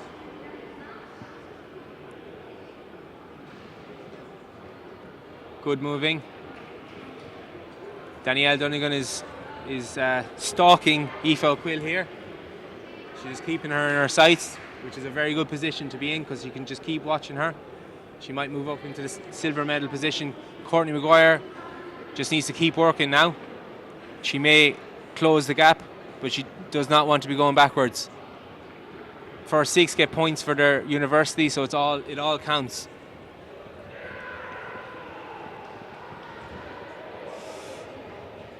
So Aoife Kilgallen through, followed by Aoife O'Quill. Danielle Donegan is closing that gap all the time. Courtney Maguire in 4th. Celine Gavin is closing up on Courtney Maguire. So she's in 5th. So first is Aoife Kilgallen, second Aoife O'Quill at the moment. No, now that's Danielle Donegan closing up on her. So through again we go. Aoife Kilgallen first. Some lap runners, Sophie Moroney in there. Aoife O'Quill is in 2nd here with Danielle Donegan on her shoulder. Courtney Maguire is rallying a bit in 4th. And Celine Gavin is in 5th. Greta is in 6th, running very well also. So the first 6 here are all going to run very nice times. So let's see how it pans out. Aoife Kilgallen has just gone to the front and has not looked back. Excellent running. She looks very comfortable. She doesn't look too stressed at all. Aoife O'Quill is putting up a fight with Danielle Donegan, but Danielle might just be sitting on her because she knows all she has to do is make one push to get that silver medal. Sophie Moroney coming through for UL. Courtney Maguire. And Celine Gavin has put up closer order to Courtney Maguire there. Greta is in 6th still. We're coming into the closing laps now. The main change that's going to happen here is 2nd and 3rd. Can Danielle Donegan take Aoife O'Quill? Aoife O'Quill is just putting up a fight. She's not letting her pass her out. That's her tactic, is just stay in front and hope that Danielle Donegan dies away. But it doesn't seem to be happening. She seems to just be looking at her and staying very relaxed. She's staying in her slipstream and just looking at her. So excellent running in 4th and 5th with Courtney Maguire and Celine Gavin. Celine Gavin actually in 4th now. But Courtney is staying on her shoulder also. She wants a good blowout before John Tracy next weekend, and she's running very well. She's moving very well, is Courtney Maguire from Clonmel. Aoife Kilgallen coming through. Not much change in her expression. And similarly, Aoife O'Quill with Danielle Donegan on her shoulder. Aoife's trying to drop her a little bit. She's put a little bit of a burst in here. A little bit, but Danielle's sticking with her. A little bit of pain in Danielle's face, but she still looks very comfortable. And similarly in 4th and 5th with Celine Gavin and Courtney Maguire, there's not much in it whatsoever. Greta has passed another lap runner, I believe. Sophie Moroney running well. She suffered a bad enough injury while practicing for steeplechase on her shoulder, so it's good to see her back. Here we go. We have Aoife Kilgallen moving very well. Not under much stress. She's up on the next runners by about 50 or 60 metres. And actually Aoife O'Quill has put a little bit of a gap into Danielle Donegan. Has she opened it up? It's very admirable if she has, because Danielle was sitting on her and trying to go past her, and Aoife would not let her go. Similarly, Celine Gavin has opened a little bit on Courtney Maguire.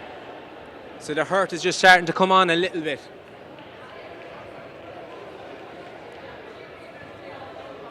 We have 1 lap to go. It's going to be a very, very competitive time here. Just under 8:50 at the bell. Excellent running from Aoife Kilgallen. Aoife O'Quill has a smile. She's got a Eliud Kipchoge smile on her face. Danielle Donegan is in 3rd. 1st, 2nd and 3rd are sewn up just to see what time they run now. A bit of excitement in the arena now. Aoife Kilgallen moving very well. She's not going to run a record, but she's going to be close to it. 9:24, 9:25, excellent run. 9:26 solo is a very good run by Aoife Kilgallen. That was very impressive. And in 2nd place we've Aoife O'Quill at 9:34, roughly, off my hand timing. And in 3rd place, Danielle Donegan in 9:40, just under 9:40. While I was looking at my watch, she crossed the line. Coming through in 9:50, hand timed. 9:53 is Courtney Maguire. So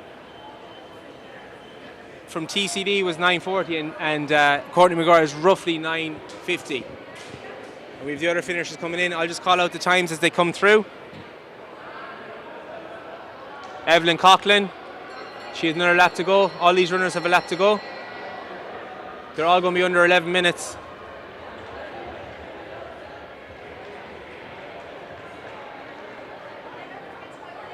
Excellent run there from Louise Murray, roughly 10:25, very good running. 10:33 there.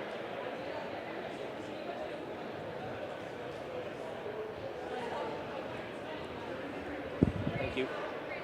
We have 3 finishers coming in. Look at this, sprint for the line. They're going to break 11 minutes. Brilliant stuff. 10:50, 10:51, 10:52. 10:54, and Sophie Moroney in 10:56. Very good running. That was a very competitive 3,000 metres, won by Aoife Kilgallen in 9:26. A brilliant run. Start to finish, she took it from gun to tape. Very impressive.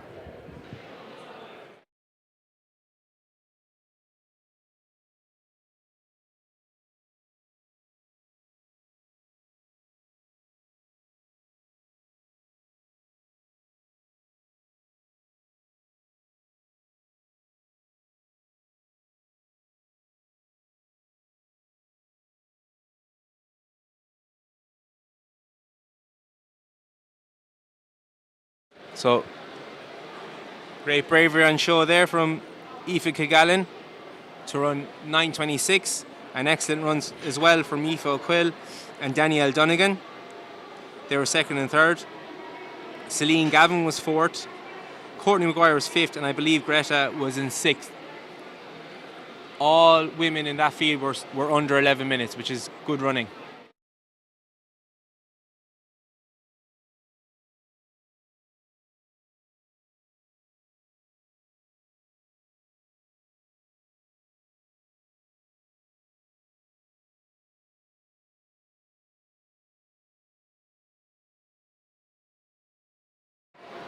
So from the 3,000 metre women, we move on to the 800 metre women. Our finalists are as follows: Sophie Jackman from TCD, Sarah Lane from DCU, Sinead Gaffney from UL, Karen Gallagher UL, Lucy Barrett UCD, Katie Walsh from MTU, Ellis Conway from DCU, and Karen Hayes from TCD. And of those qualifiers, the second heat with Lucy Barrett, Sophie Jackman, Sarah Lane and Sinead Gaffney was slightly the quicker, although I wouldn't read too much into that. The automatic qualifiers from the first heat were Ellis Conway and Karen Hayes. So it's all to play for in the women's final. UL have 2 participants in the final, DCU have 2, TCD have 2. I forgot to mention Trinity in that intervarsity battle, but I still believe it will be UL, between UL and DCU, and possibly UCD, but time will tell.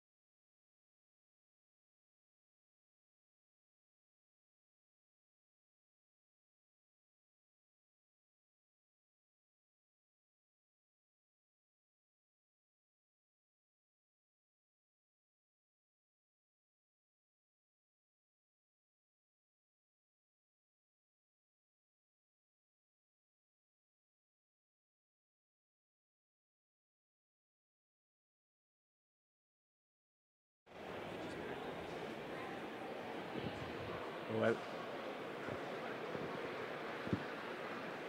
Women's 800 metres. Lane 1, Sophie Jackman. Lane 2, Sarah Lane. Lane 3, Sinead Gaffney. Lane 4, Karen Gallagher. Lane 5, Lucy Barrett. Lane 6, Katie Walsh. Lane 7, Ellis Conway. Lane 8, Karen Hayes.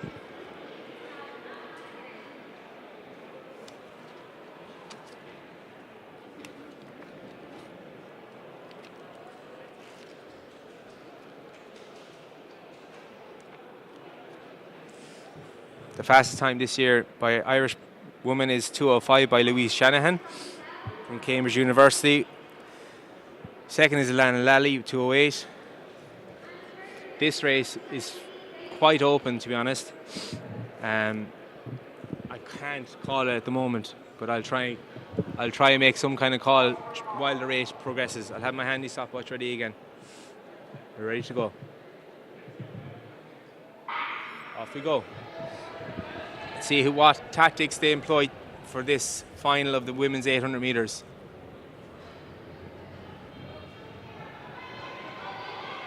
DCU to the front, Sarah Lane and Karen Hayes, and they've kind of come back together. Karen Gallagher joining from the back, and it's bunched up, completely bunched up here. And they're out in lane 4, lane 3 anyway. They heard me, lane 2.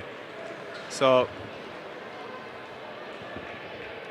at the moment, 2:35, Karen Hayes is leading it out, who's actually very strong in the heats. So if she keeps that front position, it should make it more difficult for the others to pass her. Behind her are the two DCU athletes, Ellis Conway and Sarah Lane, who are kind of boxing the UCD participant Lucy Barrett in. See how this next lap progresses.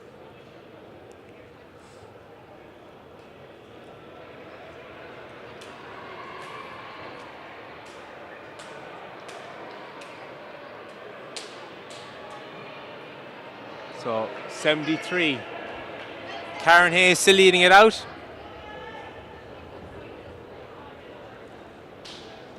Followed by Sarah Lane.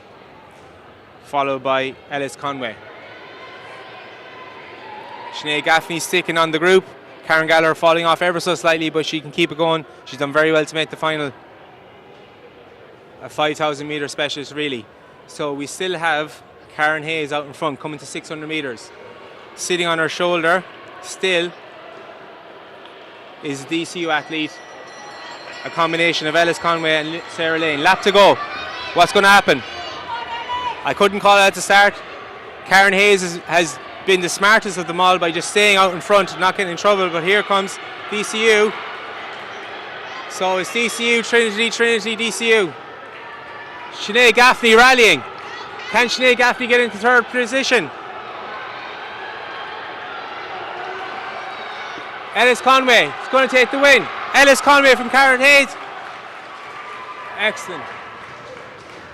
And I believe it was Sarah Lane in third.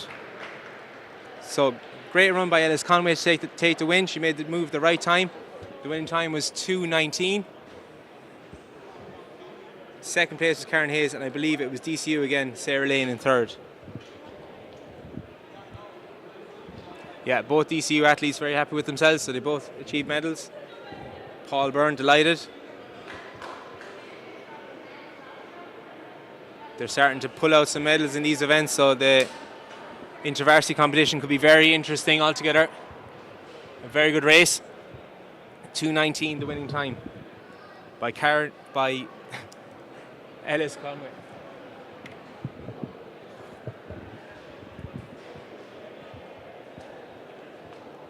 So they're delighted there. Ellis Conway and Sarah Lane delighted there, getting some pictures taken. DCU got 2 valuable medals there.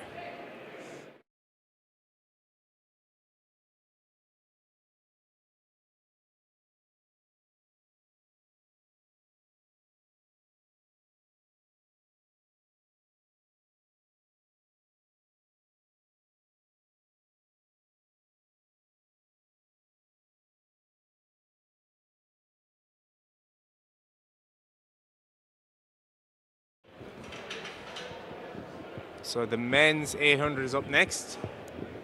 They're getting themselves sorted there. The start list is as follows. Lane 1 would be Colin Smith from DCU. Lane 2 would be Mark Carmody, QUB. Lane 3, Oisín O'Givna, AIT. In 4 would be Fergal O'Hare, TCD. Tommy Connolly, UCC. Jake Bagg, UL. Peter Kilgannon, UCD. And Roland Surlis in the outside from NUIG. So Roland would be the freshest of them all. Of all participants, 'cause he, in his terms, had a jog for the heat. Doesn't mean he's going to win it easily. Jake Bagg will have something to say about that. So the women's 800 is finished. They're able to relax in the infield while the men get ready to go. There's been a slight adjustment, I think, to starting positions, because I see Jake Bagg is on the outside now, and beside him is Peter Kilgannon. Roland Surlis is now coming up. So it's Roland and Jake alongside each other, which could be interesting. No, we're moving again. So it's as advertised. It's Colin Smith, Mark Carmody, Oisín O'Givna, Fergal O'Hare, Tommy Connolly, Jake Bagg, Peter Kilgannon and Roland Surlis. I think it's going to come down to between Roland Surlis, Kilgannon and Jake Bagg. Jake Bagg is a first year, remember, so it would be quite the achievement for him to win the Intervarsities in his first year in college. We will see. As I said, Roland had a very easy passage here. He's got the best PB by quite a bit. That doesn't always mean he'll win, but he's a very adept competitor. So Jake Bagg and Kilgannon will be hard pressed to beat him, as will Tommy Connolly, who I wrote off in the heats but has made the final. So one more time, from the inside we have Colin Smith, DCU, Mark Carmody, QUB, Oisín O'Givna, AIT, Fergal O'Hare, TCD, Tommy Connolly, UCC, Jake Bagg, UL, Peter Kilgannon, UCD and Roland Surlis, NUIG. The Irish Intervarsity record is held by Joe Warren. It's 151.4. Not all of these men, but 2 or 3 of these men are well capable of running that time. Best time this year by an Irishman is Charlie O'Donovan, 149, followed by Mark Milner and Kevin McGrath.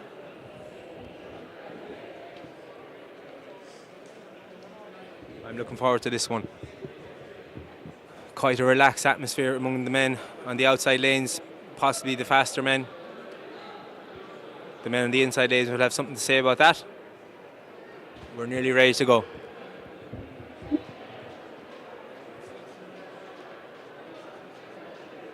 Very relaxed, I must say. They look like they're about to start a Sunday long run.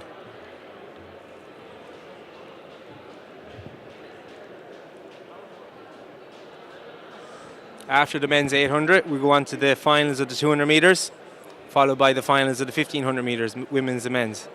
We have the conclusion of the pentathlon for men and women, and the final event of the day is the 4x200 metres, which will be held between 5:45 and 6 p.m.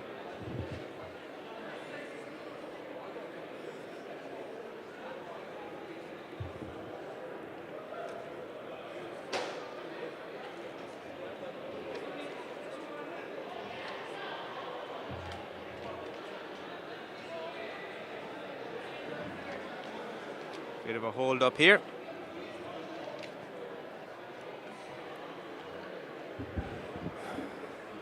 Let's see how this pans out. Are they going to go out hard?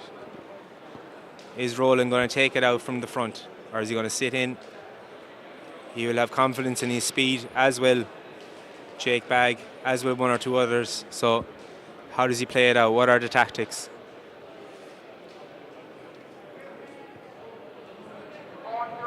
We're nearly ready to go.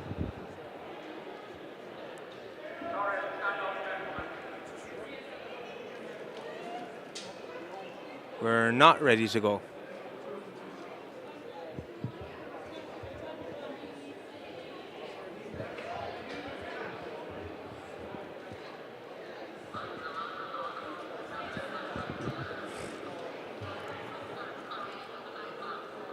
ramp up the pressure just a little bit. They're not quite as relaxed looking, and they shouldn't be. They're starting at 800 metres. Indoors it's not a walk in the park. You need complete focus.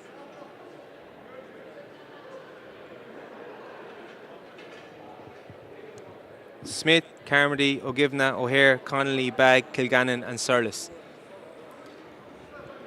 DCU, QUB, AIT, TCD, UCC, UL, UCD and NUIG.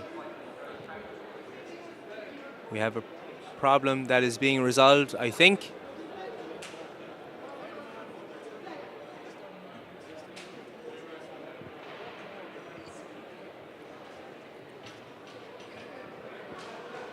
They'll have warmed up to start.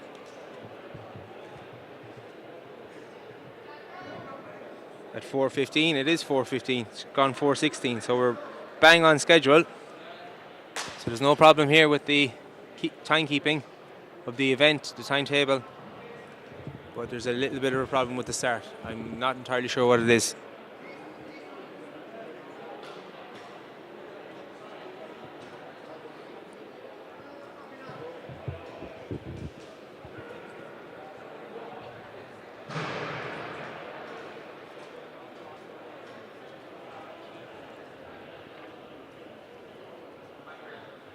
We're ready to go. Cyril Smythe is ready.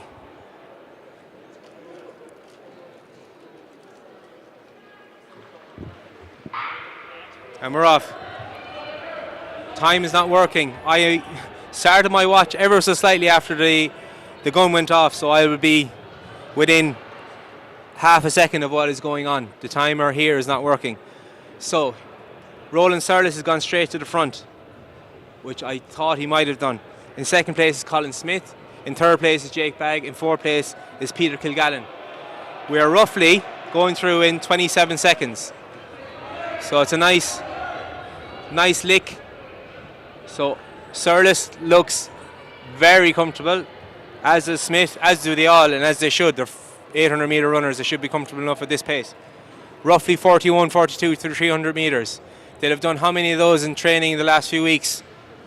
We're coming up. Oh, we have a clock back.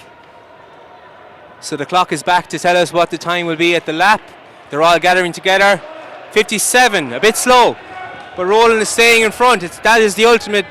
That's the most important thing indoors. Stay to the front, especially in 800 metres. Colin Smith is on his shoulder. Jake Bagg is holding a nice position, as is Peter Kilgannon. I think it's going to be amongst these lads for the medals. Jake Bagg looks very comfortable. If he can make a move either here in the back straight, he'll be up for at least a medal, if not a gold. He's made a little move. So Surlis is still in front, looking very comfortable. He's going to move it on, I think now. He's going to open up. Yeah, he has. In second is Colin Smith. In third is Jake Bagg, but Jake is just taking him on the outside. So Jake Bagg is now in second place. He's made a big move. Will he go into lactic? No, he's actually closing on Roland Surlis. He's actually gone a little bit late, I think. Roland Surlis is going to take the win in 150, 151, 152. Jake Bagg in second. And in third place is Mark Carmody. So Surlis in 152, just outside the IUAA record. Jake Bagg roughly 153. And Mark Carmody came up, finished very well in roughly 154. Maybe 153, but Mark Carmody had a very good race. Peter Kilgannon just died in the last 100, 150 metres. Jake Bagg, I think if he went a little bit early, it's easy for me to say standing up here, he may have closed a little bit more on Roland Surlis, but as I said at the start of the race, Roland Surlis is the class of the field. He was expected to win that and he did the business. I've been putting the medal around his neck since before his heat started, so very well done to Roland Surlis from NUIG. Roland Surlis first, Jake Bagg second and Mark Carmody third. Men's 800 metres. An excellent run by Jake Bagg. First year in college, silver medal in one of the most competitive events in IUAA athletics. So well done to Jake Bagg as well.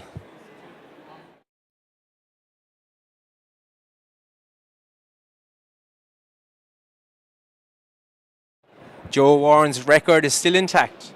151.4, I believe. So Joe Warren, if you're watching, you can have a little grin on your face. You're still there.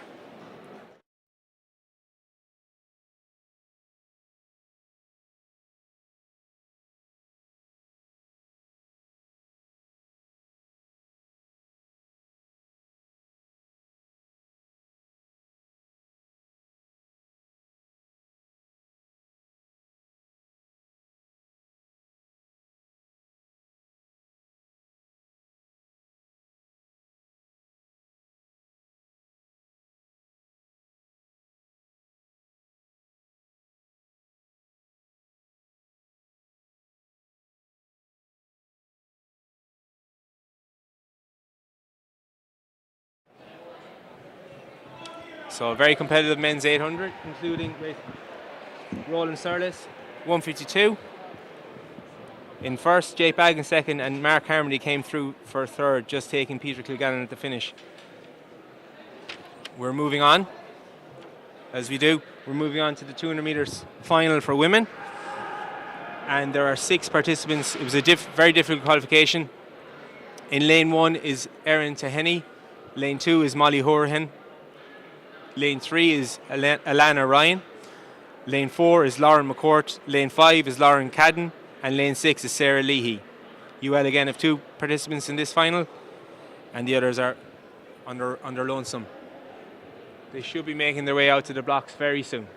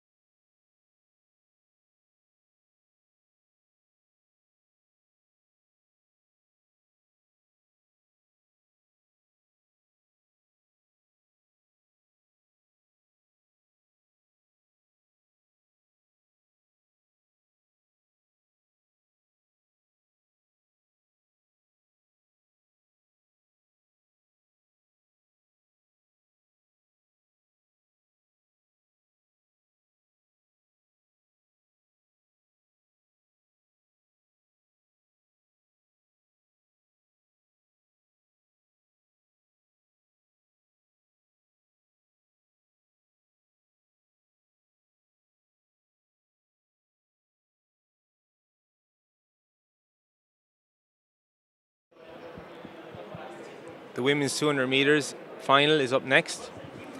And the quickest qualifier was Lauren Cadden.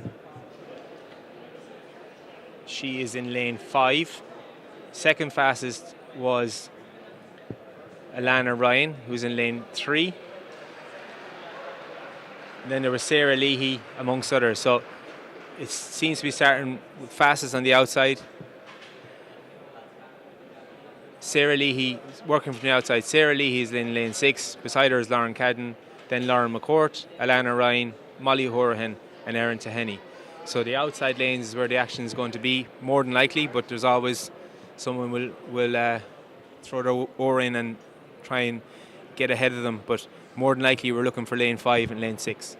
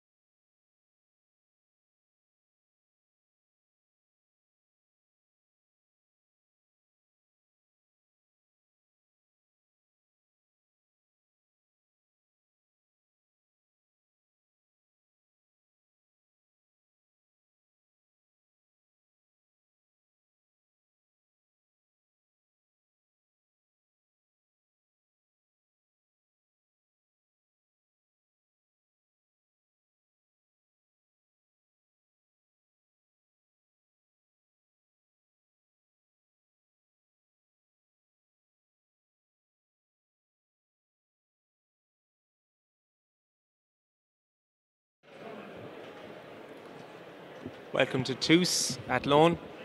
We're in the concluding stages of the Irish Intervarsity Indoor Championships of 2022. Coming up at 4:35 in 5 minutes, we have the women's 200 metres, followed by the men's 200 metres, followed by the women's 1500 metres and men's 1500 metres, the conclusion of the pentathlon for men and women, and finally we will have the 4x200 metre relays. There are individual medals up for grabs, but there's also the title of men's champions, women's champions and overall champions of the InterVarsity indoor competition.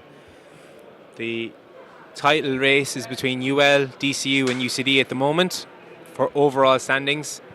In the men's, I believe UL are in the lead, but all can change depending on what's going on in the field. We have the women's triple jump on in the field at the moment, and that is actually the last field event along with the high jump, which is concluding there. So on the track we will have the men's and women's 200 metres, men's and women's 1500 metres, men's and women's pentathlon and men's and women's 4x200 metres coming up. The women's 200 will be starting in just under 4 minutes.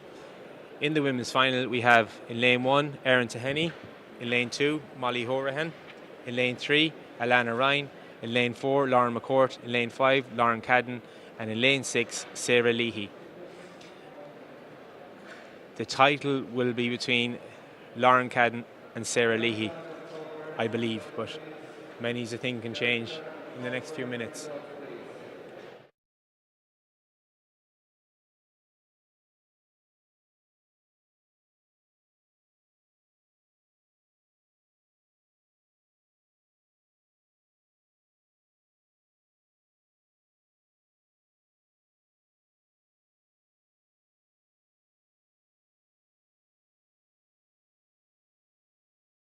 In the men's 200 metres, we'll have Paul Costello, Toluwabori Akinola, Craig Newell, Mark Smith, Colin Doyle and Robert MacDonald. I'll be looking out for Mark Smith in that one, and also Robert MacDonald. The quickest qualifier from the men's side was Colin Doyle. My apologies, Robert MacDonald, followed by Colin Doyle, followed by Mark Smith. After the 200 metres, we'll have the women's 1500 metres. The starters are Sarah Byrne, Grace Casey, Claire Rafter, Kate Nurse, Courtney Maguire, Corrine Kenny, Karen Gallagher, Roisin O'Reilly and Shona O'Brien. That is following the women's and men's 200 metres. The women's race will be excellent. It's going to start in about 2 minutes. They're just going to their blocks now.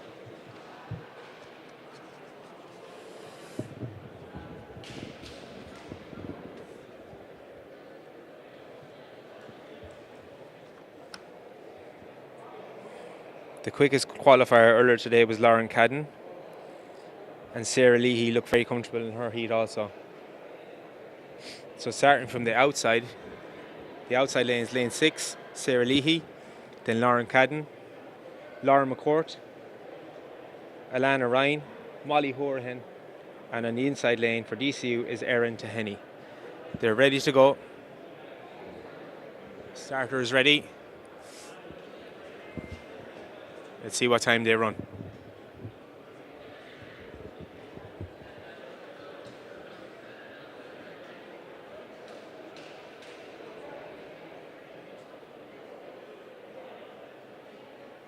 The men are getting ready on the inside track. We're coming to the conclusion. Some of them will have to go again and do the 4x200. It's all part of it, representing your university and getting points. Obviously you have your own personal ambitions and goals, but something like this is a wonderful opportunity to help out your university. So they've been called to the blocks and I've been told to go back. We are a little bit ahead schedule, maybe a minute, and now we're going again. Sarah Smythe is ready.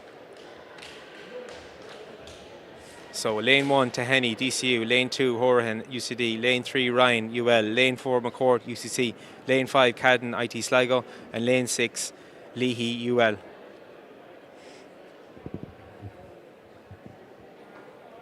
They're on their marks.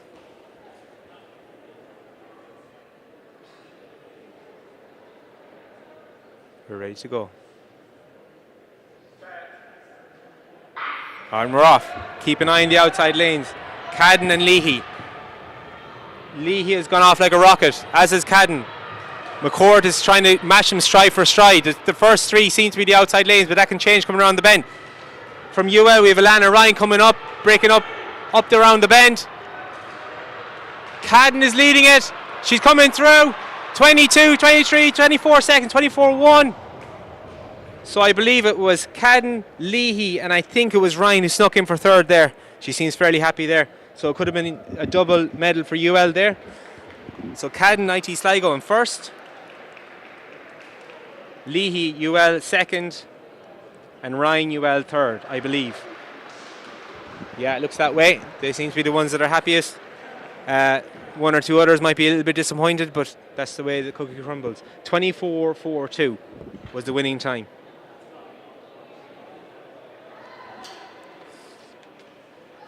So a very enjoyable race there. Won by Lauren Cadden, IT Sligo in 24-4-2. Followed by Sarah Leahy from UL. And I believe it was Alana Ryan from UL in third.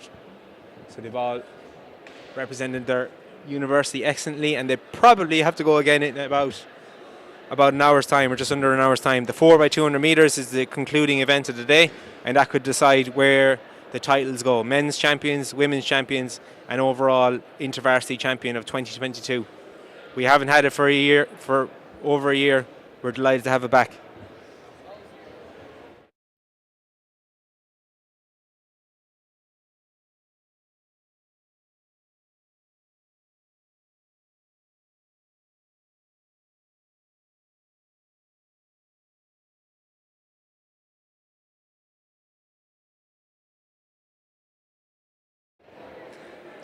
Now, the final of the men's.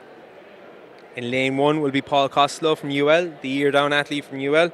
Lane 2 will be Tulawabori Akinola. Lane 3 will be Craig Newell. Lane 4 will be Mark Smith. Lane 5 will be Colin Doyle. And lane 6 will be Robert MacDonald.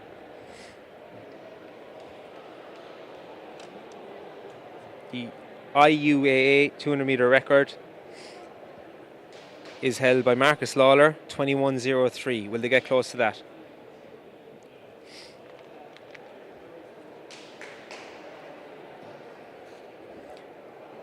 So far this year,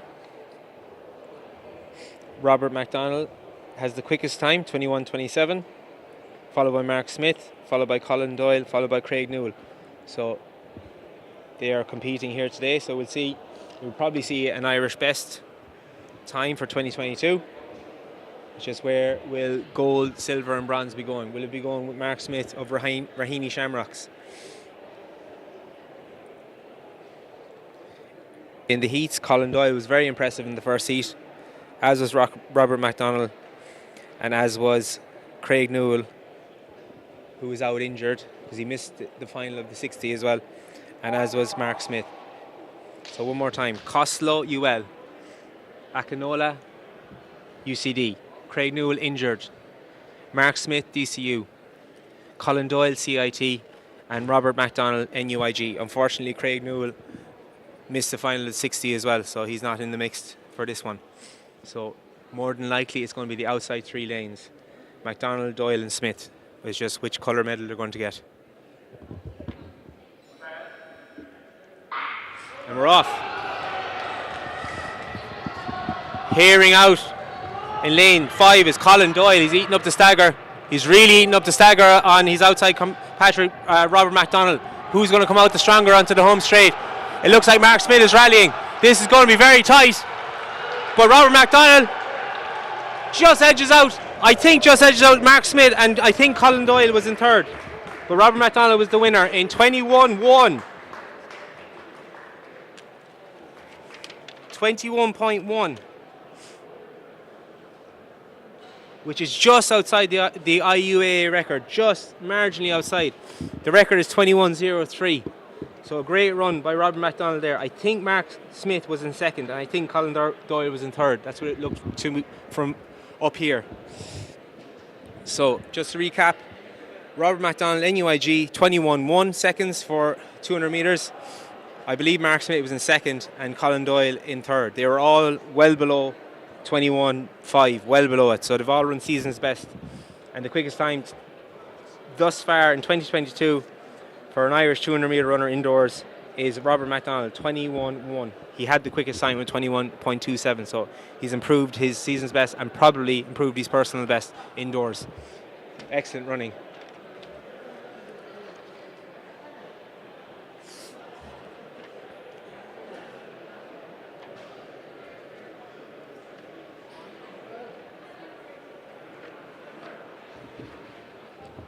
So fantastic competition there in the men's and women's 200 metres, and as I said, they probably will have to go and do it all again for the 4x200 for their teams, for their universities.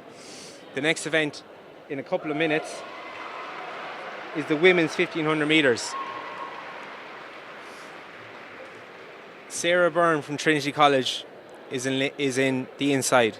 Grace Casey from DCU is lane 2 or position 2, depending if they're sharing lanes. I don't think they're going to have lanes for 1500 metres. Claire Rafter is from Trinity in 3rd position. Kate Nurse, UCD.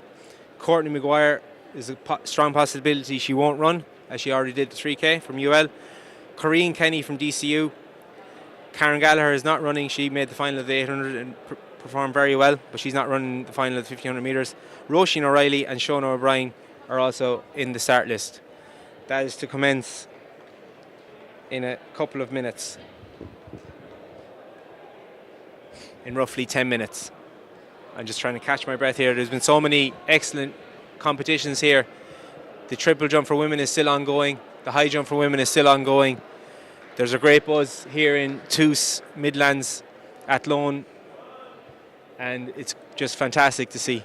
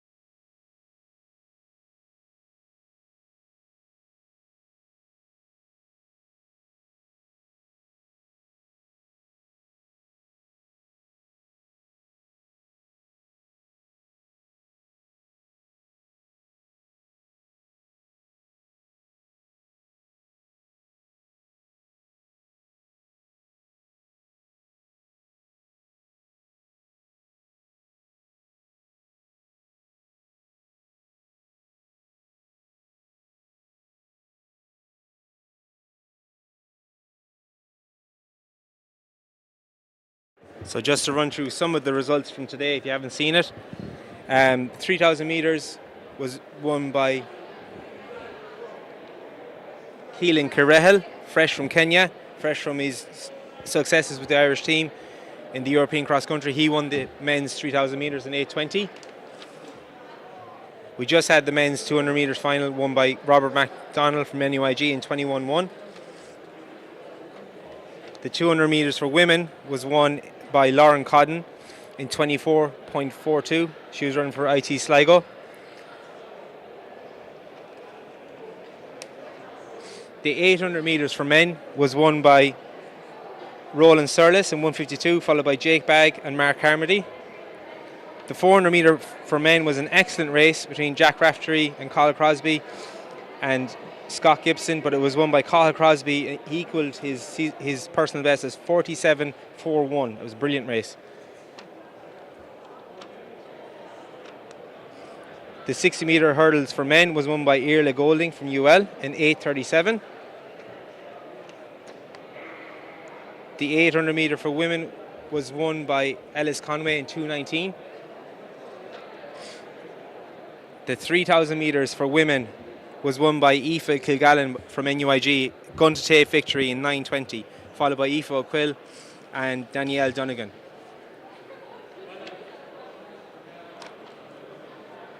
The 2,000 metre walk was an excellent competition, won by the silver medal winner from the European Under-23s, David Kenny, in 7:34, just outside his own record, IUAA record, followed by Oisin Lane and Adam McInerney. Oisin Lane, who was 6th, I believe, in the Europeans juniors, and Adam McInerney was 3rd for DCU. The 400 metre for women was won by Rachel Mccann from QUB in 55.43.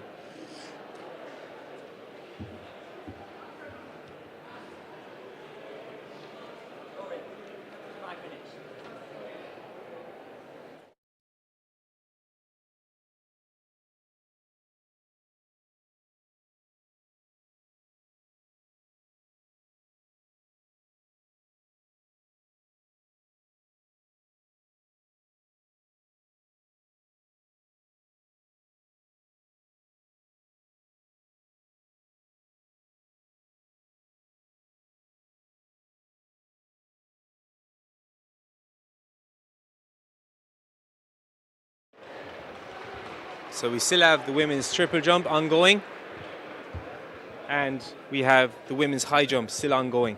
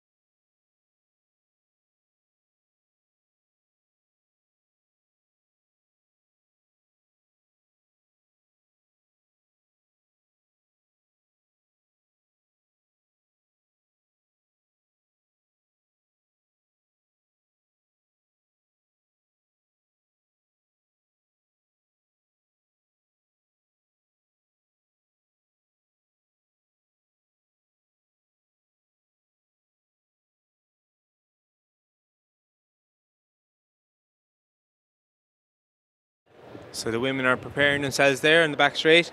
They'll be starting over at the far side of the track from where I'm standing. The IUAA record is 4:27.08 by Amy O'Donoghue from Newell in 2017. The quickest time this year is by Georgie Hartigan, 4:14. And then you have Ava McLaughlin, Denise Toner and Christy Foster.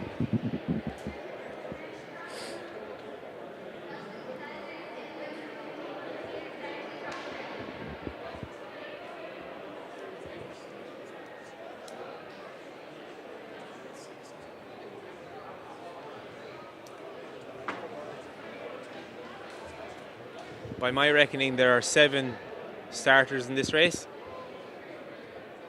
because the 2 UL participants have already competed in the 800 and the 3,000 metres. So we have 1, 2, 3, 4, 5, 6, 7. So Sarah Byrne, TCD, Grace Casey, DCU, Claire Rafter, TCD, Kate Nurse, UCD, Corrine Kenny, DCU, Roisin O'Reilly, UCD, Shona O'Brien, UCC.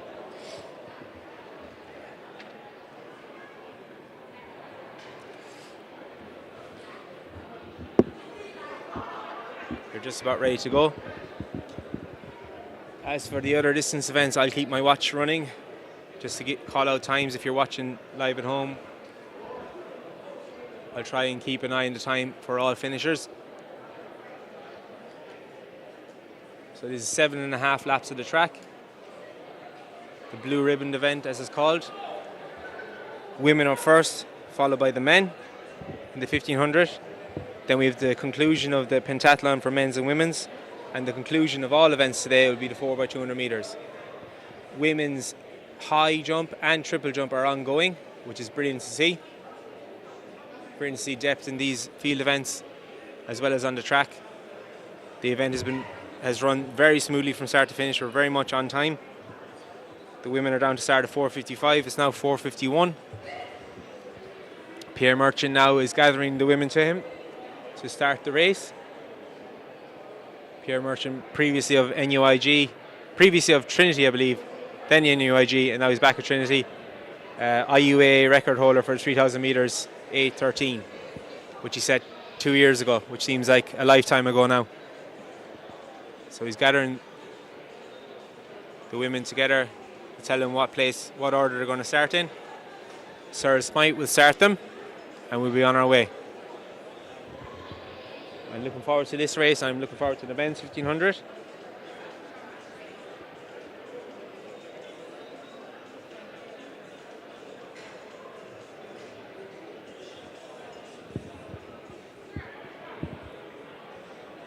Triple jump ongoing. Women being gathered. As I said, the event has run off very smoothly, very well organised by the committee of the IUAA.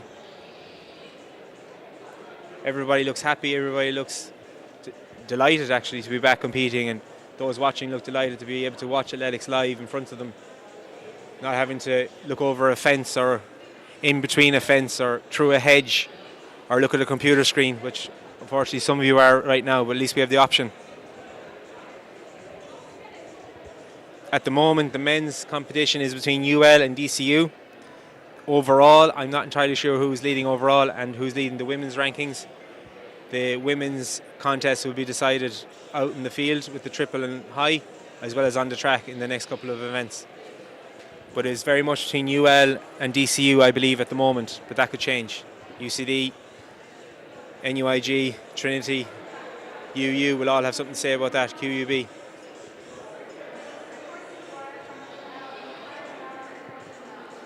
Women just about ready to get going. As I said, the IUAA record is held by Amy O'Donoghue, 4:27.08. The Irish indoor record for women is held by Ciara McGeehan, set 2 years ago in January 2020. She ran 4:06. Ciara McGeehan is closing in on that 3,000 metre record as well, held by Mary Cullen. She ran a fantastic race last weekend in Manchester. Ciara, formerly of UCD. So the women are nearly ready. I'll get my trusty stopwatch at the ready.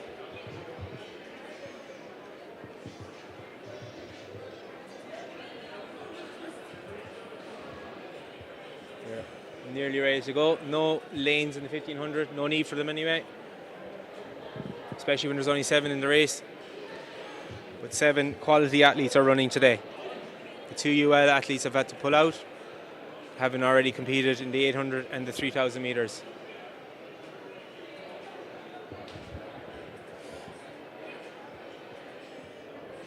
We're just about ready to go. The gun is ready. And we're off. Sarah Smythe starts the women. They seem to set off fairly quick. Sometimes the waiting around causes that. You get a little bit anxious. I can hear them coming around the bend on the boards. The boards of the Millrose Games will be pounded by Irish athletes later on this evening. And the women in the 1500 metres have started fairly quick but have slowed right down. So this could be a very cagey affair for the first couple of laps. And it is incredibly cagey. This is slower than the park run that was going past the window this morning. Oh, it's sort of sped up a little bit. So we're all in it. We're all in it. Sarah Byrne from TCD, Grace Casey from DCU, Claire Rafter from TCD, Kate Nurse from UCD, Corrine Kenny from DCU, Roisin O'Reilly from UCD, and Shona O'Brien from UCC. At the moment, we have the UCD runner out in front. The two UCD athletes are out in front, Kate Nurse and Roisin O'Reilly. Roisin O'Reilly on the inside, Roisin O'Reilly on the outside, and Kate Nurse on the inside. TCD are just following behind. TCD are extremely strong in the distance events, as they are in sprints and field, but they have a very good tradition of distance events. They're very strong in cross country and road relays as well. Mentioned that the cross country is on in a few weeks, the 5th of March, followed by the outdoor championships on the 9th of April. So plenty to look forward to for varsity athletes to keep you training. So the ladies, women are meandering along. Kate Nurse in front. Roisin O'Reilly alongside her. Sarah Byrne looked to be getting a bit tetchy there, but she's happy enough to sit in again. I'm not sure who this is benefiting. I suppose it's a probability sum. There's 7 in the race, so there's a good chance, a high probability of getting top 3 if you have some kind of kick towards the end. I believe we're coming up to 600 metres. Could be 800 metres. I think it's 600 metres, or 700 metres, I should say. Okay, so they've slightly increased the pace. Kate Nurse and Roisin O'Reilly, they seem to be leading it along a little bit more. They might have had a plan. They might have said, we'll go slow for the first couple of laps and just gradually wind it up and wind it up and wind it up.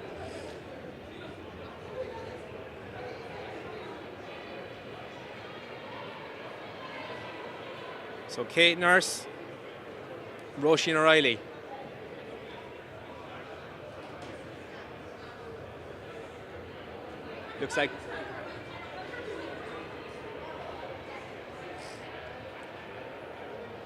Looks like Sarah Byrne up behind them. And from UCC, we have Shona O'Brien making a little move. There she goes.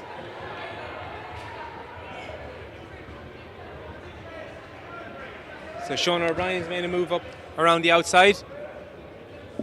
But it's still, yeah, she's in second place now, but we've still got the two UCD athletes, Roisin O'Reilly and Kate Nurse. They're winding up slowly. We have 5 in contention now for the 3 medals. UCD to the front, TCD, UCC and UU and DCU. Still out in front of UCD. 4 minutes on the clock. We're coming up to the bell. Bell lap is next. We're just over 300 metres to go. They're winding up ever so slightly. Shona O'Brien staying in medal contention there in third. I have a feeling she could get into second if she can just hang on.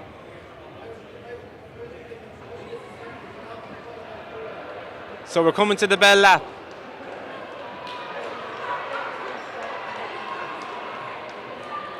Here we go. Kate Nurse out in front, gapping them ever so slightly.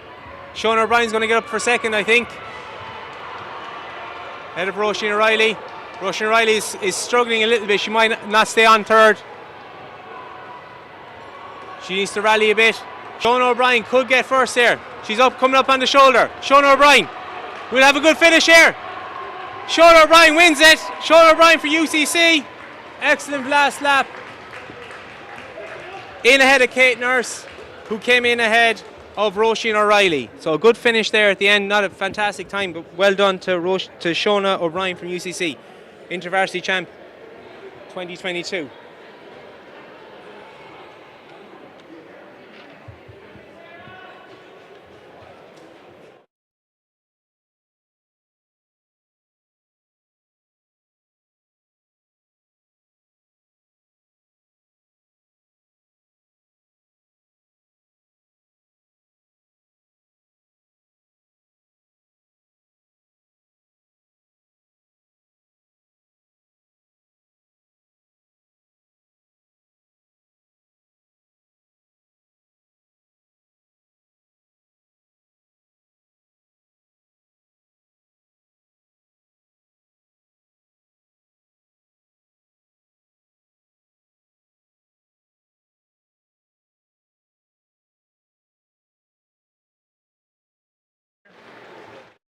Yeah.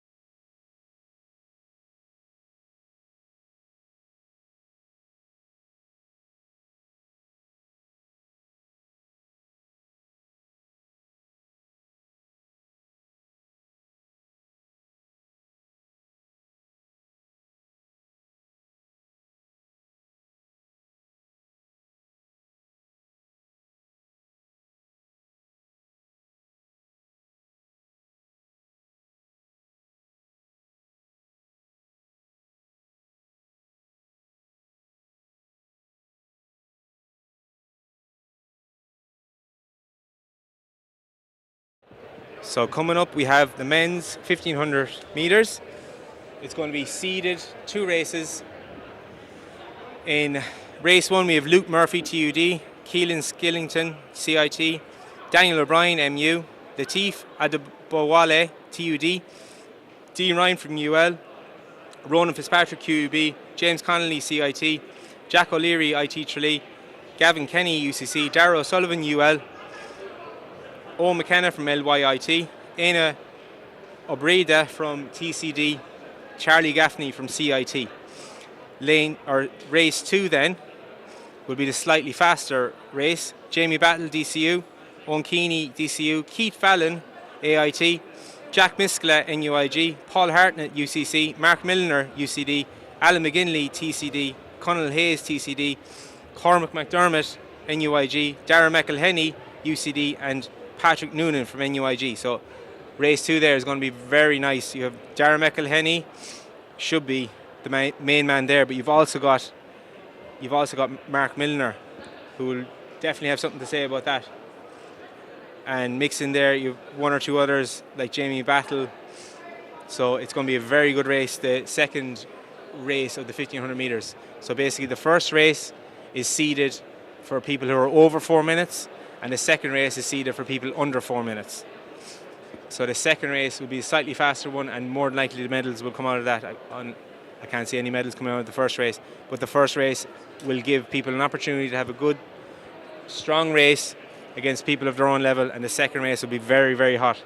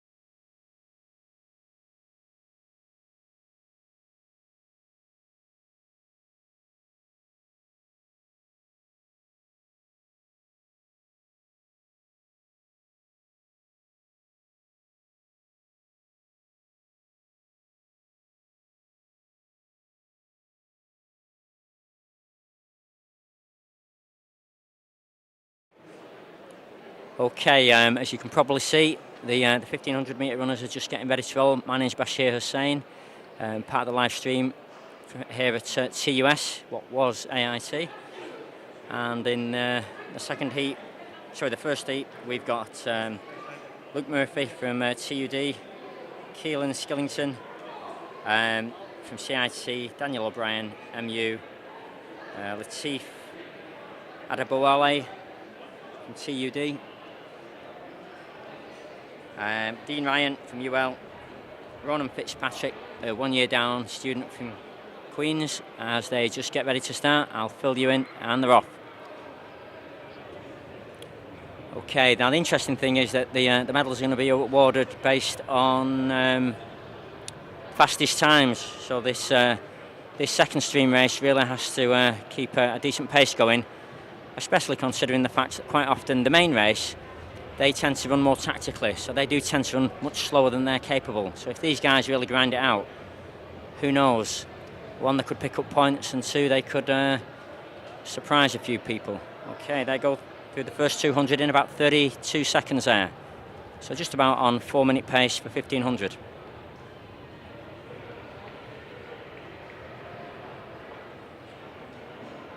Coming up to 300. We've got 298, Gavin Kenny from UCC there. The other people in this race are James Connolly from CIT, Jack O'Leary from IT Tralee, Dara O'Sullivan from UL, Owen McCann from LIT. That's about 63 seconds at 400, which takes us to about 3:57 pace. Owen McCann, I said, Ina O'Brien, TCD, and Charlie Gaffney from CIT. That's the full field of names. And we've got 2 broken away, which should make for an interesting first string of the 1500 metres at the IUAA Championships.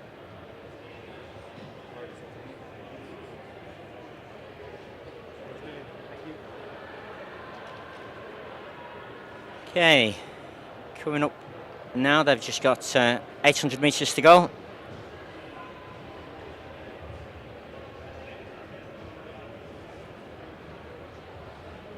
Just about halfway there, and just under 2 minutes, which suggests they're still on track to break 4 minutes, going through in 2:08 at 800, which is bang on 4-minute pace for 1500.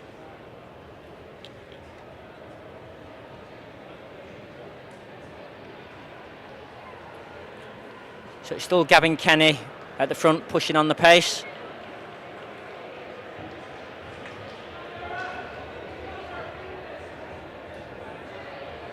And Dara O'Sullivan just tracking him quite nicely there. There's just a slight gap starting to appear.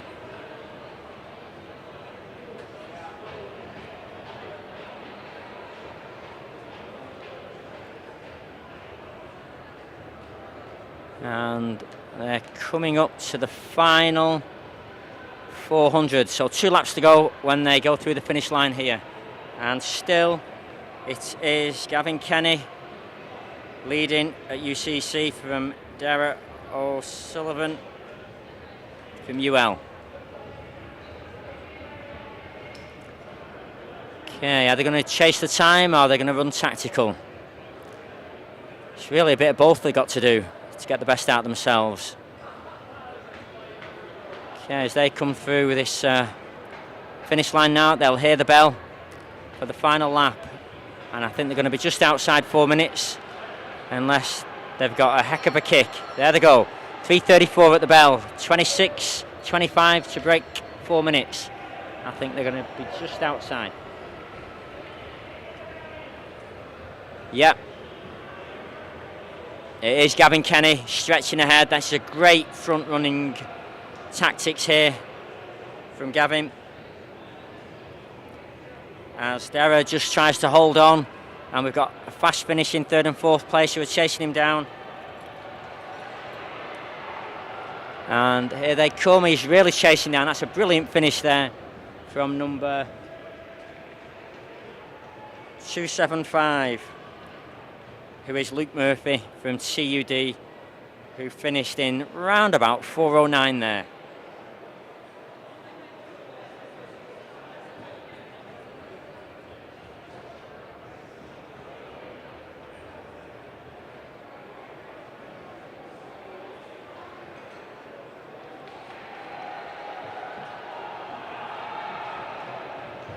And a run for that final spot there from, I think, two guys from the same institute.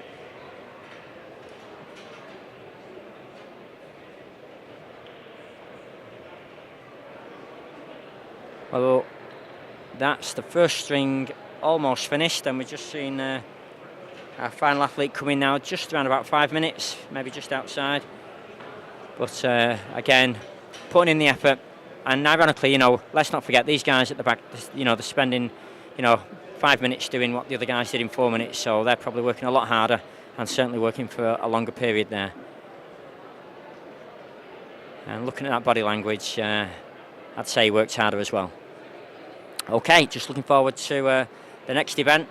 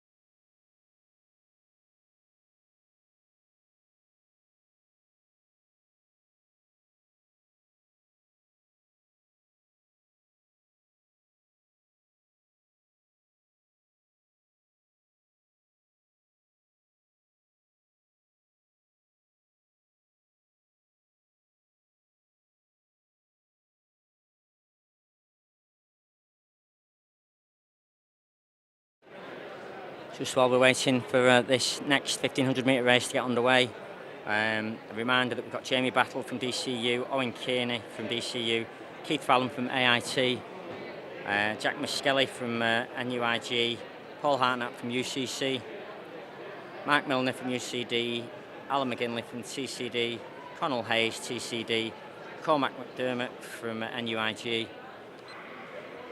Darryl McElhinney from UCD and Patrick Noonan from NUIG as they get underway. And it looks lively from the off.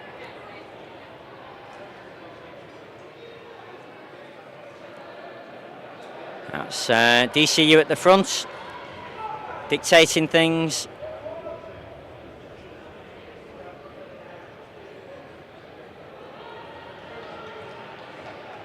Are they sharing the pace, or are they just both two of the favourites for the event, and they want to get out there out front? And the important thing about being out front is that they're keeping out of trouble there, whereas the people in the middle of the bunch, they might get bumped and barged a little bit. But it's Darren McElhinney who's in the lead there.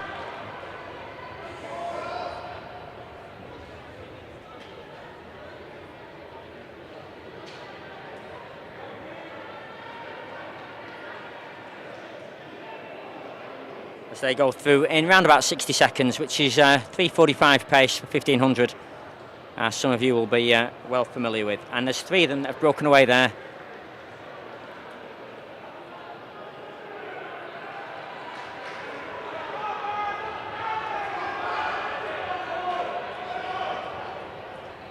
And this is well strung out now. It is a fast man's race. They go through 600 in around about 88 seconds.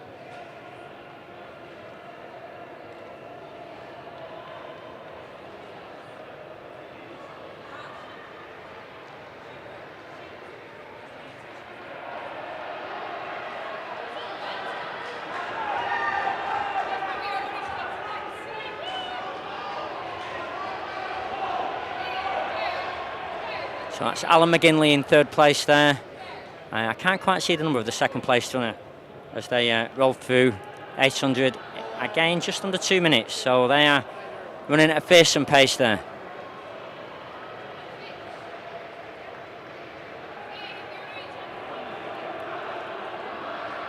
Two laps to go.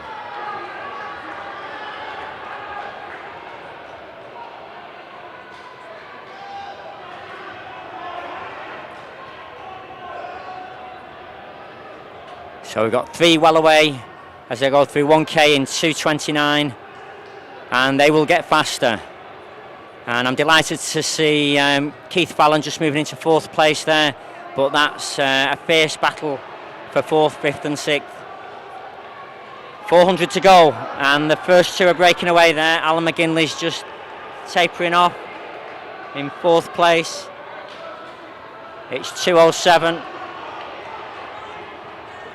That's Jack Muskilly from NUIG, and still there are 2 at the front of the field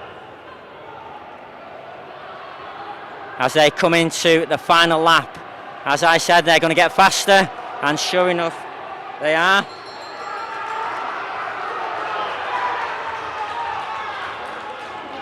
Who's your money on? Well, Dara's just back from Kenya, so he's full of red blood cells. Keith Fallon hits the bell, he's hurting. And who's hurting up front? Well, it looks like Darren McElhinney's not hurting at all. He's just flowing away, he's going away.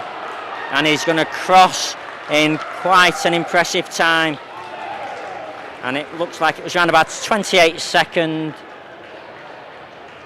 final 200, as I finally see the number, which is 331, Mark Milner, who took 2nd place there.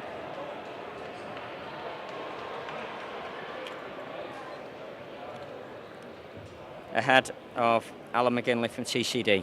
Great race, great performance, and possibly the fastest time in Ireland right now, but I've not got the stats right in front of me here. But great race, great finish.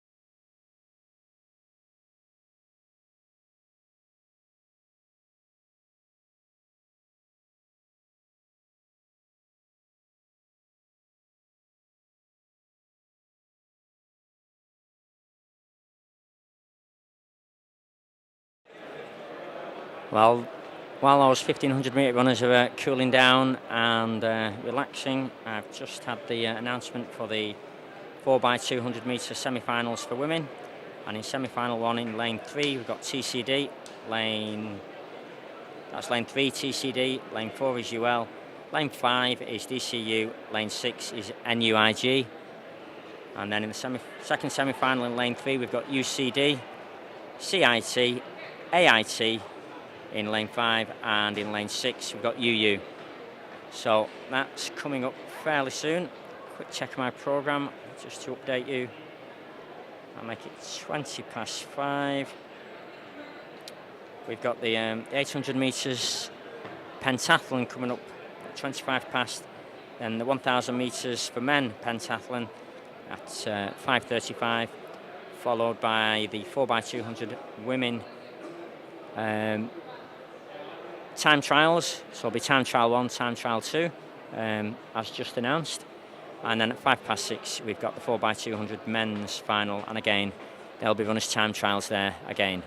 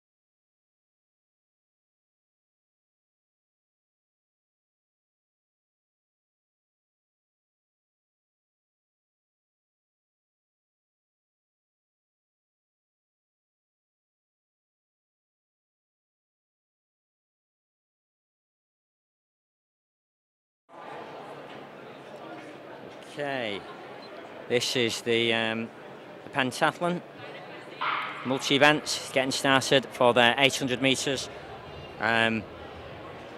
We've not started a clock on this one, so unfortunately the time is not going to work out quite as we would have wanted.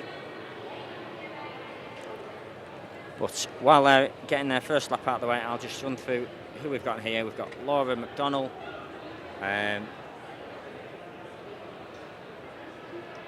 Niamh McCrory,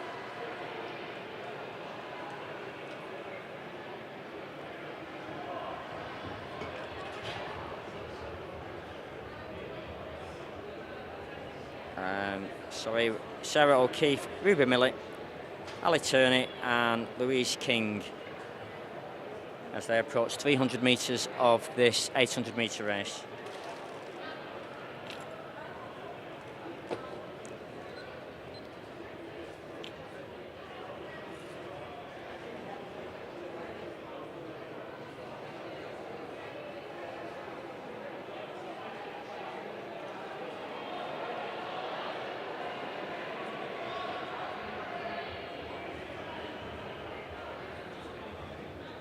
And it's 2:85 in the lead, and that comes as no surprise. That's Ruby Millett from UCC stretching away.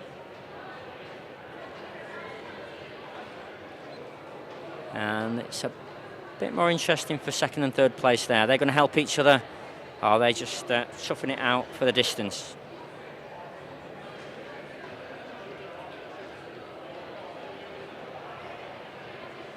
It's a tough day's running, there's no doubt about it.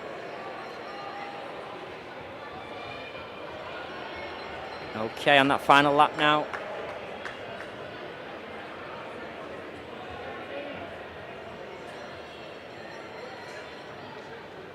So it looks like we've got Niamh McCrory and I think it's Ali Turney in second. And that race is not over for second place because they are still battling hard as Ruby Millett comes into the finish well ahead and hopefully stacking up the points and just holds on there. Number 321, who is Ali Turney, as said. That stadium clock is not right, but I'm sure the electronic timekeepers have got it all in hand, and the times and the points will be added up, and the champion declared in good time.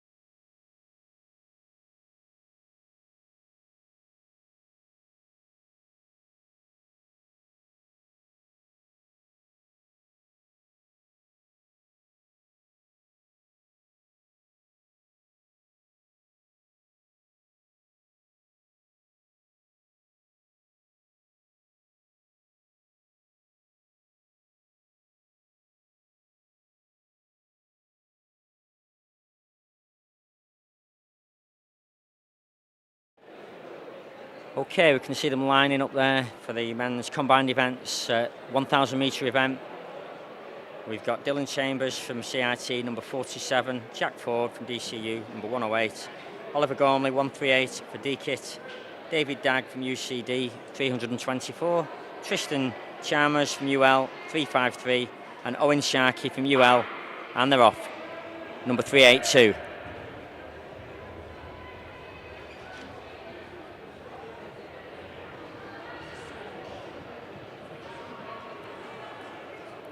And it's an early push from the front, and this early push usually means let's go for the points. If they're going for the points, there could be big changes, and that's the thing about the 1,000 metres, that sometimes the less powerful people can make massive changes in the final event. And this is a fairly healthy pace being set by our leader.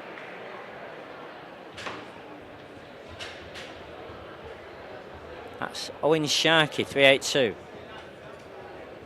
From UL. And UL have got 2 people in this. So in terms of the combined events trophy, they'll be well placed to pick up points.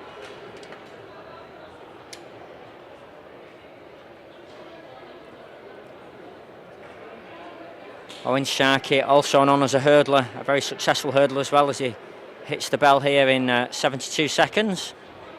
So he's just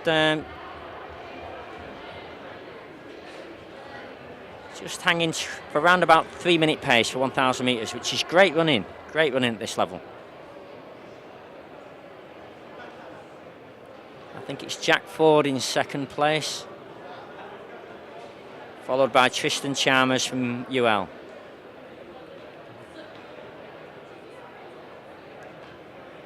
And Owen Sharkey looks full of running as he completes 600 metres here. And he's not losing much pace. 600 metres in 1:48, 1:49. 2 laps to go.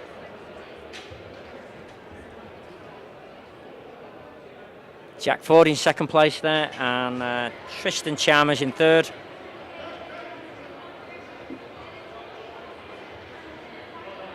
And that's Dylan Chalmers, CIT, in fourth place there, as our 5th place runner is feeling the heat on this one. Owen Sharkey coming up for his bell lap. He looks full of running. This is really impressive for combined events running. There he goes. I think he's going to break 3 minutes. That's a heck of a performance. Mr. Alusa, Mr. Aston, watch out. This man might be chasing you.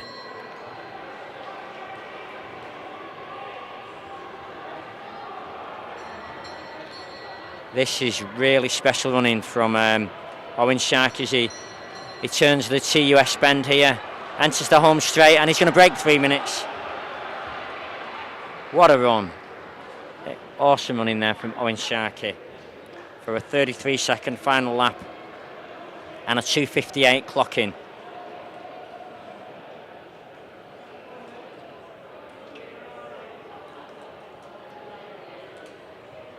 Some performance there from Owen Sharkey. Jack Ford takes second there, and Tristan Chalmers from UL takes third. And our 4th place runner there, just finishing about 30 seconds behind, 35 seconds behind, who was Dylan Chalmers.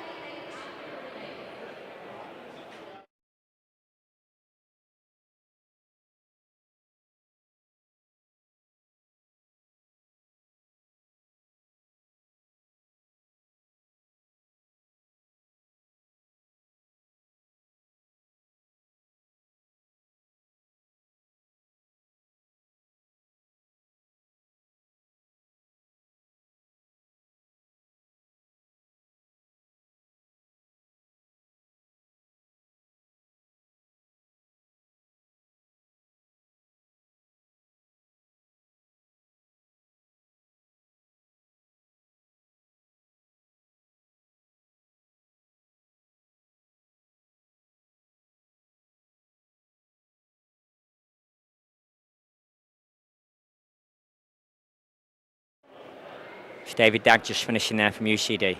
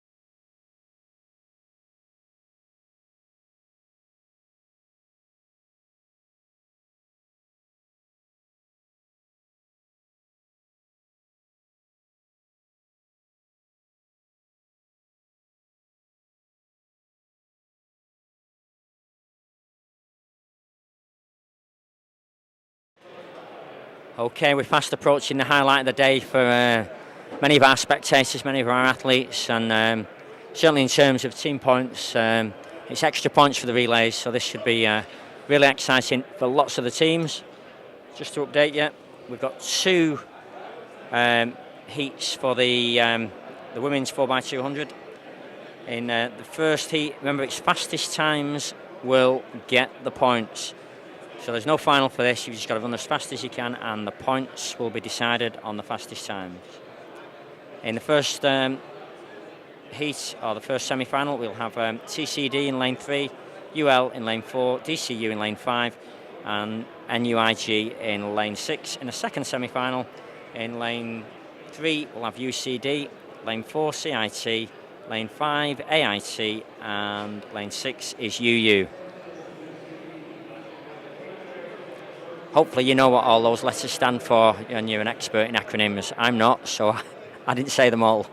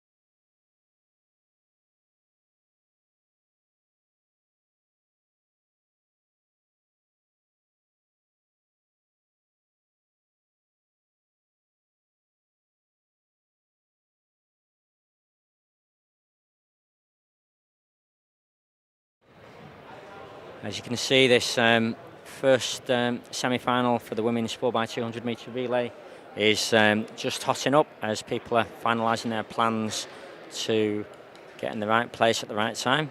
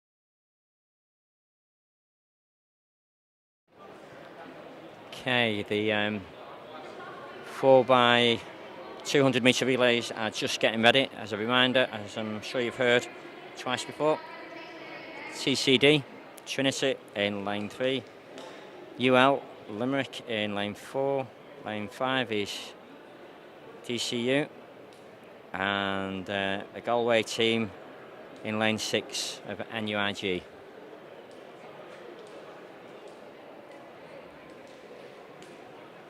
I'm sure team captains, coaches will have their clocks on this one, because it's all about times. Fastest times get the medals, they get the points.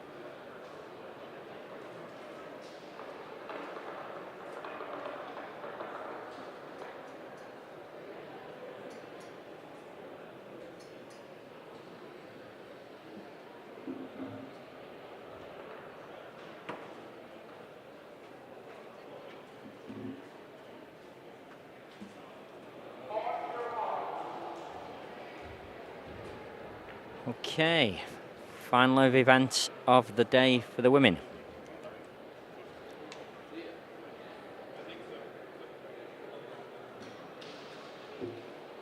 And as you can see, those officials are just getting ready to steal away the blocks, so the second leg runners have got a free run.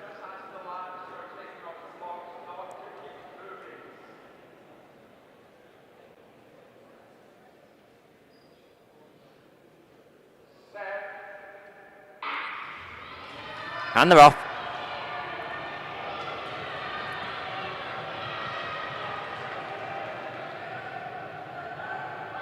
It's hard to call it at this stage.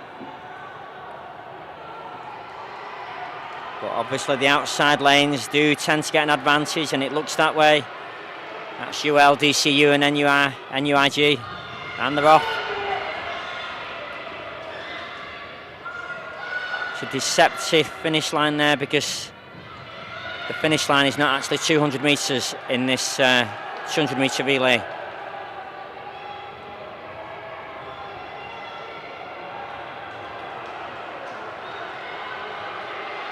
Here they come, Trinity.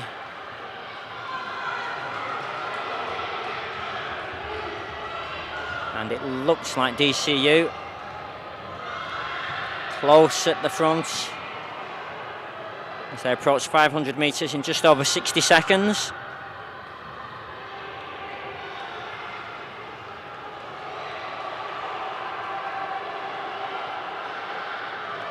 Still it looks like Trinity. No, that's not Trinity. Apologies.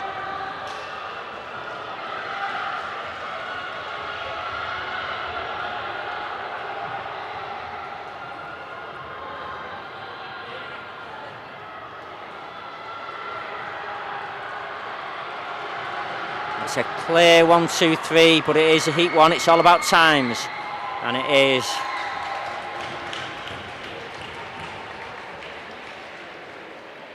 1:40 is the time to beat. 1:40.76.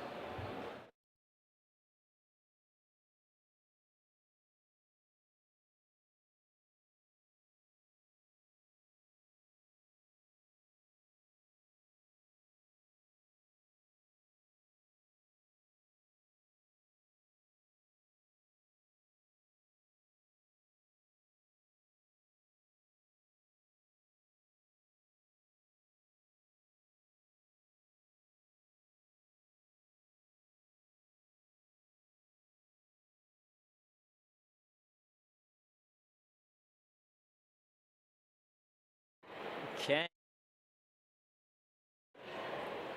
Okay, party time. A lot of them will know what times they have to run, and there'll be a little bit of fire in the belly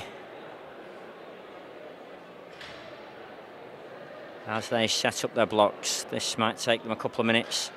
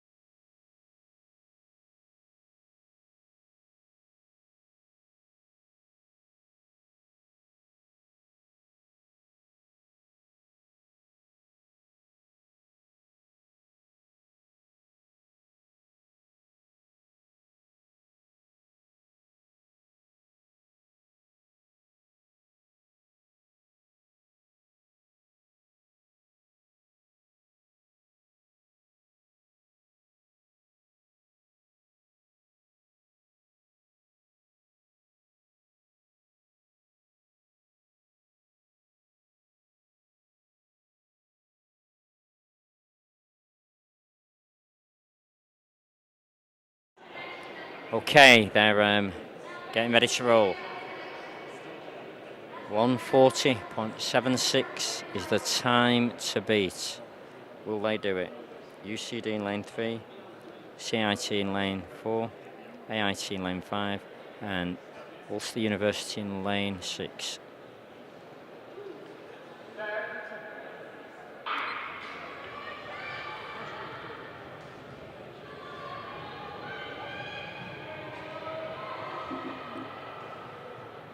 Okay, there's not a lot between it here. Maybe Ulster on the outside look like they might be drawing ahead, but it is deceptive because they have got an advantage with the late stagger here. Here they go. And there they go.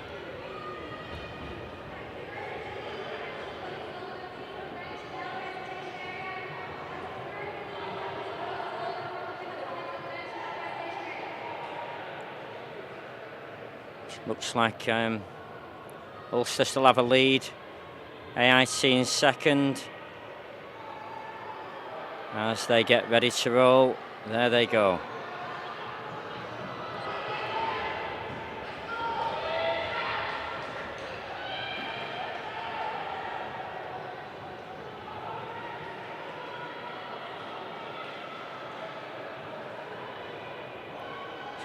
UU are still holding it, but UCD are fighting hard.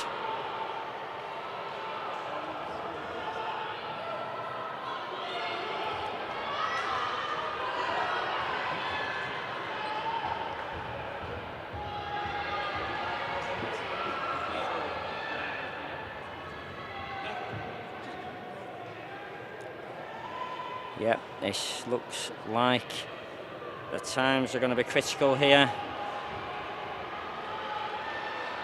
And it is a little slower, 1:45 for Ulster from UCD.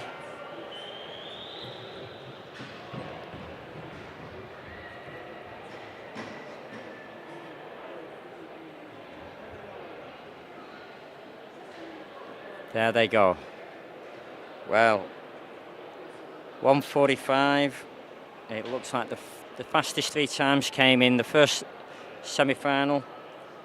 1:40, 1:41 and 1:42.2 and 1:45.17.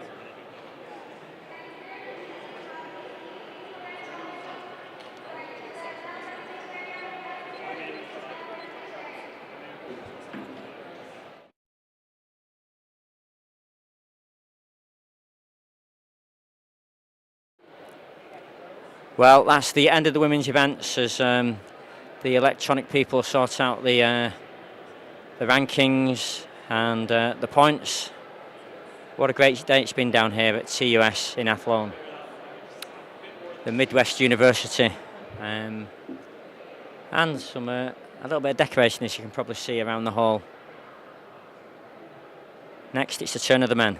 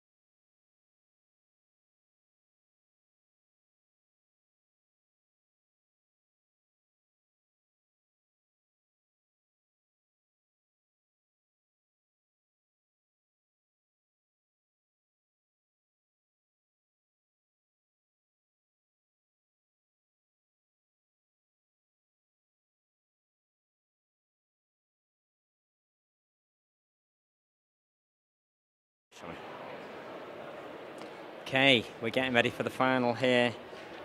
Three semi-finals here, and we're working towards fastest times for the points. So we've got UCD, UL, UU, Queens, and IT Carlo on the outside in the dark strip.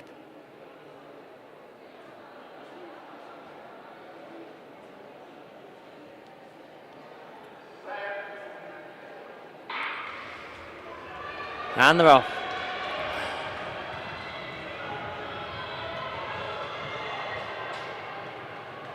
And it looks like it's Queens that have taken off there, but on the inside there's a clear lead here in lane 3 for UL.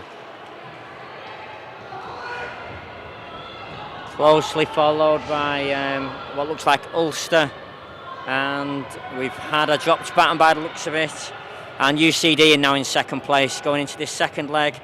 We've got 3 clear places there, well spaced out to 4th, and it's UL in the lead from UCD.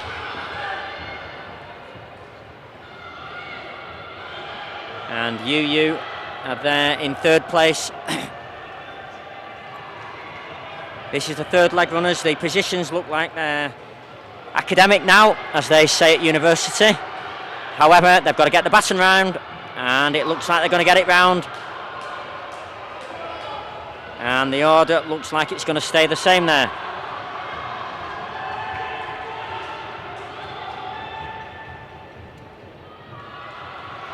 So, bringing home the first heat, it is UL in 1:28.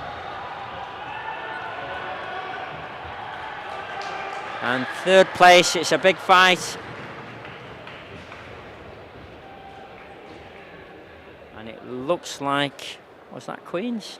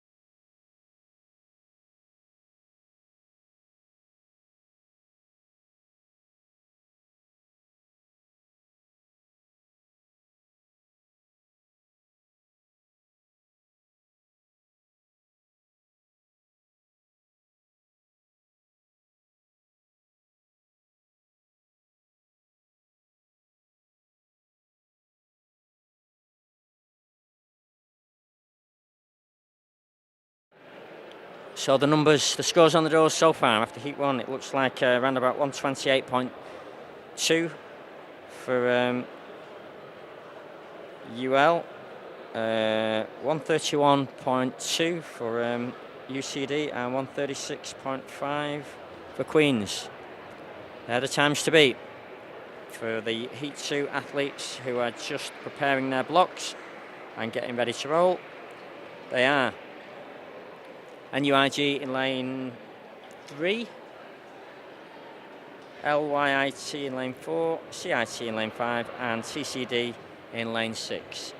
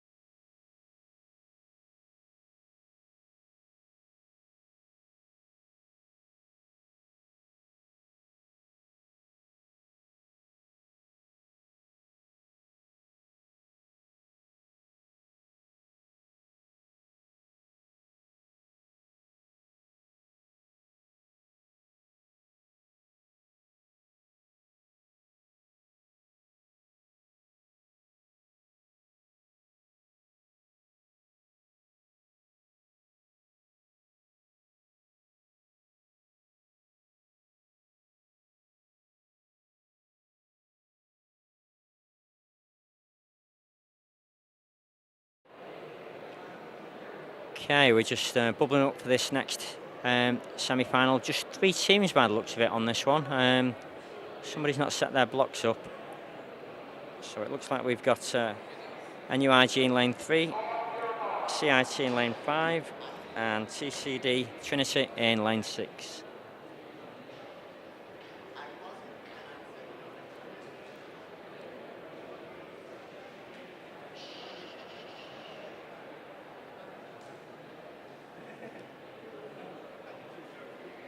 Just checking that everybody's aligned correctly. And they're off. Just 3 teams in this one, but just as fierce, just as competitive, and hopefully just as fast, if not faster, if you're the team manager of TCD, CIT and NUIG. Here they come, changing over around about 22-23 seconds for that first leg.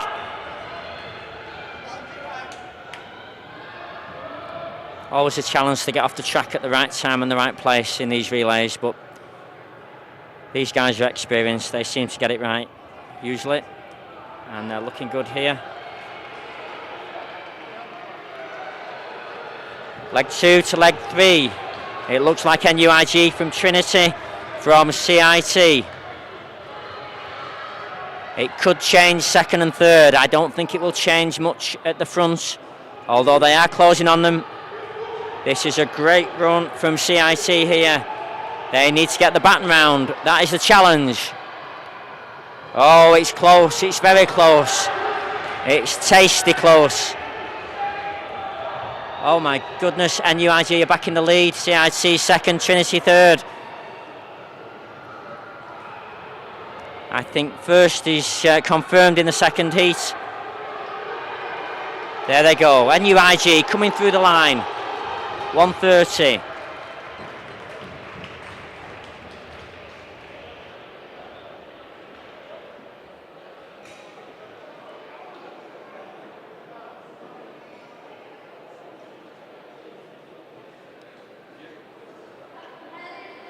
Well, impressive racing there.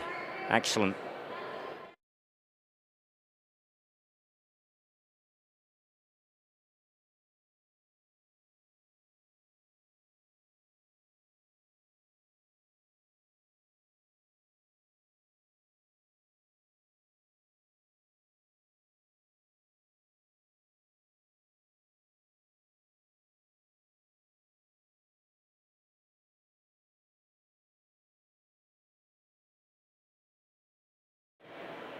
Okay, going into the final heat, and scores on the doors are Newell are still the fastest time with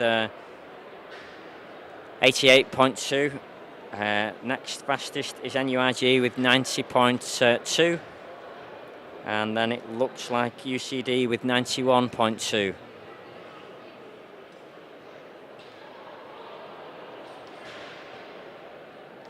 Sorry, TCD at 92 as well, but they are next in order.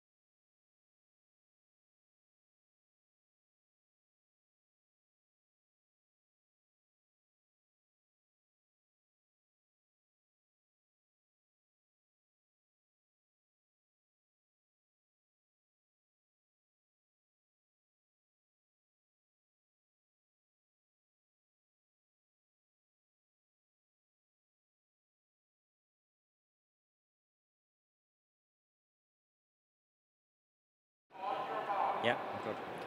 And we're live again as we go into third semi-final. DCU, TUD, AIT and MU.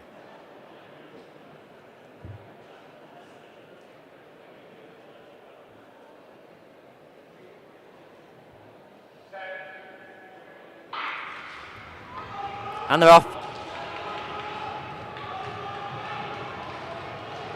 It's hard to call it at this stage. There's not a lot in it. The top, I think I'm going to go for TUD. Seems to be making inroads here. Doing a great job as they change over.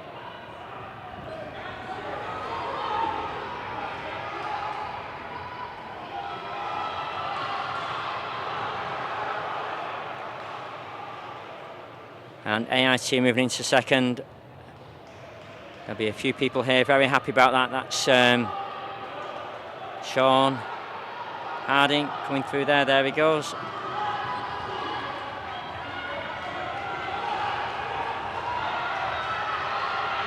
But still out in the lead. It looks to be TUD.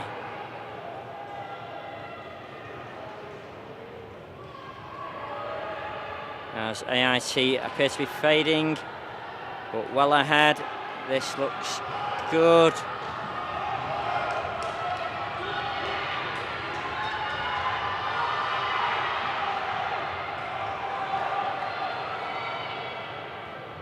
Well, this is a comfortable victory, but what will the time say? It's looking good, it's looking close. It's looking very close. It is 1:28.32.